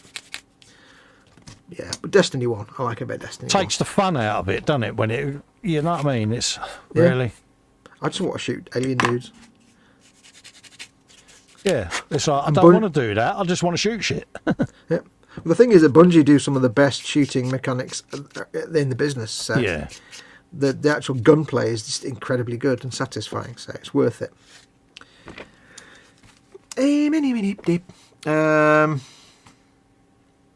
Farts. Oh, we've done that one. I think we're up to date on chat at the minute.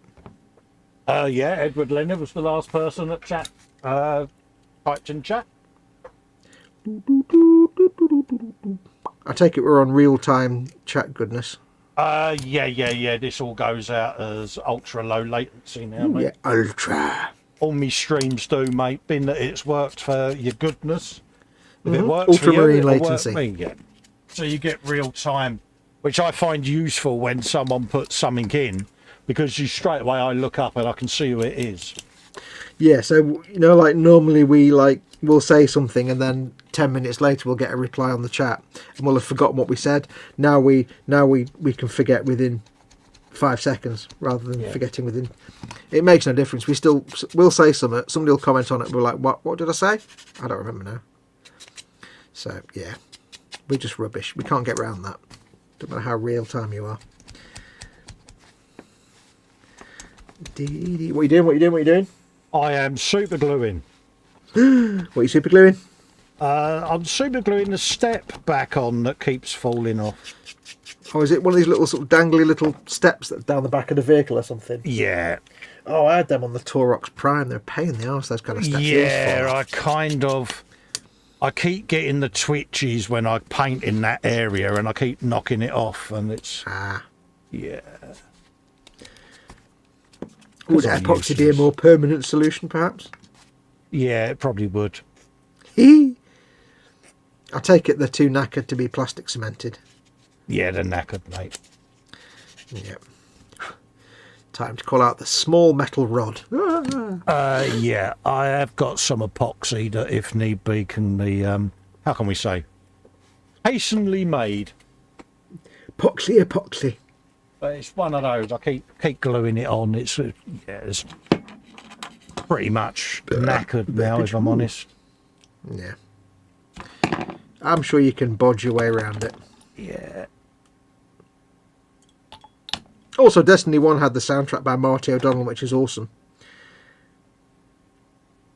Well, Yeah, first anyway. This is where I say you. Destiny 2, of course, is just crap soundtrack. So all in all, you're not a big fan of Destiny 2. That's what you're telling us. When it first came out, it was great. Because there was a lot of single-player stuff you could do without doing any co-op. But then they just removed most of that content in year 2 or something. And now it's like, it's just not fun. I went back into it and said, right, brilliant, let's just start afresh. So the original, the whole most of the entire campaign of the game when it came out has been removed. Well, it's fine. It starts you off doing something else. I did 3 missions. It's a brilliant. Now you need to do a strike. Yeah. I don't want to, so I can't do anything else now. So I'll just delete the game from the hard drive. Thanks a lot. Bye. Yeah. Save yourself some space. Job done. It was literally the next thing you need to do is a strike to progress. Oh well, I'm not going to do that. So. Yeah. Plus, here's a seasonal event that only lasts for a week, and you need to do all these things to get this awesome weapon. But the last step is, of course, you need to do it with 5 other people. Oh, or a raid. Oh. Bye. Yeah. Like and subscribe. Like and subscribe.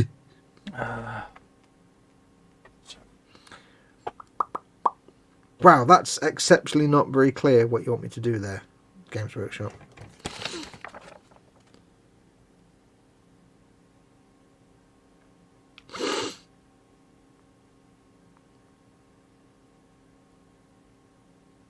Wait, what? Do I glue that? What? Yeah, this is confused Fox now. Yeah, they've really not made that clear at all. Let's just see what happens. So I need part 42. 42! Bolt 2, get your bolt 2s here. Great repair. 42 for every pain. 42. Don't know what that was.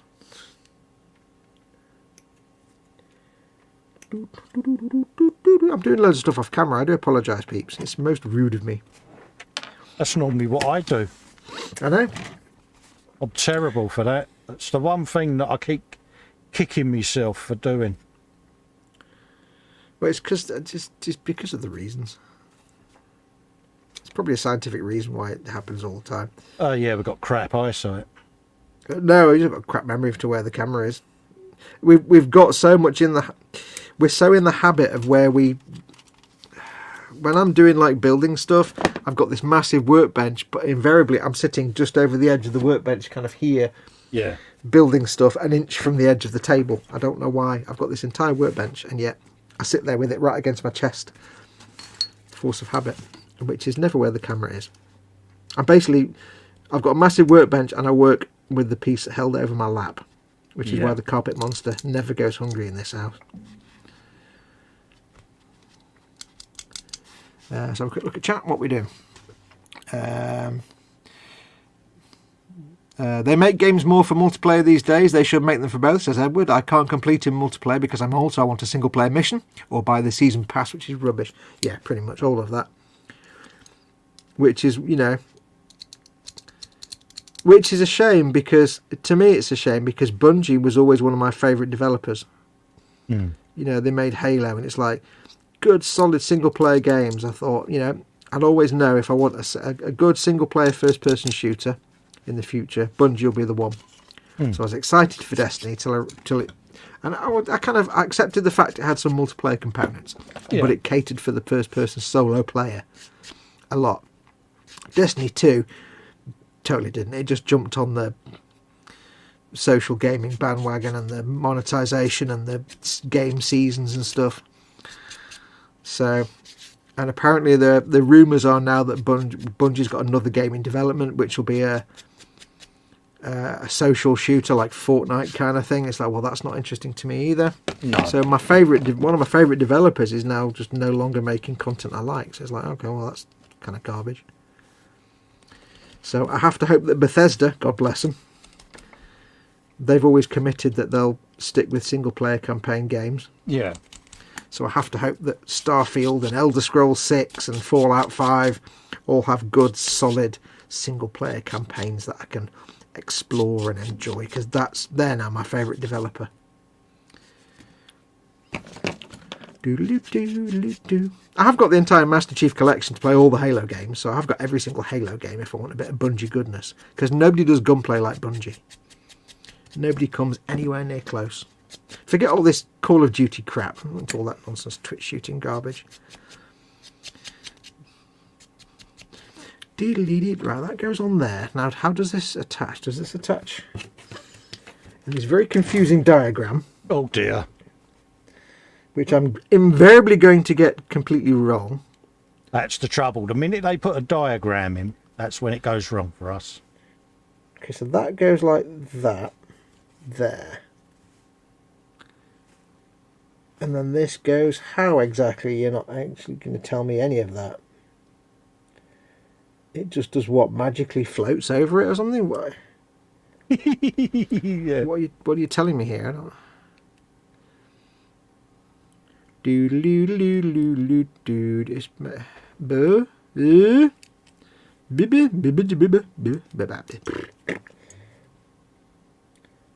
I don't understand what. Does it go on the other piece? 44? That can't be right. It's got a big ball bit on the bottom. That can't be right at all. It's all set to confusion, mate. Yeah. Oh, you can have a spider pig for your trouble. Spider pig. Bit of epoxy. Always works. Epoxy. I am not understanding this now. It is not making sense to me.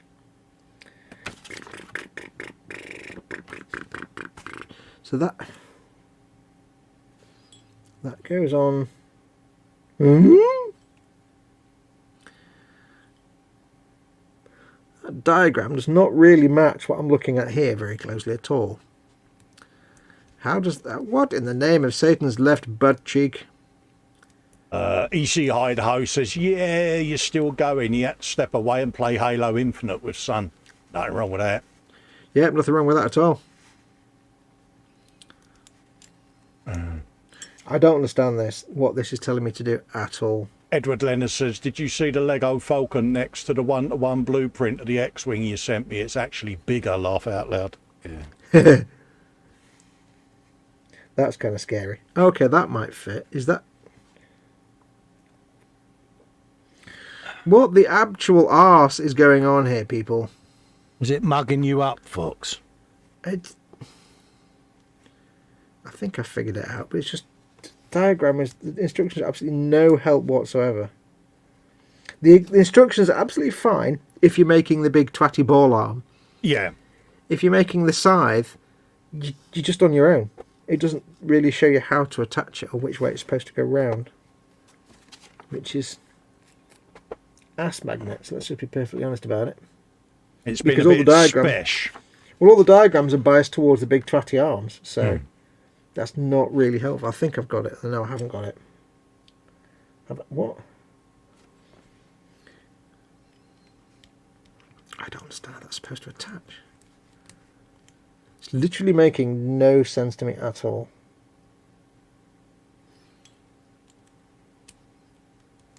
Frankly, it's absolute nonsense, my dear. Most confusing. Yeah, it's going to be one of those when you do suss it, you're going to face palm, ain't you? Well, I don't know, because the instructions are biased towards the big ball arms. It doesn't really suggest which way around you're supposed to orient the scythe arm on the bit it's supposed to glue onto. It's not really any help at all. Seems strange. Yeah, the only bit it shows is a little bit here where I can't even see what the hell's going on with that bit because it doesn't make any sense at all. On your full screen so I can see what you're doing there, mate. Basically, it says glue that bit to that bit. Yeah. This to this. And this is this bit. Yeah. However, this is the scythe arm I'm doing. It doesn't show you how that attaches to that. It's not even clear if that is supposed to attach to the bottom half of that, but you're not supposed to have the ball arm on bottom of the... The only other indication you've got is the finished thing diagram, 2 pages on, which shows you that. Yeah. So it's like, what? Yeah. Well, if you're doing the ball arm, it needs the 2 arms, but the scythe arm, is that just a single piece then? Yeah, so it's how that attaches to this, which... kind of fits one way, but I don't know if that's the right way around because there's no other images to tell me it's correct. It's really quite lacking, that. Yeah. Most frustrating. See, if I get that like that, there, does that even look remotely like that? No, it doesn't, does it? No. I mean, so I've got to make this bit here yeah, look like this piece here, which it doesn't really. Maybe a little bit. Unless it's that, maybe? See, it seems to fit like that. But I need to try the other one to make sure it might fit like that, I think. But this is just... It really isn't. Where are we? Let's try the other one. On the other one, you actually have a clear view on the finished picture. Yeah.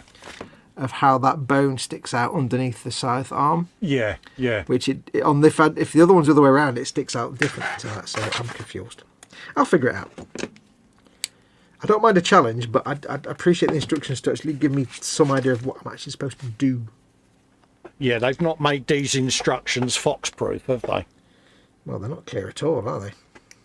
They're a bit shoddy. It's like, apply this to this and do this and do this. But if you're using this piece, here's just a picture of the piece. What? Yeah. Well, do you want to tell me how to apply it to the other piece?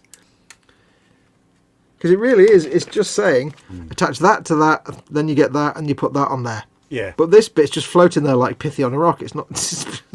Yeah, I suppose that piece you just showed replaces the green bit and it just attaches in the same general direction, but...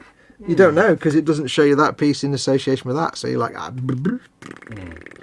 really indistinct.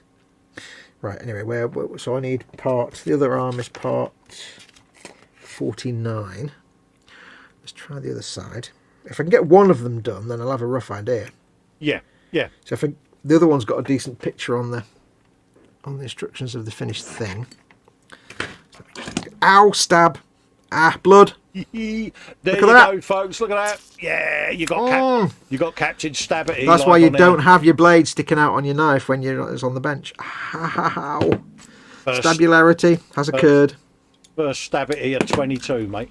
It is. At least on my little finger, which doesn't matter. Really. It's when it's on like the bit of your thumb or finger that's always in contact with anything you're ever touching. What he's not saying is he's still got to whimper like a wuss. Nonsense. He's done it again.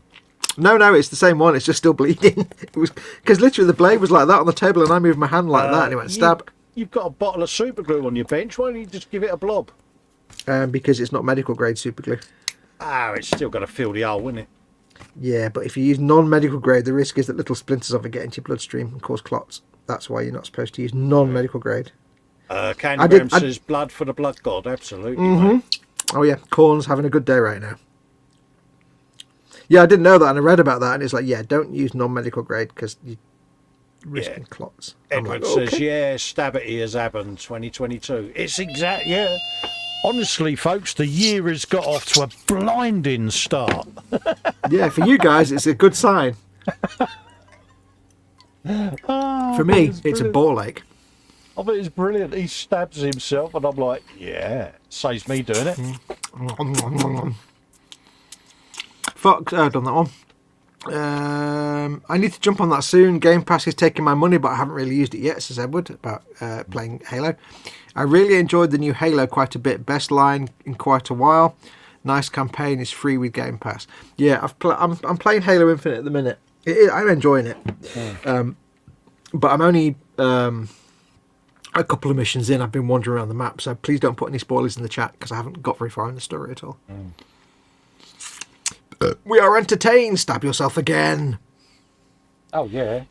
Yeah, basically in the storyline, I've got out of the thing. I'm on the Halo, and I've taken the tower, and that's as far as I've gone in the storyline at the minute. Then my next mission is to go to the excavation site. So just so you know where I'm up to. So I haven't done anything after that though. I've been desperately trying to avoid any spoilers. Really, it's actually quite hurty. Oh, it's still bleeding. Look, because it wasn't like a slice. It was it went like that at some speed. I have to say that's quite pointy. I would say that you have my full sympathy, but you don't. You're be lying. Yeah, I'd be just calling you a lying cowbag for that. Yeah, I would be lying, mate. I don't want to, lull you into a false sense of security, mate. But I would be lying, mate. And to think you were the one saying I'd been mocking you all night. Yeah, I did. Honestly, you've been remarkably good. I'll give you and that. And now I've done Stabberty, and the field is open. Oh, mate, I'm made up, mate. I Deploy really landing craft. You know what I mean? You wouldn't believe how inwardly happy I am, mate. What are you doing? With me? Yeah, you sound like you're like opening bags of cereal or something. I am. I'm going through me box. I'm bagging up bits that I haven't used on this build, ready for the next one.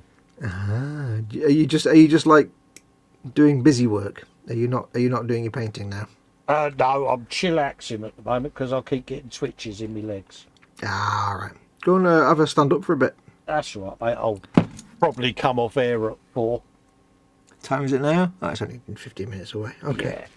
Yeah. I don't want you overexerting yourself, young lady. No, I will make that sort of decision because, you'll get your ass kicked if you don't. Well, don't forget, I've been here since I streamed earlier in the day. So yes, you haven't you? So I will have to listen to my legs. Have you been on your own in the house for most of the day? Yeah, I thought so. This is why you've been sat at the bench all day, isn't it? Yeah, I might have been. Because you've nobody there to tell you to get away from the bench for half an hour. Well, that's You're not so good, bad. Yeah, but I'm not doing anything tomorrow, am I? So I've got a day away from the bench tomorrow. Yeah, it's not the point, though, is it? I know. I just lose track of time, mate. Lose track of time, I don't know. Sound plausible? No, not at all. H knows you much better than we do, and even we don't buy any of that. So. Oh, no. All she said before she went was keep an eye on your time. Yes, dear. Yes, dear. Bleh.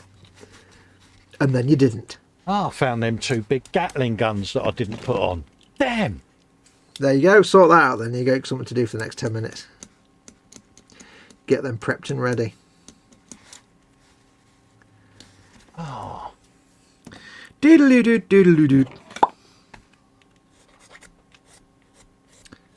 What can I do with them bad boys? I'll put them on the Alt truck.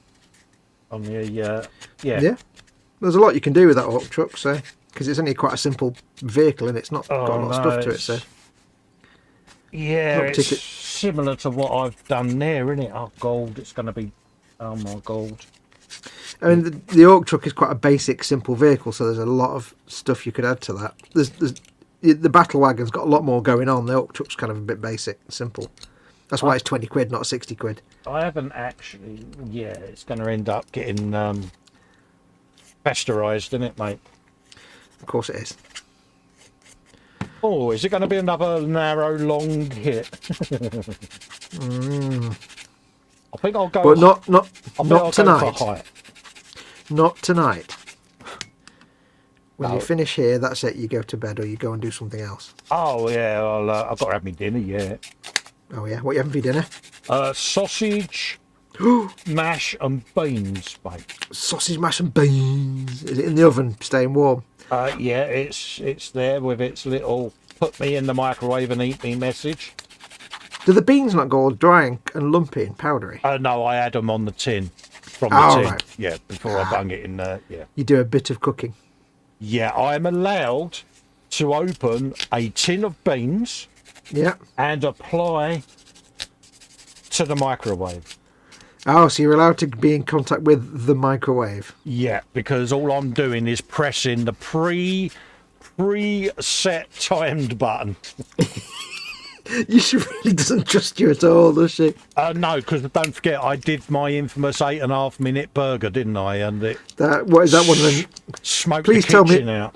Please tell me it was a Rustler burger that takes 90 seconds. Oh yeah, it was, and it came out like a lump of granite. And well, How did you accidentally make 90 seconds into 8 minutes? I don't know. I'm useless, ain't I? You know, it was just one of them.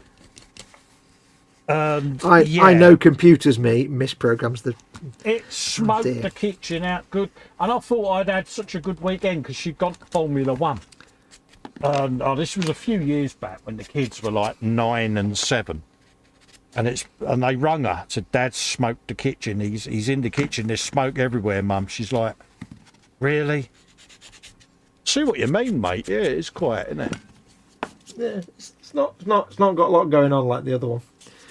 See, I've never done that, but I have done. I'll tell you what's really disheartening. It's the worst thing you can do.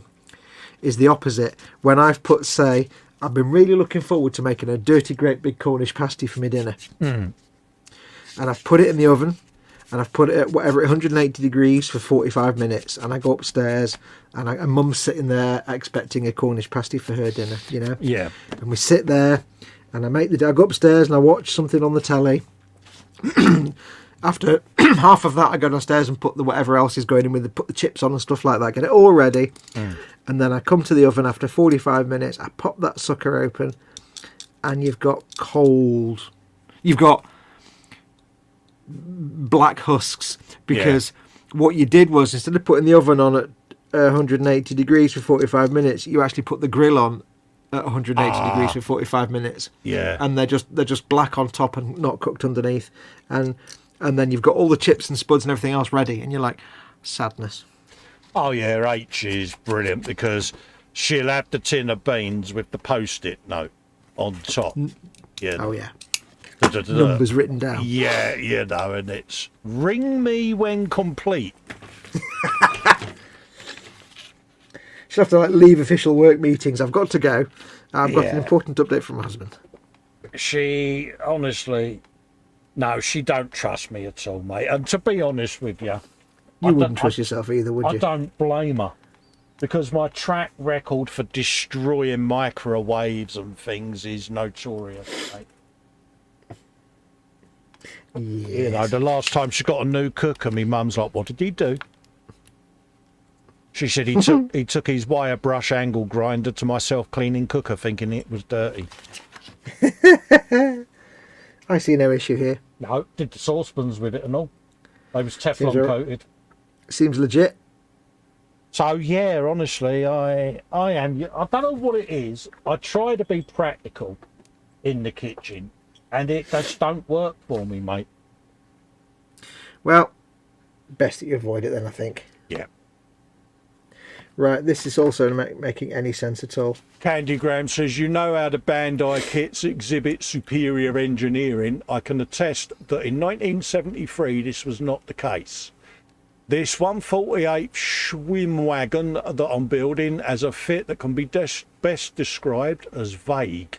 You might find one half of it's metric and the other half's imperial, mate." I had a Revell shuttle like that. I think half of it was made in Revell, Germany, and the other half was made in Revell, USA. Right, I haven't got a clue what the flock I'm doing with these hands now. I really don't understand what it's asking me to do. It doesn't... Oh! I've just figured it out. What? Isn't a twist and slide, is it? No, I figured one of them out. It just clicked into place there. Wow, that was... Wow. And this is not even going off instructions. This is going off the picture of the finished model, just to see what it looks like. Not helpful. So has it got one of those really poorly moulded duplicate shapes that bears no resemblance to the piece it's supposed to fit to? No, it's just. I don't know. It's just. Oh yeah, it does. It just looks like it's a bit of a. It does fit, but it's just so. It's more that the diagrams really don't help you at all. So I'm assuming that's correct now. I don't actually know. I'm hoping that's correct. So now I've done one, I can see that fits in there like that perfectly. Yeah. But if I'm looking at this diagram here, that does not look like that. No. That looks like that. So I'm trying to insert this like this, and it also fits perfectly there, but only in that bit. So it's really... I've actually forgotten how to do it now. There you go. That's really quite crap. So never mind. Moving on. I figured it out now. Just in time to finish. Yeah, Jeff says, "I had a Ford Fiesta that required both metric and imperial tools. Drove me nuts." Yeah, mate, you want to work on a Mini. There we go. So that's both them done. Yeah. So they do fit perfectly. It's just the diagrams don't explain how they fit. Yeah. So not impressed, G-dubs. Not impressed at all with that. Yeah, but the thing is you've not had to try to go to sleep without this problem being solved. This is true. What I do need to do is put a note on one to say it's the right hand and the left hand there. I shall do that now. Handy hint, folks, if you need to put something away in storage and not working on it, for the love of dog, if you've got left and right parts, mark which one's which. Otherwise, you drive yourself insane. Yeah, that's what I did with the Gundam there. I've got like the left side of the box with the left arm, left leg and torso down the middle, and yeah. You know what I kept doing with Gundams though, that I kept because it's a schoolboy error. I'd put left arm and right arm. Oh, no, I can't actually read. I just can't read that. I put left and right on the pieces, but I'd be like left and right from looking at the front of it. Yeah. When of course that means the left is actually the right arm. Yeah. So I'm marking them from my point of view when I should be marking them from the kit's point of view, because all the instructions do it from the kit's. It took me ages to stop doing that. The perspective of the kit, yeah. Yeah, it's like, because this arm is the right arm, but it's on the left hand side, but it's not. It's the right arm from his perspective. So it's like, absolutely. Yeah. You know, I said to you now, hold out your right hand. You're going to hold out the correct one. Yeah. Yeah, and you've got to think of the Gundam like that. Yeah, but I kept getting that, and then I'd be sat there and be like, hang on, is this the left piece or the right piece? Oh, and I get them all mixed up in my sorting tray because I'd do an arm. I'd do the arms the way around, but the legs the right way around, and I'd be like, oh, God almighty, what have I done? So in the end, I had to be really careful with that. I'm stupid like that. Yeah. Right, are we done? I think we're done, aren't we? I'm gonna call it done. I'm pretty much. It's a night. I've called it a night. Yeah. It's 4 a.m. Happy. I've got some bony stuff built, so I'm happy. Yeah, it's been nice though, dude, isn't it? To have a New Year's Friday frolic. I must admit, it's. Yeah. Big thank you to everyone who's taken the time out of their new year to actually join us. Absolutely, it's been lovely to have people join us. It really has. Yeah. Massive, massive, massive thanks to each and every one of you for your continued support of Fox and myself. It really does mean a lot. We really do wish you all the best for 2022, folks.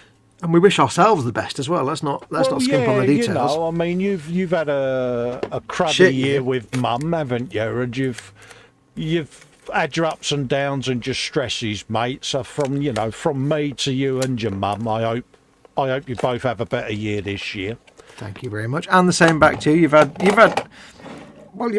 a good time in a lot of ways because you've had your surgery and it's gone well. So you've had a good year in a lot of ways. I finally got rid of Goliath, me tumour, and I am pleasantly pleased with how things have turned out. The surgeon is, and we've just got the fusion in me spine between me shoulder blades to do, and that's going to be probably 3 years away. I don't want any surgery this year. So in a lot of ways, despite all the shit that we've all gone through, you've actually had a good year this year. If you take away all the shit that everybody else has had. For me, it was a hurdle, not necessarily for myself, but for the wife, because she was the one dealing with wounds and things, and she's not got. Yeah, she had a hundred of them as well. Yeah. Did she have any done this year, or was it all last year? Helen had a right hand done this year, and fingertips, phalanges, is it? Phalanges. And then she's going to have the left one done. Oh, that's right. Later on this year. So I thought she had one done last year, and I mean like 2020. No, she had it done this year. She went in July, and then obviously I was supposed to go in August, but I postponed it because she wouldn't have been able to do her bit, so to speak. So because of her hands. So. But anyway, EC Idaho says, glad you're doing better, mate. Yeah, it's as good as it's going to get, mate. I'm happy with my prognosis. I'm cool with it, and I've accepted it, mate. So I don't really bother me now. Edward Leonard says, thanks, Colin, Fox, and Mama Fox, and everyone in chat. Bless you all in the new year, and good night. Our sentiments. I love the way, but everybody thanks Mama Fox as well. It's lovely. It really is. Yeah. And I say to her, you do know you're an internet celebrity now. Everybody loves you. She is. She's an internet sensation. Yeah. She could only get around to making her own goddamn brews at least once a day. That'd be nice. One name jumps out at me there, Phil Bolton. You know I mean it, mate. I really do hope you have a better year this year, mate. And props to you for muscling through and getting through this year, mate. Same as Wayne as well, on a personal level. I hope Wayne has a much more fulfilling year this year, employment-wise and all of that, because he's a decent chap and we love him. So we love everybody. Yeah, on that note, folks, we'll love and leave you. Thank you all for spending time with us two idiots. Yeah, I don't know why you'd sacrifice your year to come and hang out with us, but the fact that you have Are we is doing awesome. a Warhammer Sunday this weekend, mate? Yeah, absolutely. I've just not booked it in yet. I've decided to start numbering them because I realised that the last one I did was 170. Yeah. It's when you realise that I think your next week's Sunday is the 100th. Yeah.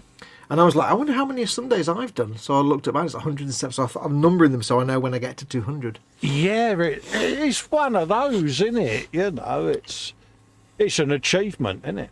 170, that's 3 years, 3.5 years almost, that is. Yeah. EC Idaho says, Fox, you should do a Mama Fox approved mug with your artwork. Yeah. I don't think I can do. Can I do mugs on Teespring? I think I can. You can. I mate. need to. I do need to do more merch. It's just getting around the time to actually doing all the artwork for it. That's the thing, innit? You know, it's there. I've done nothing on my Teespring for a long time. Ross Medlock says, night all and Happy New Year to everyone. Happy New Year to you, Ross, to Cora and the boys, mate. Yep. And Hugs to all. Thanks for your support, Ross. You know what I mean. I do apologise. I'm yawning contagiously now. No worries. Are you streaming later today, mate? Saturday. I don't know yet. Yeah. I don't know yet. Well, folks, I look forward to seeing you all Sunday for the brunch with Dave and with Fox. Here he goes. Yeah, he's gone again.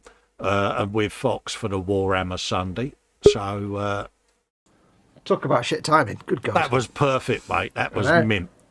Look forward to seeing you Sunday with the brunch and Sunday on Warhammer with Fox. And until then, folks. Yep. Take care, everyone. Happy New Year. Happy New Year, folks. Have a good 22. And we'll see you in a bit. See you in a while. Take care, folks. Bye. Adios, amigos. Ross is streaming tonight at 10 p.m, folks, by the way. Big Trump. Oh, God. Well, I went to do it earlier on, stood up, and it went away, and I'm like, oh. He's honestly, you can't take him I sat down again, and it all billowed out, and it's not right. Oh, Ooh. no. Yeah, you suffer. End. Catch you later, folks. Bye-bye. Adios, amigos.